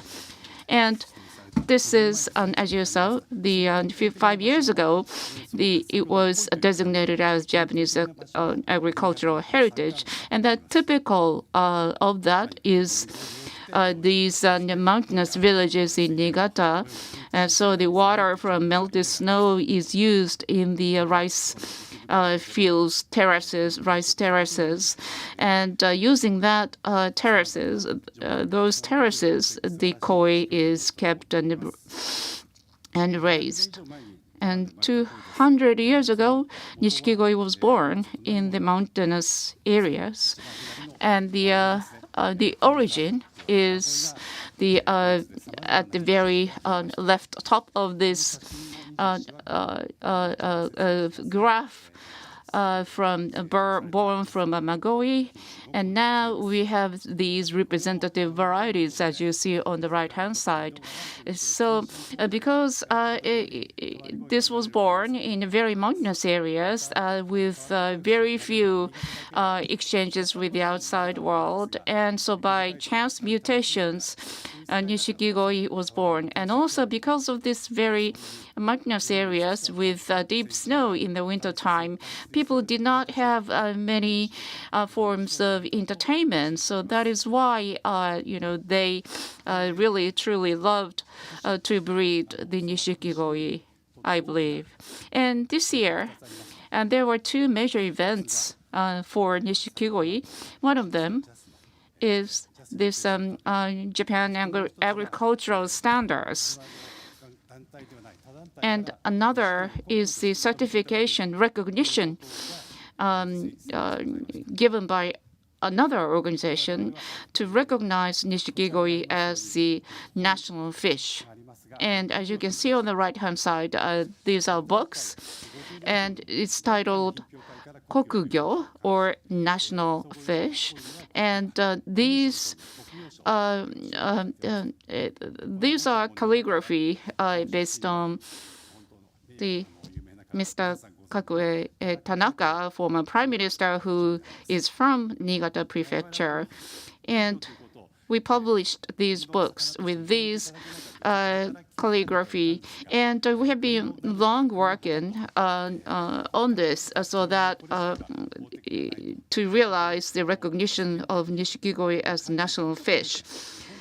But then it was rather from overseas that really promoted the movement, because when it comes to fish from Japan, it is Nishikigoi. That recognition was born and grew in overseas countries. And so that became a very tailwind for us and resulted in this certificate given from other organizations.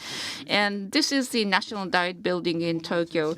And the Nishikigoi were brought to the diet from Niigata, and so we appealed the importance of Nishikigoi, and also that Niigata Prefecture is the birthplace of Nishikigoi, and we were able to send out that message widely to Japan.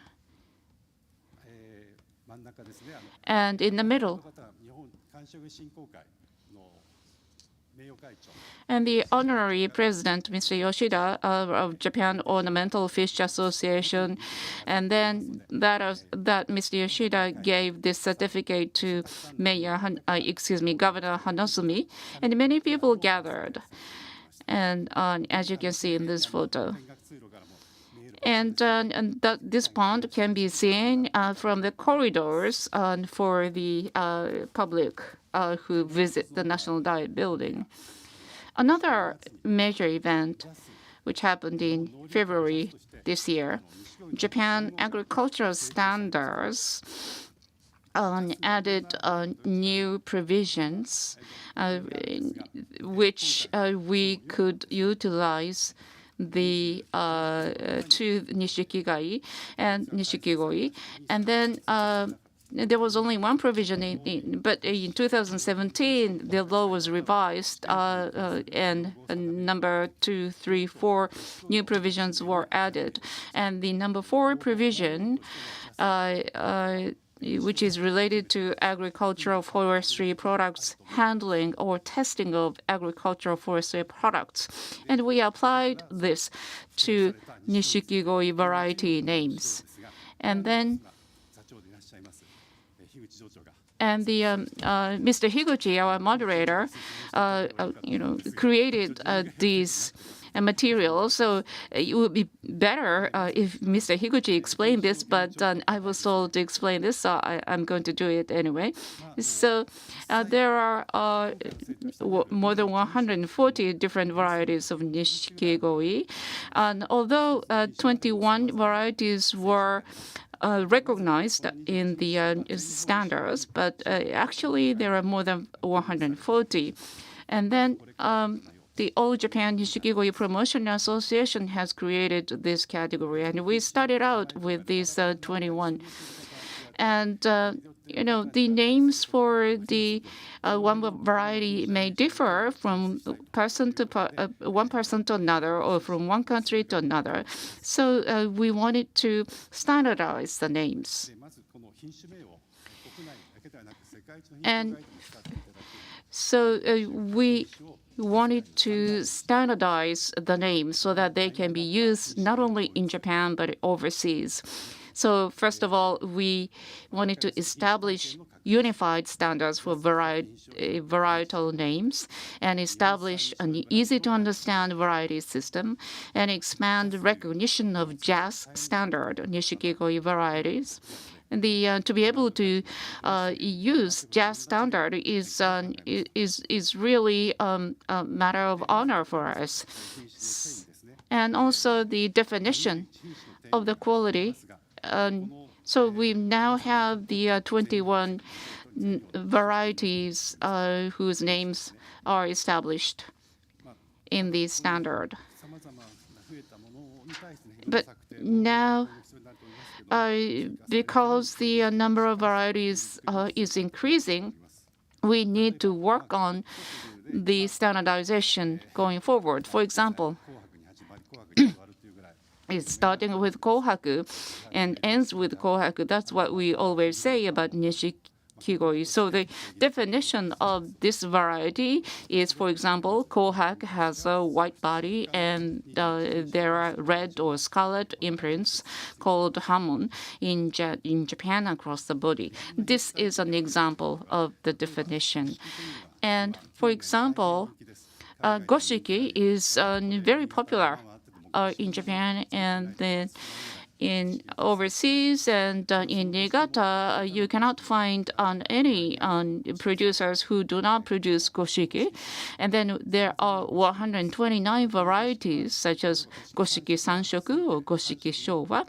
Or the Goshiki Sanshoku will not be included in the Sanshoku category, and the Goshiki Showa will not go into this Showa category, but stays with Goshiki. For example, But with a lot more goshiki varieties, we may have to come up with a new category. But for now, we have this goshiki category. And then if it's a tancho or ginrin, sometimes we don't know which one it should go. But it's very important that we convey how we categorize and how we define those varieties to many people in Japan. And here we have the cooperation from the prefecture, to which we really appreciate.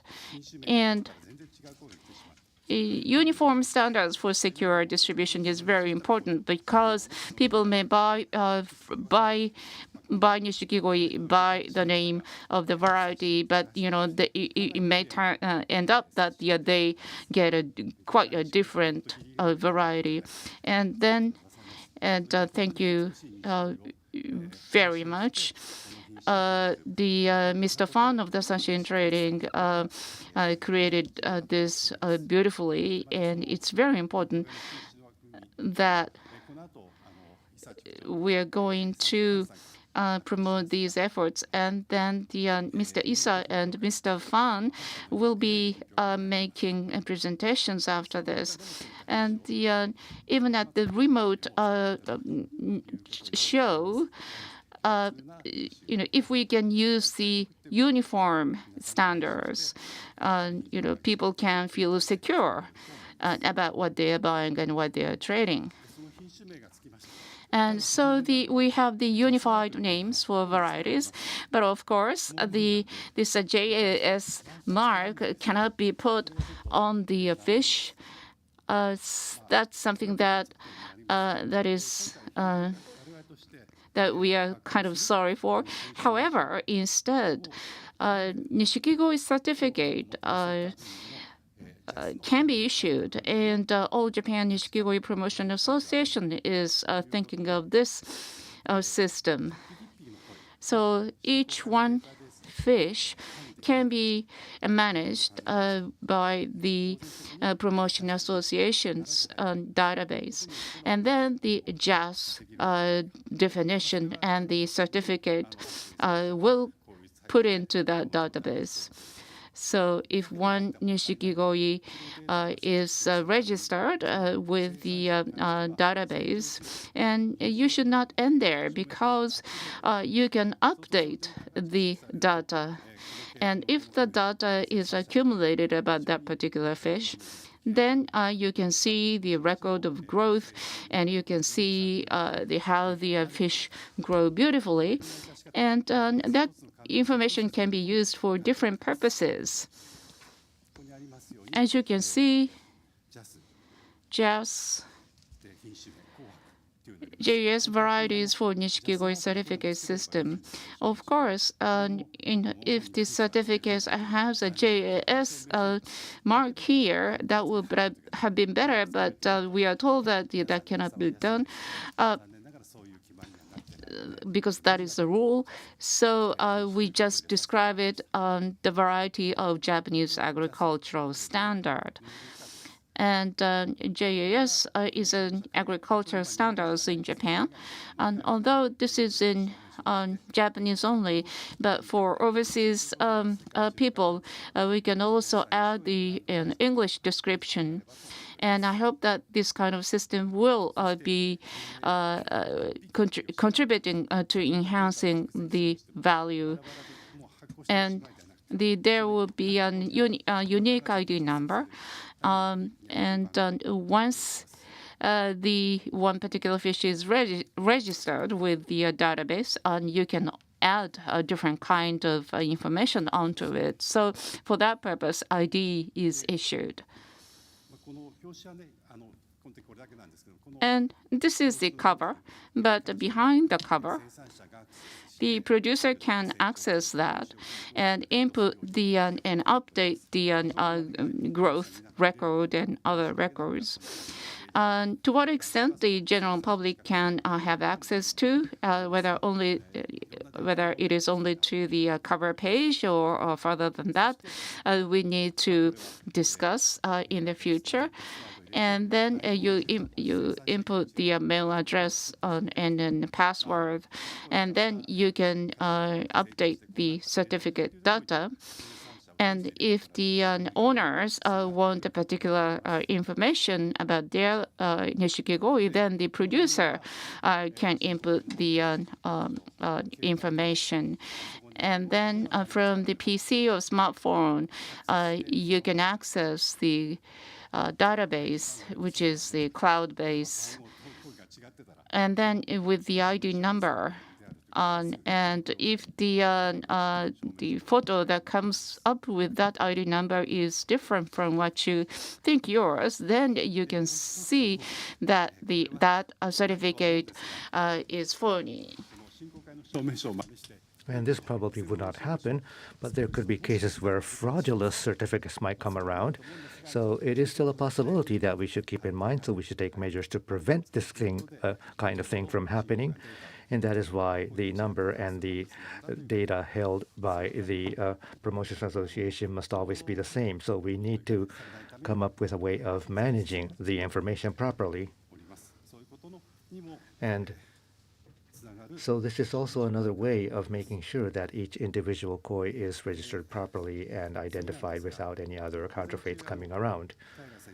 And in the morning with Mr. Taira, Mr. Shibuya, Mr. Watanabe spoke about what we have been doing inside the Nishikigoi industry. But seen from the outside, we heard of many new perspectives of how Nishikigoi is seen from the outside. But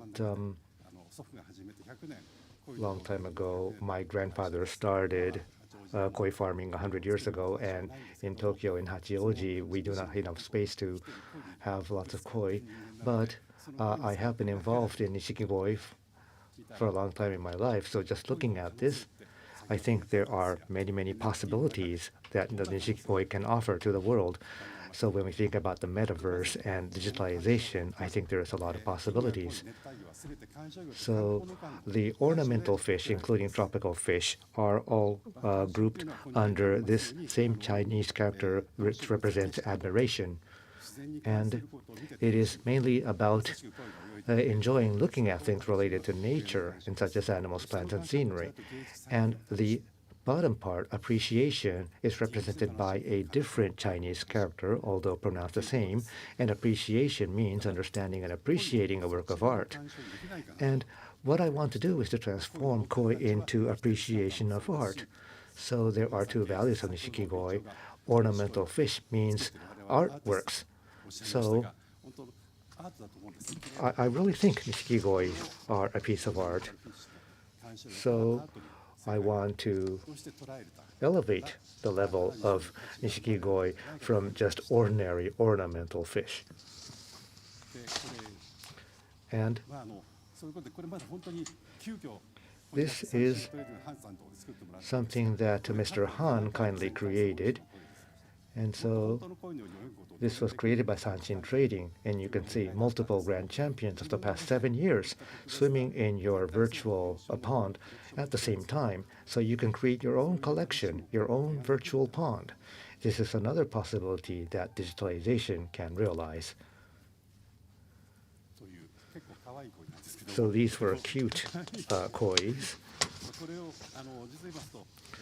So actually, this time I was not able to show you this particular video, but last year in Akihabara they had the Tohoku Niigata Earth Festival. And this was a festival aiming at the reconstruction and promotion of the Tohoku and Niigata regions after the Great Japan East earthquake. And you can actually see this on YouTube video today, and it is a fabulous piece of a video clip with Nishikigoi. So if you can kindly search Tohoku Earth and Nishikigoi, you will be able to find this YouTube video. So please kindly take a look at it when you have time and if you are interested. And so we are making steps in progress step by step. So even in your own cell phones and other portable devices, you will be able to see a Nishikigoi.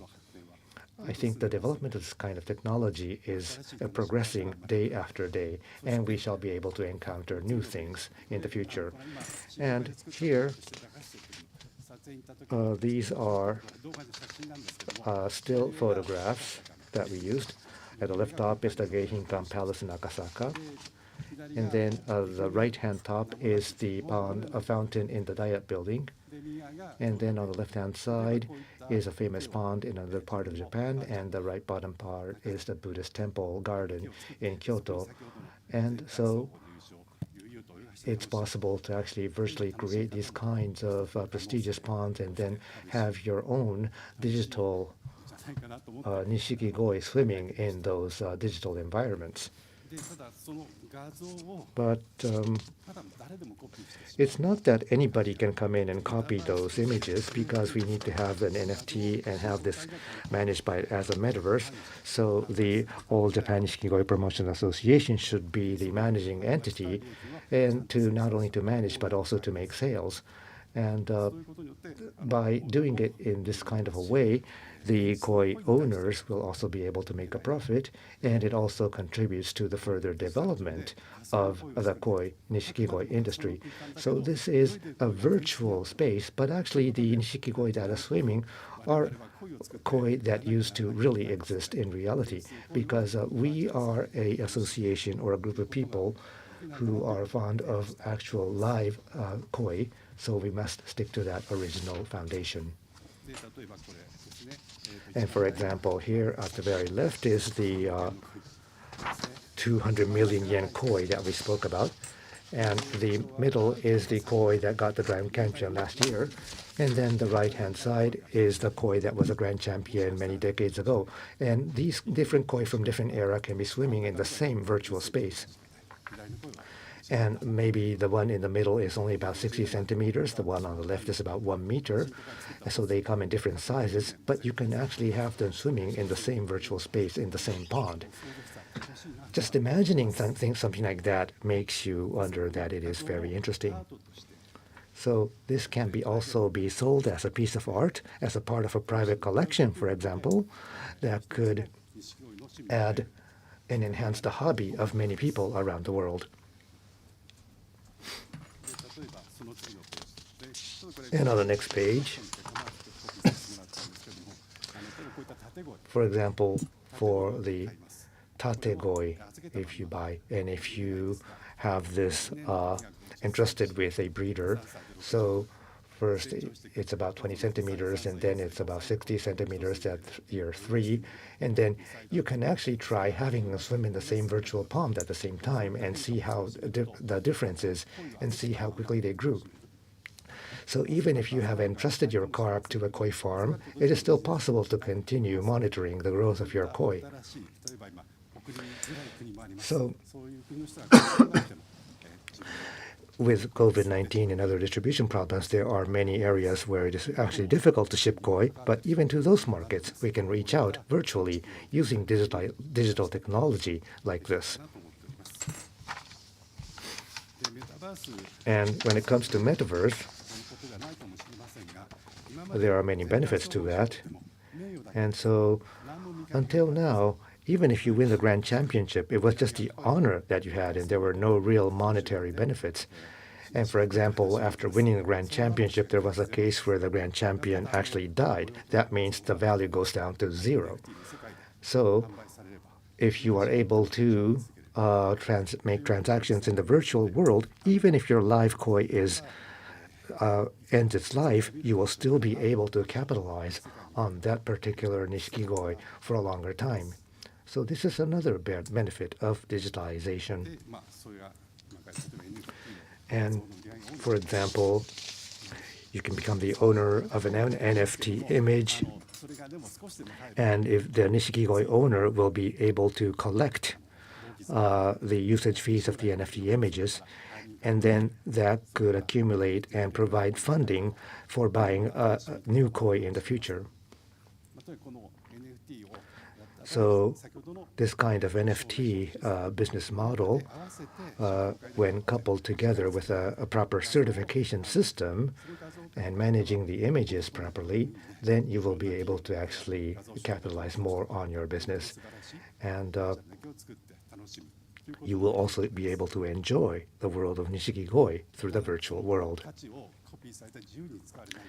But it is really important to make sure that not anybody just come in and copy and duplicate the images for free of charge. So you will need to have this in a controlled manner. And that is one way of making sure that the images will become a source of revenue and will be also a source of generating monetary financial benefits. And earlier we heard about famous people, celebrities such as Brad Pitt and Lady Gaga enjoying Nishikigoi. But these kind of famous people will also become virtual ambassadors in terms of spreading word of mouth about the charms of the Nishikigoi all over the world. And as a result, we should be able to continue expanding a network of Nishikigoi enthusiasts all over the world.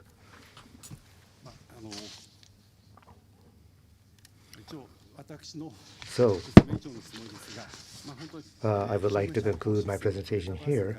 But anyway, for the metaverse, we are still at a proposition level, and we do not have any concrete progress as of yet. But with this kind of as a priority item going forward, we would like to study how far we can go. And we hope to receive additional funding from the national government for the development of this metaverse scheme going forward. It won't be easy work, but we need to collaborate with many other industries, and we also need to seek your cooperation and support in order to make this develop further. And I think Nishikigoi has that potential. Lastly but not least, I hope that Nishikigoi, as the symbol of peace, will contribute to a world without any wars. And I really believe that realizing a world where Nishikigoi is loved all over the world will contribute to peace. And so, for all of you who are members of the diplomatic corps this afternoon, I really ask you to spread the word of mouth. And in the morning, we were accosted by the diplomatic team from Mexico wanting to have Nishikigoi sent to their country, and I really hope that Nishikigoi will be able to contribute to the peace of the world. Thank you very much once again for listening. Thank you very much. Thank you very much, Mr. Yoshida. Please, please remain there. And so Mr. Yoshida spoke about how this was designated as a national fish, and also about the Nishikigoi certification system. And also in the morning part, we spoke about Nishikigoi being treated as pieces of art, and also it has a lot of connections with the digitalization and the potential for generating business in the digital arena. So, as my impression, I think Nishikigoi is a piece of art, and so the producers will also become called as artists going forward. But anyway, I think there is a lot of new potential for generating new business, and we would like to take any comments or questions from the floor. So, please raise your hand and let us know your name and affiliation if you have any comments or questions.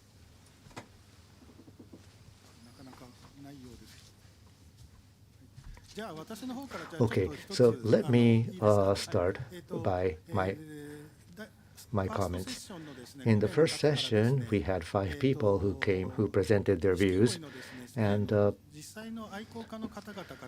the actual Nishikigoi enthusiasts, I mean, there are many younger people becoming part of this, and they are engaged in communication using digital devices and social media.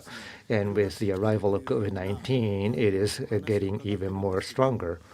And in the digital area, I know that there is a lot of possibilities. But in reality, for the actual sales and distribution of the Nishikigoi business and also to expand the number of enthusiasts, Mr. Yoshida, I know you have a lot of ideas in your mind, but if you kindly share with us any such ideas that you have in your mind.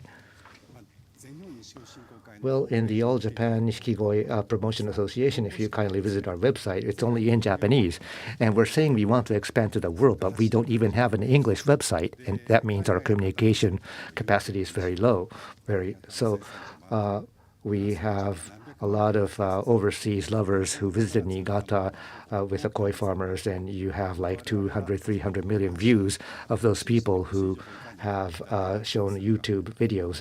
But for the domestic koi farmers, we seldom see that kind of example. So we have to really focus on what we want other people to see, what we want to really show to our friends in the world. I think we should make a greater effort in making that happen.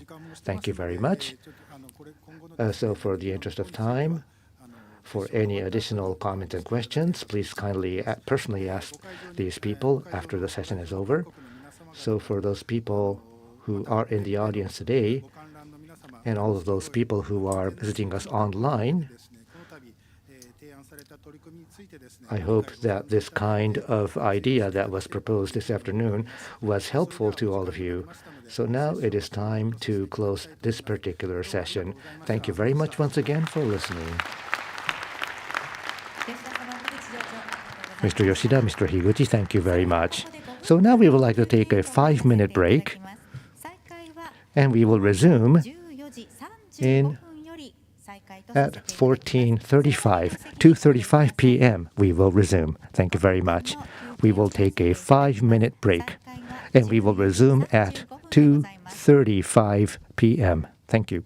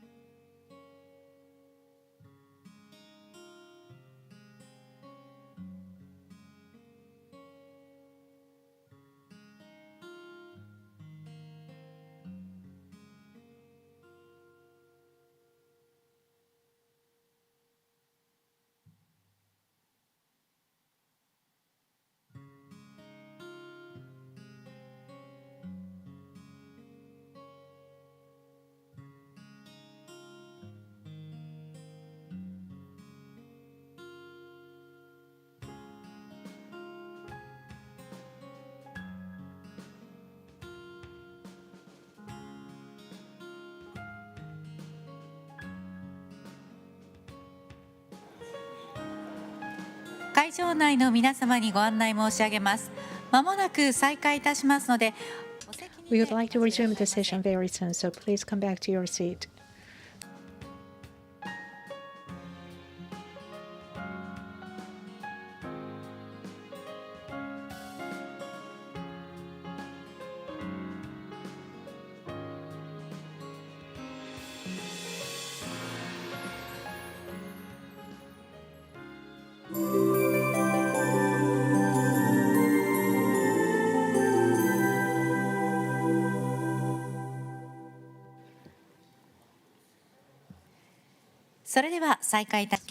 Now we'd like to resume the session. The jury eligibility criteria and online competition system. From Niigata Prefecture, Mr. Yoichi Yoneyama is the chairperson. Niigata Prefecture, my name is Yoneyama from the Fishery Department. The first session, regardless of the regions, globally, it was presented that there are shows everywhere. And in this session, first of all, as the origin of Nishikigoi culture, we have All Japan Nishikigoi Promotion Association. And right now, they have the implement criteria and also the judgment criteria that will be presented by the association. And now we are using online and AI, the technology in this new era, and we are going to propose new ways of having shows.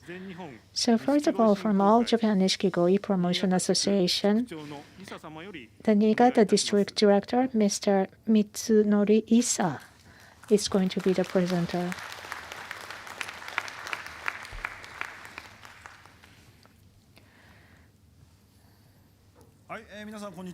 Good afternoon. As was introduced, I am from All Japan Nishikigoi Promotion Association. I am the Niigata District Director. My name is Isa. Every year in the winter, we have All Japan Nishikigoi show. In the 2023 show, we are going to commemorate the 53rd one. And up to now, we invited more than 40 countries and regions. And we had entries from so many countries and regions. And that is why we are called the World Championship. And we decide world's #1 koi in this show. And I would like to talk about the criteria of the implementation and the judgment of the show.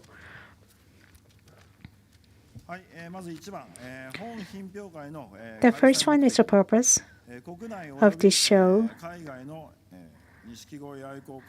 We have exchange of breeding techniques between breeders, dealers, and enthusiasts from Japan and overseas countries to improve the art of Nishikigoi appreciation and identification, and to expand the group of enthusiasts and koi lovers to promote international goodwill.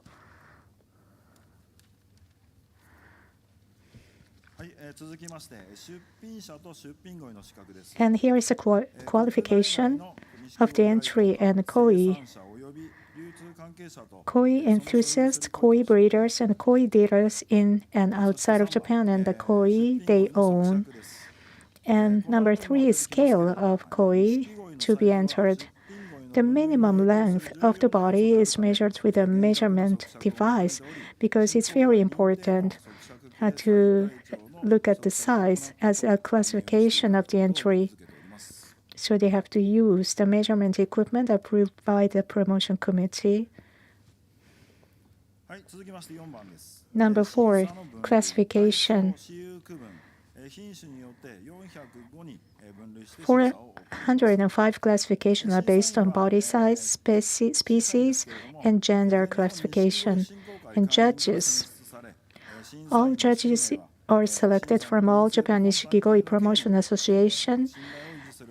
The names of the judges are not published until the koi show to keep impartiality of the judges and authority and trust of the show. Here is the judging criteria. First, categories of koi to be entered. The first one is size divisions. From 12 centimeters to 80 centimeters, we have 6 categories.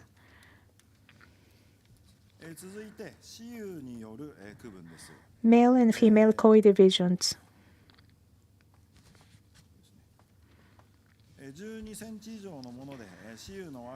The general kois are judged from the 12 centimeters to 90 BU. And before, gender was not one of the categories. However, now we have needs to have a competition of male beauty. Next is varieties. The koi will be divided into 21 varieties. As Mr. Yoshida mentioned, this is the same as just 21 varieties.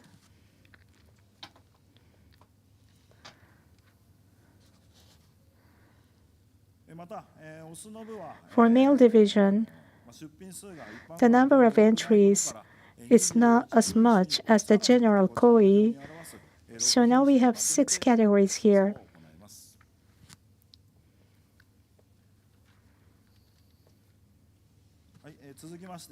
The next one is criteria for judgment. Each judge should make his or her decisions based on body conformation, coloration, pattern, quality, character, dignity, and overall looks. And each prize will be decided by voting or discussion. And recently, confirmation is the focus. Number 3, judges. Judges must be members or associate members of the All Japan Nishikigoi Promotion Association. And judges' names are not disclosed until the day of the judging. The total number is 81. President of the jury is 1 person, and we have domestic juries 68 and international jury 12. They are divided into 12 groups by drawing lots with 1 overseas judge from each group.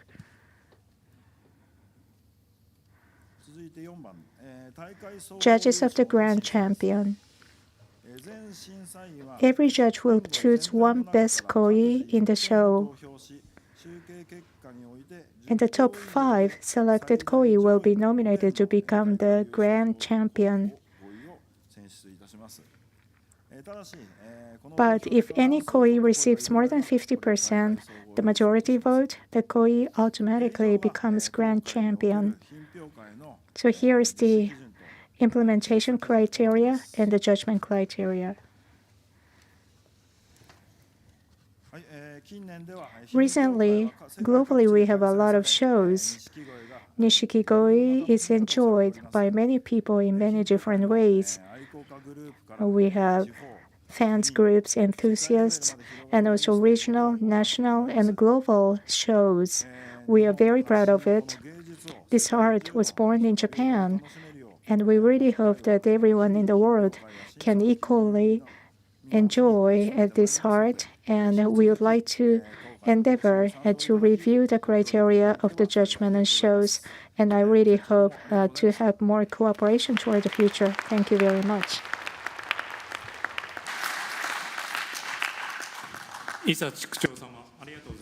Thank you, Mr. Issa. So the standards for the show will be set and publicized, which standardize the various values and makes it possible to make a fair judgment.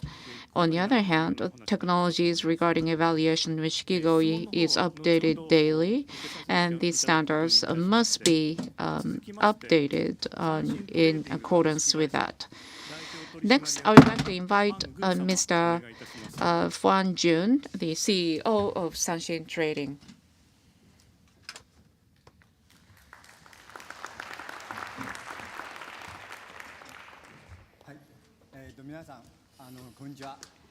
Good afternoon, everyone. As was introduced, my name is Fan Jun, CEO of Sunshine Trading Company Limited, and I'm a member of the All Japan Nishikigoi Promotion Association. And I'm very thankful for giving me this opportunity to speak at this successful summit.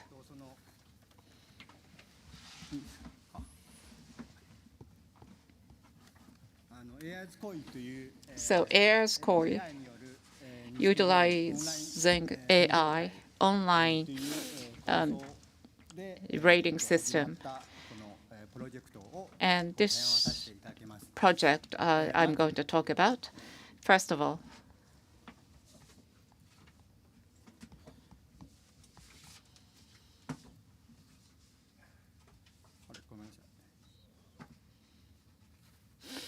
sorry. So AIR's Koi, how was it born? During the COVID-19 pandemic and also in the era of digitalization and post-COVID era, what we can do as an industry and what we should challenge in the future. And we have received various comments from our customers and also the other companies in the industry.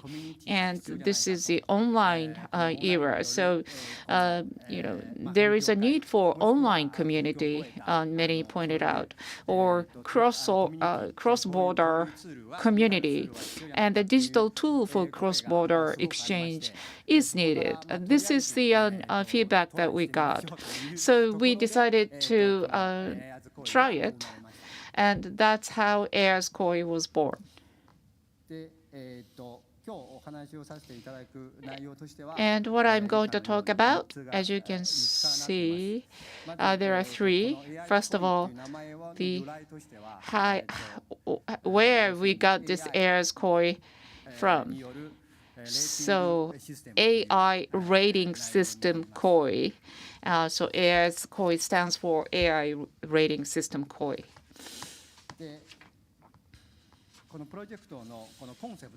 And the project's concept is that the in-person show, as was reported by many people from different countries, it's very important in order to expand this hobby of koi.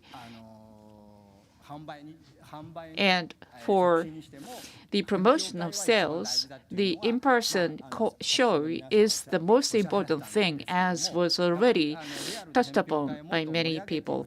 But in order to make the in-person show even greater opportunity, the Nishikigoi online competition, if that is made possible, that will be very useful. And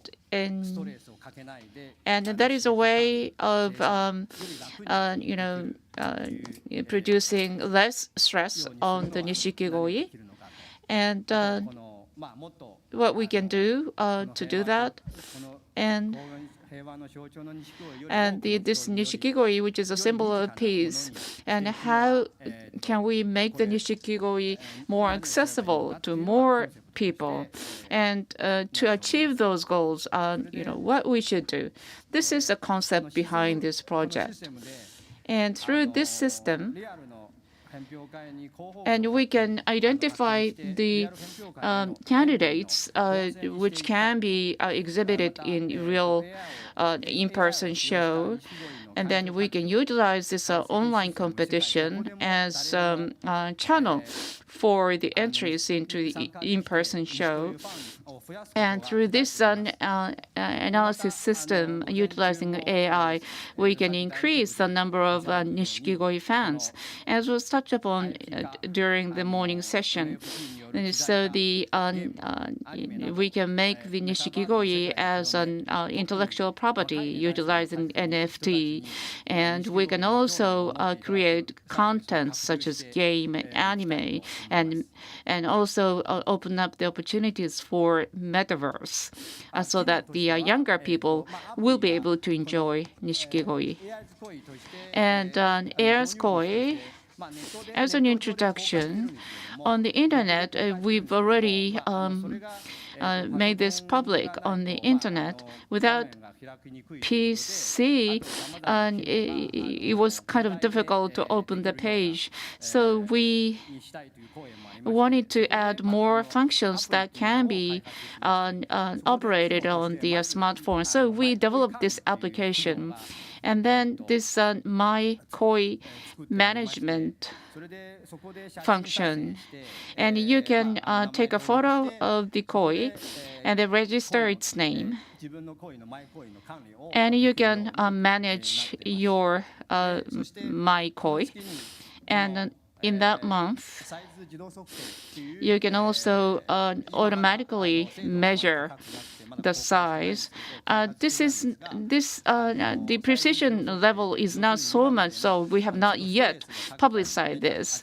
But in the past, to measure the size of the koi, you needed to do this. You put the koi on. And then that was quite stressful on the koi. But as you can see here, you should print out this chessboard. And we are now trying to get the 0.5 centimeter matrix, but we have not been able to achieve that yet, but we are still in the process of that.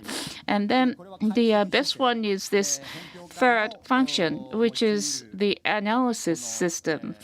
In the show, you do this kind of analysis and online, and this analysis system will be a core function.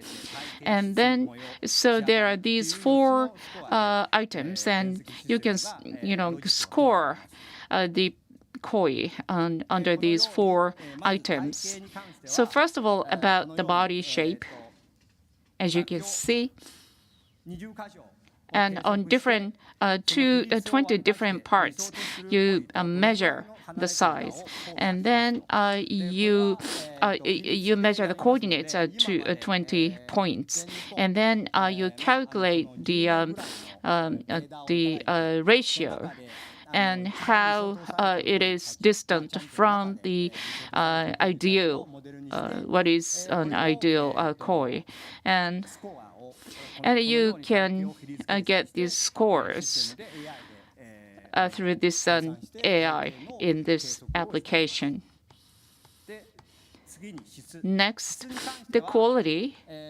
As for quality, and we use the color palettes, as you see here. And different cameras, if you take pictures in different cameras, then you can get the different kinds of colors in the photos. But utilizing this special color palette, you can correct the colors so that the analysis can be done. And as for the pattern, and then you can extract the pattern, as you can see, and also see the balance of the pattern and also the location, and analyze the pattern, as you see here. And as for the finish, you can detect the pigments in the white background, and also this contrast can also be one of the points for evaluation.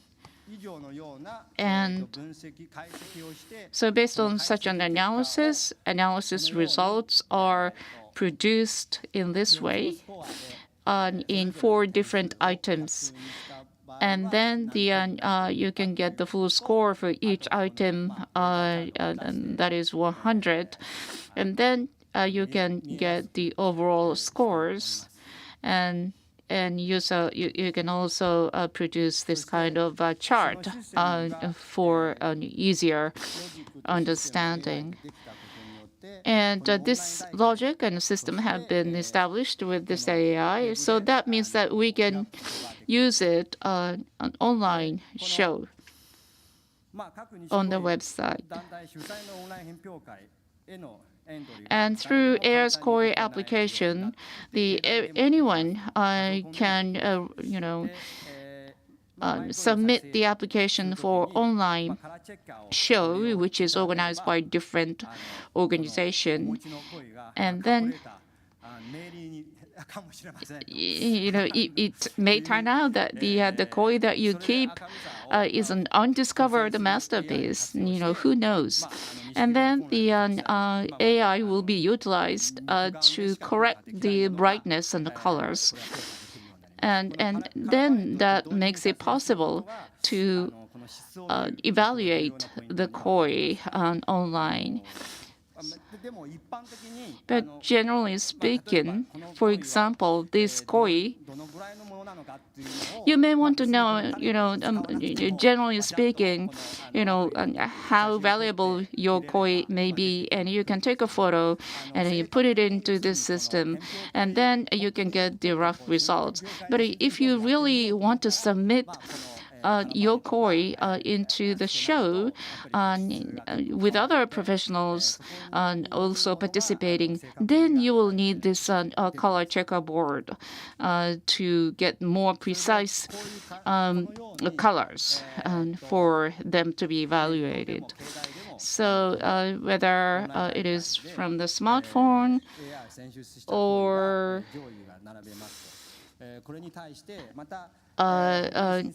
from the PC, you can conduct such an evaluation, and then the final selection will be conducted by professional judges.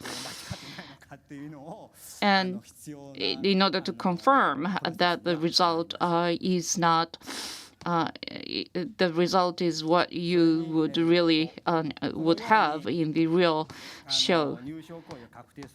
And so once the all the top winners are decided, then the certificate of commendation will be issued, or maybe some prize monies, depending on how the organization would like to conduct this. But this kind of certificate can be given, and with photos, and it can also be issued as an NFT. And another function of this application, and as was already touched upon and shown by Mr. Yoshida, what is this? This is, well, your koi, and the koi will die eventually. And so far, you only have the still photo of your koi after it dies. But the many customers really, want to see their koi even after it's dead. And the koi from 20 years back, but if you have the good photo, and then it can be managed as a three-dimensional image, then you can see your koi anytime you want. And you can also create a game based on such images, as was touched upon during the morning session. And this is just an experiment that we have just started. And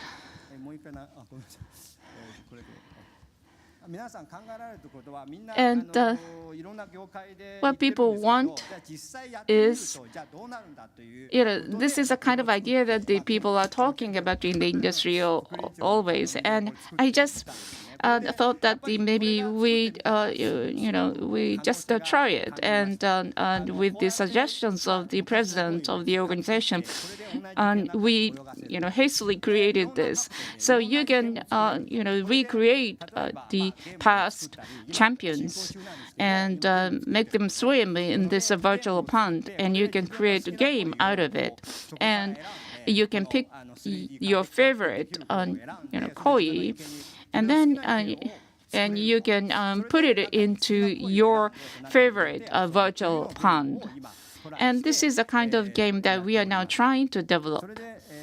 And so that was about the overall explanation of the system.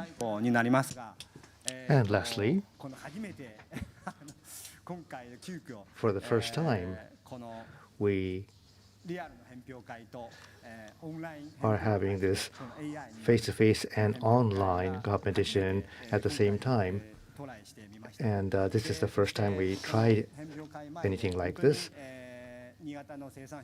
And the koi producers in Niigata really supported us a lot, and I extend my gratitude to them.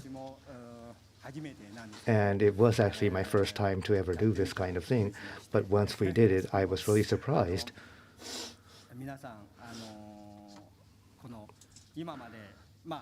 So it's something that we never thought of before, but we were able to actually produce results. So this was the first time ever for us to actually do something like this. So we would like to make an announcement of the results. So this is the announcement of the screening results. So at the top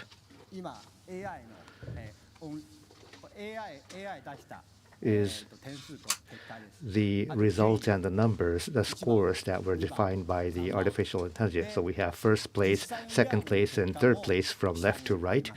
And then the real photographs are at the bottom in the same order. So maybe this was a coincidence that they actually matched. So the number 3 in AI, there was another koi, but it was once taken out, and then the current number 3 was pulled up to become the number 3 winner. So I think number 3 was quite lucky in this sense. And so when you look at the results, let us see how these were scored. What were the differences between the first, second, and third prize winners? For this particular Nishikigoi, it got 89.84 points as the score. So with this score, it has the body shape, the quality, the patterns, and the finish. And there are separate scores for each category with 100 points at the maximum. So you can see that the body shape got the highest score at 97.02. For the quality, it was 80.82. And it is quite rare to see this size Nishikigoi with this kind of pattern. So what is the difference between second place? So for second place, it is 89.45, which is very close to the first place. So what was the difference? Well, for this particular Nishikigoi, the pattern score is about 3 points lower than the first prize winner in the pattern category. Body shape is behind by about 1 point, so on a total basis, about 0.5 points lower than the first prize winner.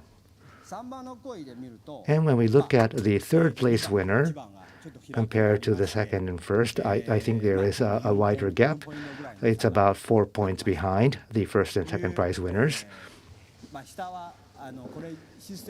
And this is something that the system automatically calculated. So the comments were actually authored by the system. And we will be improving and making improvements to this software going forward so that we can upgrade the versions.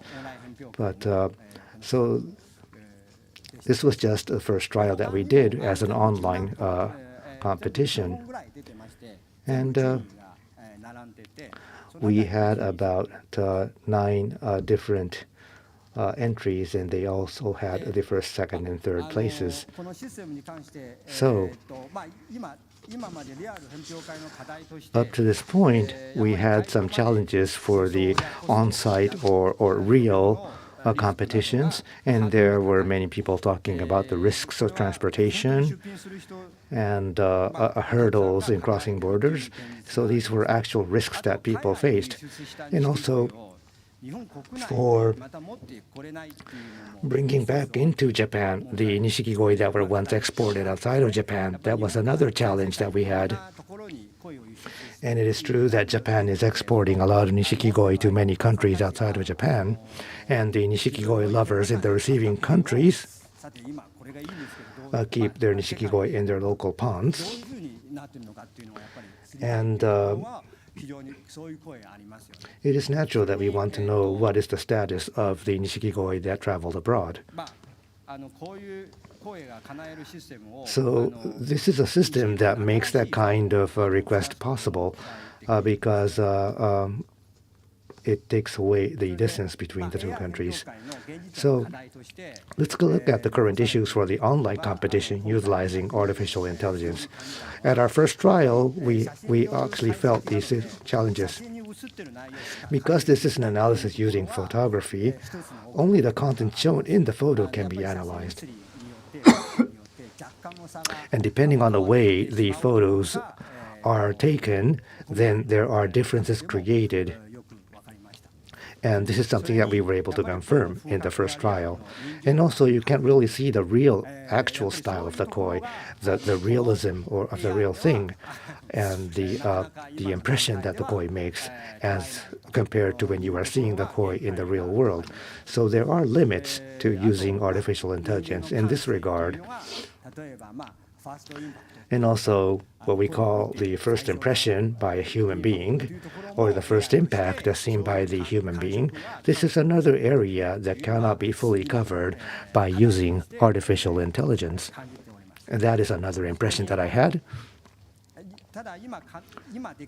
And what we can do now is to first assess the body shape and the patterns using AI, and also to encourage people to make their entries into this kind of virtual competition so that we will be able to move forward with trials and errors to keep continuing improving the quality of these competitions. So at this point, I would like to extend my gratitude to all the stakeholders who supported and cooperated with us in making this possible. The Professor Hasegawa's study team in Niigata University and other professors who were really supportive in the development of this current system, and I once again extend my gratitude. So this concludes my presentation. Thank you very much for listening.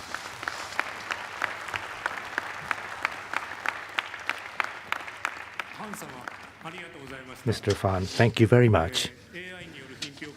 So this kind of competition using artificial intelligence, and it actually, by coincidence, matched the actual results as seen by the real human beings were the same. That is a very interesting result.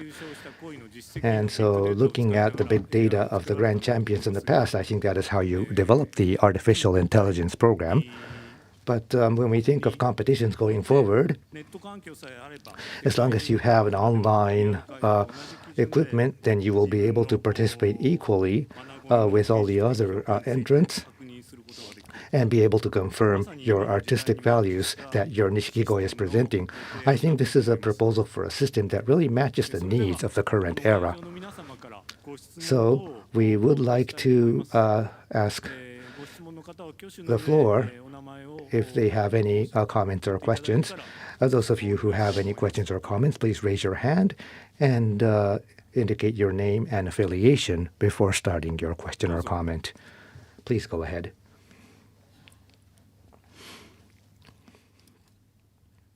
Thank you. My name is Sukiyarto. I want to ask to Mr. Fanjun. Yeah, I think I'm interested about the artificial intelligence because I also in Indonesia thinking about this since there are COVID-19 2 years ago.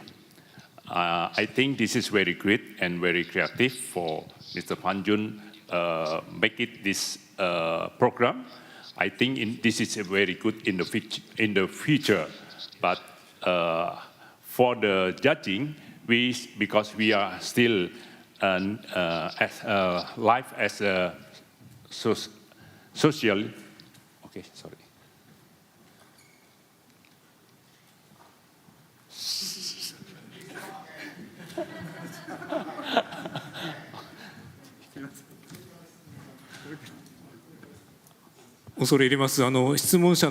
Excuse me.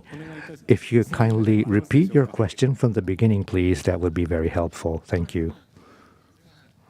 Okay, thank you. Mr. Fanjun, I like your proposal. I think I'm agree because I also study about the computer. So I think in the future this is very good. And also in artificial intelligence is the new technology and maybe make many chance for human being. But for koi, maybe need time to everybody understand. And also now we still need to communicate to attending. We still need judge from Japan so we can meet together. But I think your program is very, very good idea. We also already planning in Indonesia also already meeting about to make the game of the metaverse. But I think you are more fast than us because maybe in Japan more facility and more technology you can get more easy than in Indonesia. Then I said in for koi show online, maybe step by step, because in Indonesia I already make 3 times of online koi show, all Indonesia koi show by online when there are COVID. So we are also make success. At the beginning, also many people against with me. Why online? Because this is not real. This is just competition about photo or competition about video. But I think no. And also we already done 3 times and all going well. So next year also we want to make a thinking about same with today from the government prefecture, Niigata prefecture, also thinking about Koi Show International. We already make it for next year for international. That's why we want to ask the Shinkokai also to supporting about international Koi Show by online, because this is cannot real international Koi Show, because we cannot bring Koi to another country and bring back to our country. So the international Koi Show only can do by online. Now online is maybe we can make 2 kind of online. Maybe step first is still use the judging, every judging from the overseas. Also your program also can use. This is maybe we can talk later. I'm interested to talk about this and discuss with maybe supporting by the Shinkokai also. And then I think in Japan still make the real international koi show, but the koi from Japan. And this is everybody from on the world, we can buy the koi in Japan, and we have the koi show real in Japan. But for international koi show, my suggestion is the koi already shipped to over the country on the world, so make spirit for the world. The koi lover, they can fight for the international online. Because if the show still the koi from Japan, maybe they cannot fight. Because keeping koi in Japan the best in the world, so we cannot compete with the koi still in Japan. So if the international koi show by online, I think better outside in Japan. But this is not my decision. Also, I as a member of the Shinkokai, so I just want thinking to give the idea for Shinkokai. This is for develop and more spirit in the world for the koi. This is also good for market of the koi. Thank you.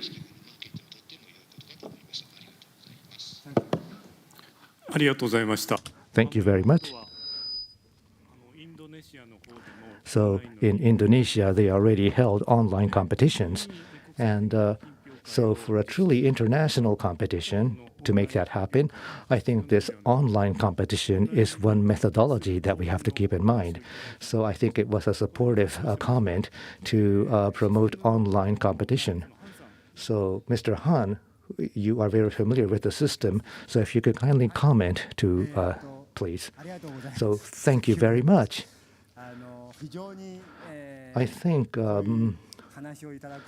this is very encouraging because for the past 2 years, I have put in a lot of effort and energy to developing this kind of system, and I really am appreciative for your very kind comments. So once again, thank you very much. But as you mentioned before, artificial intelligence is based on data. Until and unless we have sufficient data, it won't be meaningful. So having access to an accumulation of big data makes the quality of the AI much better. So going forward, in order to refine this functionality of AI, we need to continue accumulating data so that we can continue upgrading the quality of its performance and functionality. We are only at the very beginning. We have just started this off. So we are at the very beginning. So going forward, we really rely on your kind comments and advice and support going forward so that we can together collaborate together to further develop and refine this kind of initiative. So as you say, it is not something that can be done by one single company or one single entity. So that is why I am calling on many other stakeholders so that we can work together going forward so that we can further refine this kind of endeavor. The more people we have participating in this, the better it will be in the future. So once again, thank you very much. And the other point was in the international competition, maybe we might be able to get some comments from the Promotion Association. The system itself might not be yet complete, but looking at the future, when we think of holding international competitions, what are your thoughts? So, Chairperson, if you have any thoughts about this regard, please kindly comment. And please bring the microphone.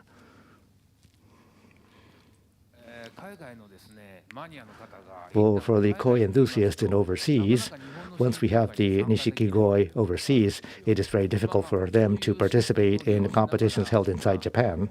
So this is a system where the Nishikigoi that have been shipped overseas will be able to have a means to participate in an international competition. I think it is very important that we have this kind of methodology.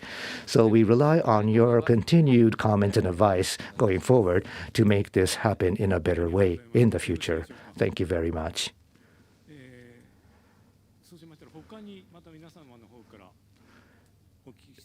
Do we have any other questions? The gentleman in the front. Hello, I want to ask Isa-san, how is the koi market for future?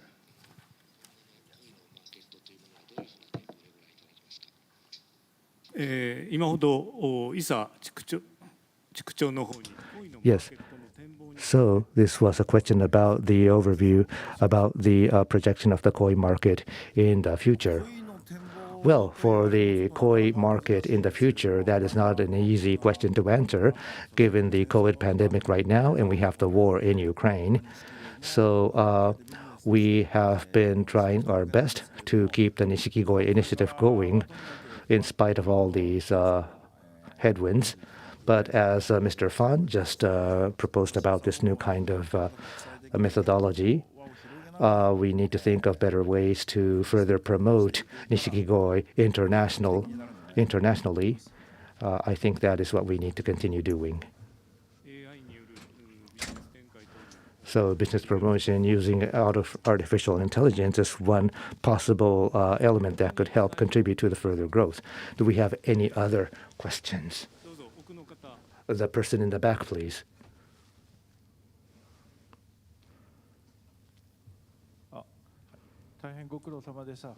Thank you very much.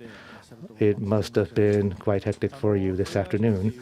So in artificial intelligence, using for a competition using artificial intelligence, I see a lot of possibility in the future, but it's same for Japan domestic as well as overseas. But when it comes to Nishikigoi, the quality is improving day by day. And we need a lot of space, for example, and there are a lot of challenges for keeping Nishikigoi. But we need to really broaden the base of Nishikigoi lovers, and there might be something we can do. And I think there are many opportunities. For example, taking one example as a koi competition, you won't be able to enter unless you have an oxygen pump and have a bag. And even for a small competition, you have to put your Nishikigoi in a plastic bag with an oxygen generator. And that is a challenge for individual koi owners to own. I mean, the equipment. And so probably it is better to combine this with the images or the videos. And if we can come up with an AI system that combines the real koi with the images and videos, then it might facilitate holding this kind of international competition that could welcome a whole variety of koi varieties. And maybe we might even start to see some new criteria coming up. So broadening the base of the competition is something that we should be focusing on as the All Japan Nishikigoi Promotion Association. Technology is advancing, and at the very top of the koi enthusiast pyramid, I think we are expanding. But we need to look at the base of the pyramid of koi enthusiasts. For example, by looking at the Nishikigoi from the side, place it in an aquarium, is one thing that we can do. So we need to think about various possibilities so that we can continue to improve the quality of artificial intelligence, which is, of course, time-consuming and requires massive data. But for the novice new entrants into the koi market, maybe they do not need a really stringent level of criteria. So we might be able to invite people to come in and participate together in building something together so that we can reach out to a wider audience so that we can further enhance the network of Nishikigoi enthusiasts. So while utilizing AI, but also we need to broaden the base of fans of koi. And the level of perfection is one thing, but we can also utilize the video to conduct the show. So what do you think, Fan-san? Thank you for your question. As you say, this system, for example, in Hong Kong or in the past, Taiwan, rather elderly people from those regions and countries cannot come to Japan. But in this age, and they cannot catch up with this what's happening in recent years, and where the one koi can be bought at hundreds of millions of yen, because most people just keep their koi as hobby, and they want a tool or place where they can keep loving the koi and have fun in a casual way.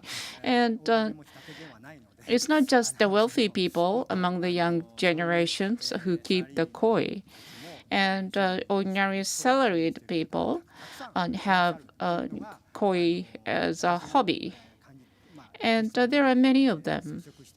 And I actually, have some contact with them, and for them, and if they can have this kind of space where they can have fun online, that would be nice. And I really hope that this system we developed will be useful for them to, do that. And if so, I would be more than happy. Yes. By utilizing AI, you can broaden the base of the Nishikigoi fan, and I totally agree with it. And it's not just the big fish that people admire, but also the small sized fish we also admire. So in that sense, we expect progress will be made in the future. Although we don't have much time left, but I'd like to take one last question.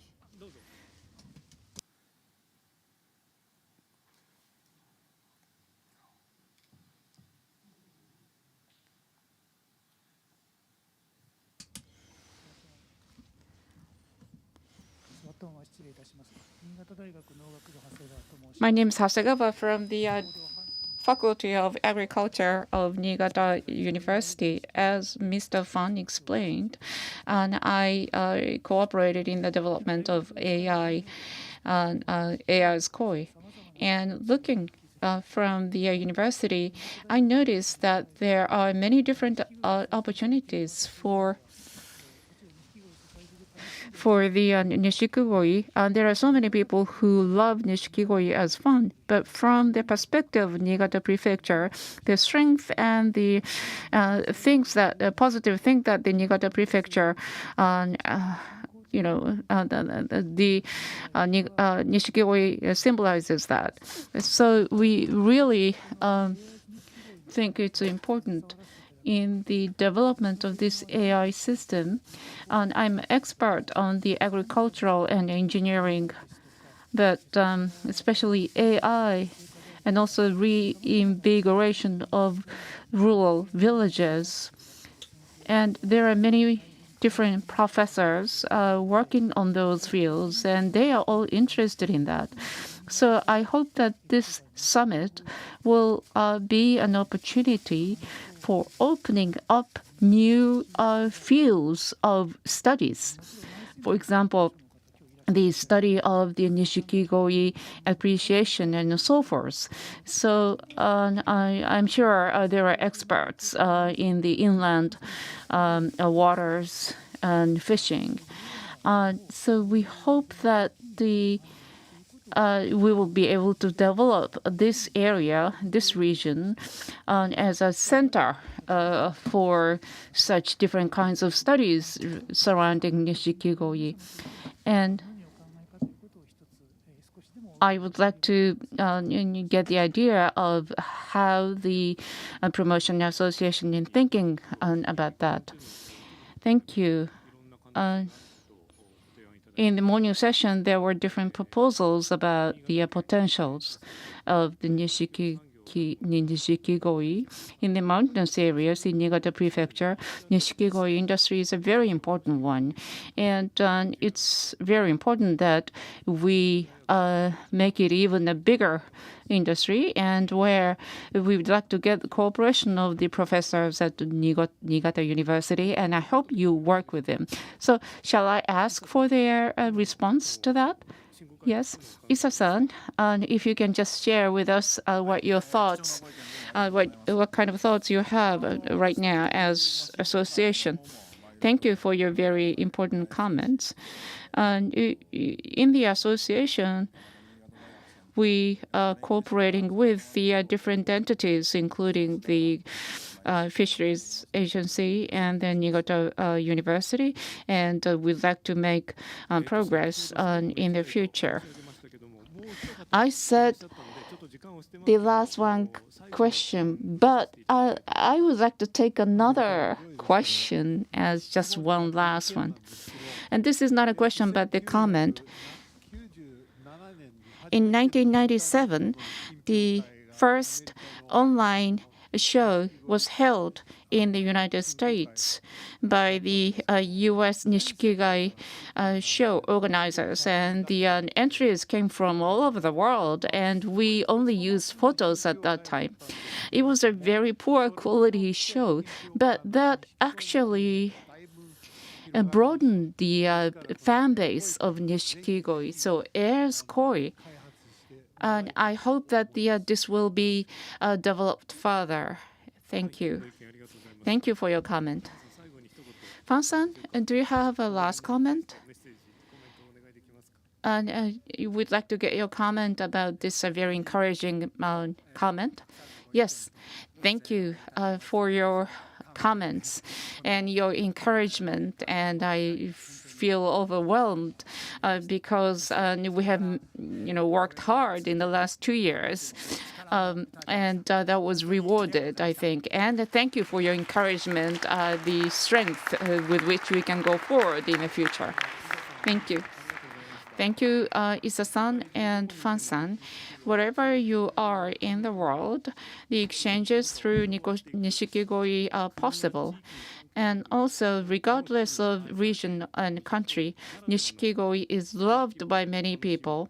And that gives us entertainment.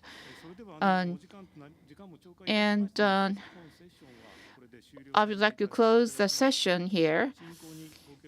Thank you very much for your cooperation. So I will hand over the microphone to the MC. Thank you, Mr. Isa, Mr. Fan, and Mr. Yoneyama. Thank you for a very significant discussions on this session.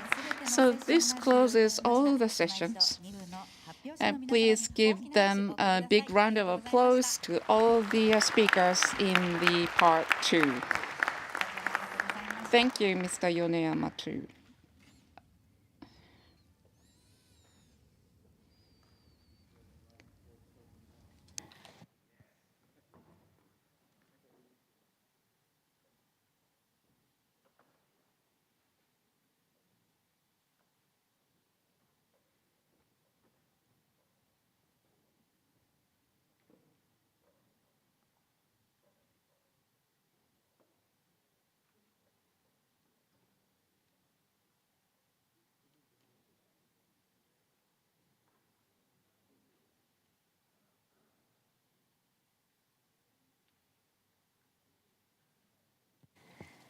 So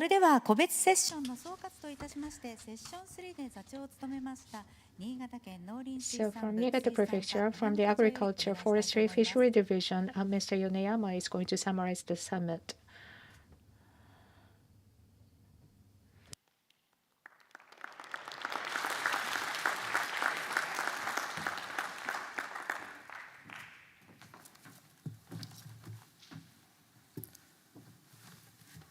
I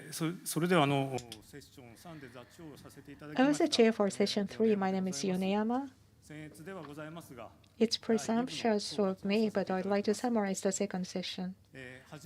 First, we had limited time for this session, but from all over the world, we were able to receive prominent people in this Nishikigoi industry to share this time, and this was very meaningful. Nishikigoi seems to give the impression of it's the culture of Japan, but as was presented, the US, Europe, And Asian countries, they all have their own garden culture that incorporate Nishikigoi, and we were able to see how they are enjoying Nishikigoi. And outside of Japan, as in Japan, they enjoy kohaku, gosanke, the popularity of which is very high. And in Europe, kawarigoi is gaining more attention as well. In Japan, we have the same trend. The US and Europe, as the time goes by, how to purchase and how to enjoy Nishikigoi has evolved. So we are entering the new era, and for the new generations, we have to convey how attractive Nishikigoi is. And in Asian countries, going forward, the recognition of Nishikigoi is going to be more prevalent. And in Europe, they are facing Ukrainian issue, and the business environment is facing difficulties. That was presented too.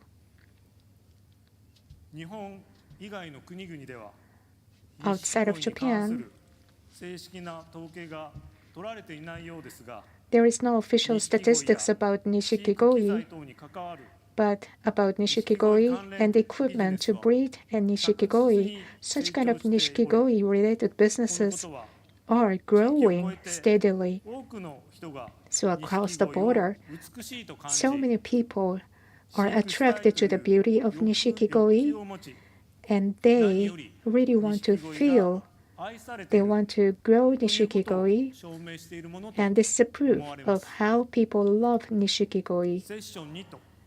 In session 2 and session 3, we talked about rules and standards criteria for sound distribution of Nishikigoi.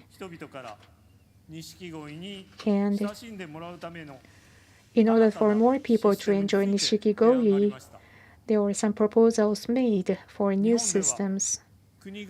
In Japan, the national government have a recognition system about the names of varieties, and using common terms, terminology, and definition would promote safe and secure trading of Nishikigoi. And also, in all over the world, we can have common terminology. And by having that, we can have the same recognition of the same variety of koi that should secure transparency of Nishikigoi business and expansion of the business globally. And the certification system of Nishikigoi for breeders should enhance brand value of Nishikigoi, and for enthusiasts and koi lovers, when they purchase koi for high prices, they can feel secure in terms of breeding and growth record, and also additional information about the shows and entries into shows that can enhance the value of Nishikigoi. Nishikigoi is called swimming jewels. They attract people, and because they are alive, they show us a lot of different expressions and aspects. Their lives are limited, and they have limited time to show beauty. But this beauty is not limited, and they are not in the same space, but we can use a virtual space to love koi. So this is how we can enjoy koi in digital space, and that was presented as well. Right now on the internet, we have new world. A lot of digital products are in a fad, just temporary. But we really hope that Nishikigoi's potential is going to continue. It shouldn't be just temporary, so that we can meet the expectation of the koi lovers. We can use new roles for sound Nishikigoi distribution. And by establishing such roles, globally, more people can enjoy Nishikigoi. And it's necessary for every stakeholder to cooperate with each other. Nishikigoi is very attractive. It captures everyone's mind in all over the world, and they are very peaceful. So they are called the symbol of peace. So this symbol of peace, Nishikigoi, is supported by all of you, so that we can convey how attractive they are to the next generations, and we can convey the development of this industry. And for the further prosperity of the industry, I would like to conclude my remarks. Thank you very much. Thank you very much, Mr. Yoneyama. それでは最後に世界錦鯉サミット実行委員会 So in the end, 一般社団法人全国錦鯉振興 from Shinkokai, the president, Mr. Hisashi Hirasawa, is going to extend a few words at the closing.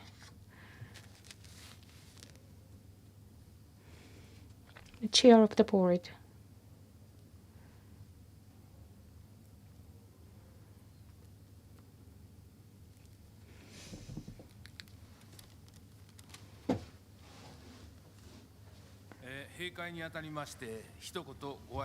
I would like to extend a few words at the closing of this summit.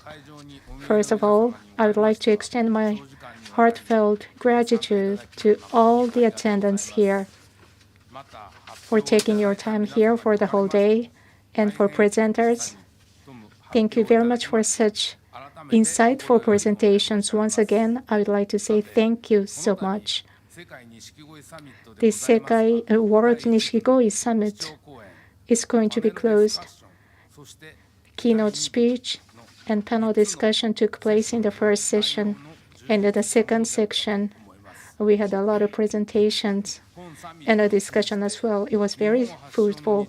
Through this summit, we talked about Nishikigoi that was originated in Japan that's going to be fused with the rest of the world. And once again, I felt how significant it is. And going forward, this beautiful Nishikigoi can heal people's minds globally and also can contribute to the peace of the world.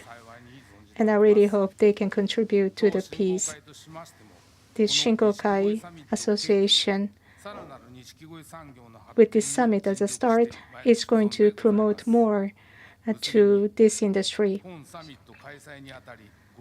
In closing, I would like to extend my gratitude to Niigata Prefecture, Nagaoka City, OGS City, who contributed to this summit, and all the relevant people. With this, I would like to conclude my remarks. Thank you very much. Thank you very much. With this, we would like to close the World Nishikigoi Summit. Thank you very much for your participation.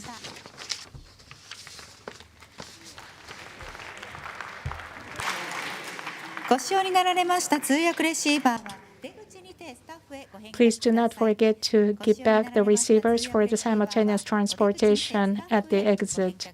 Please give it back to the staff members. Thank you.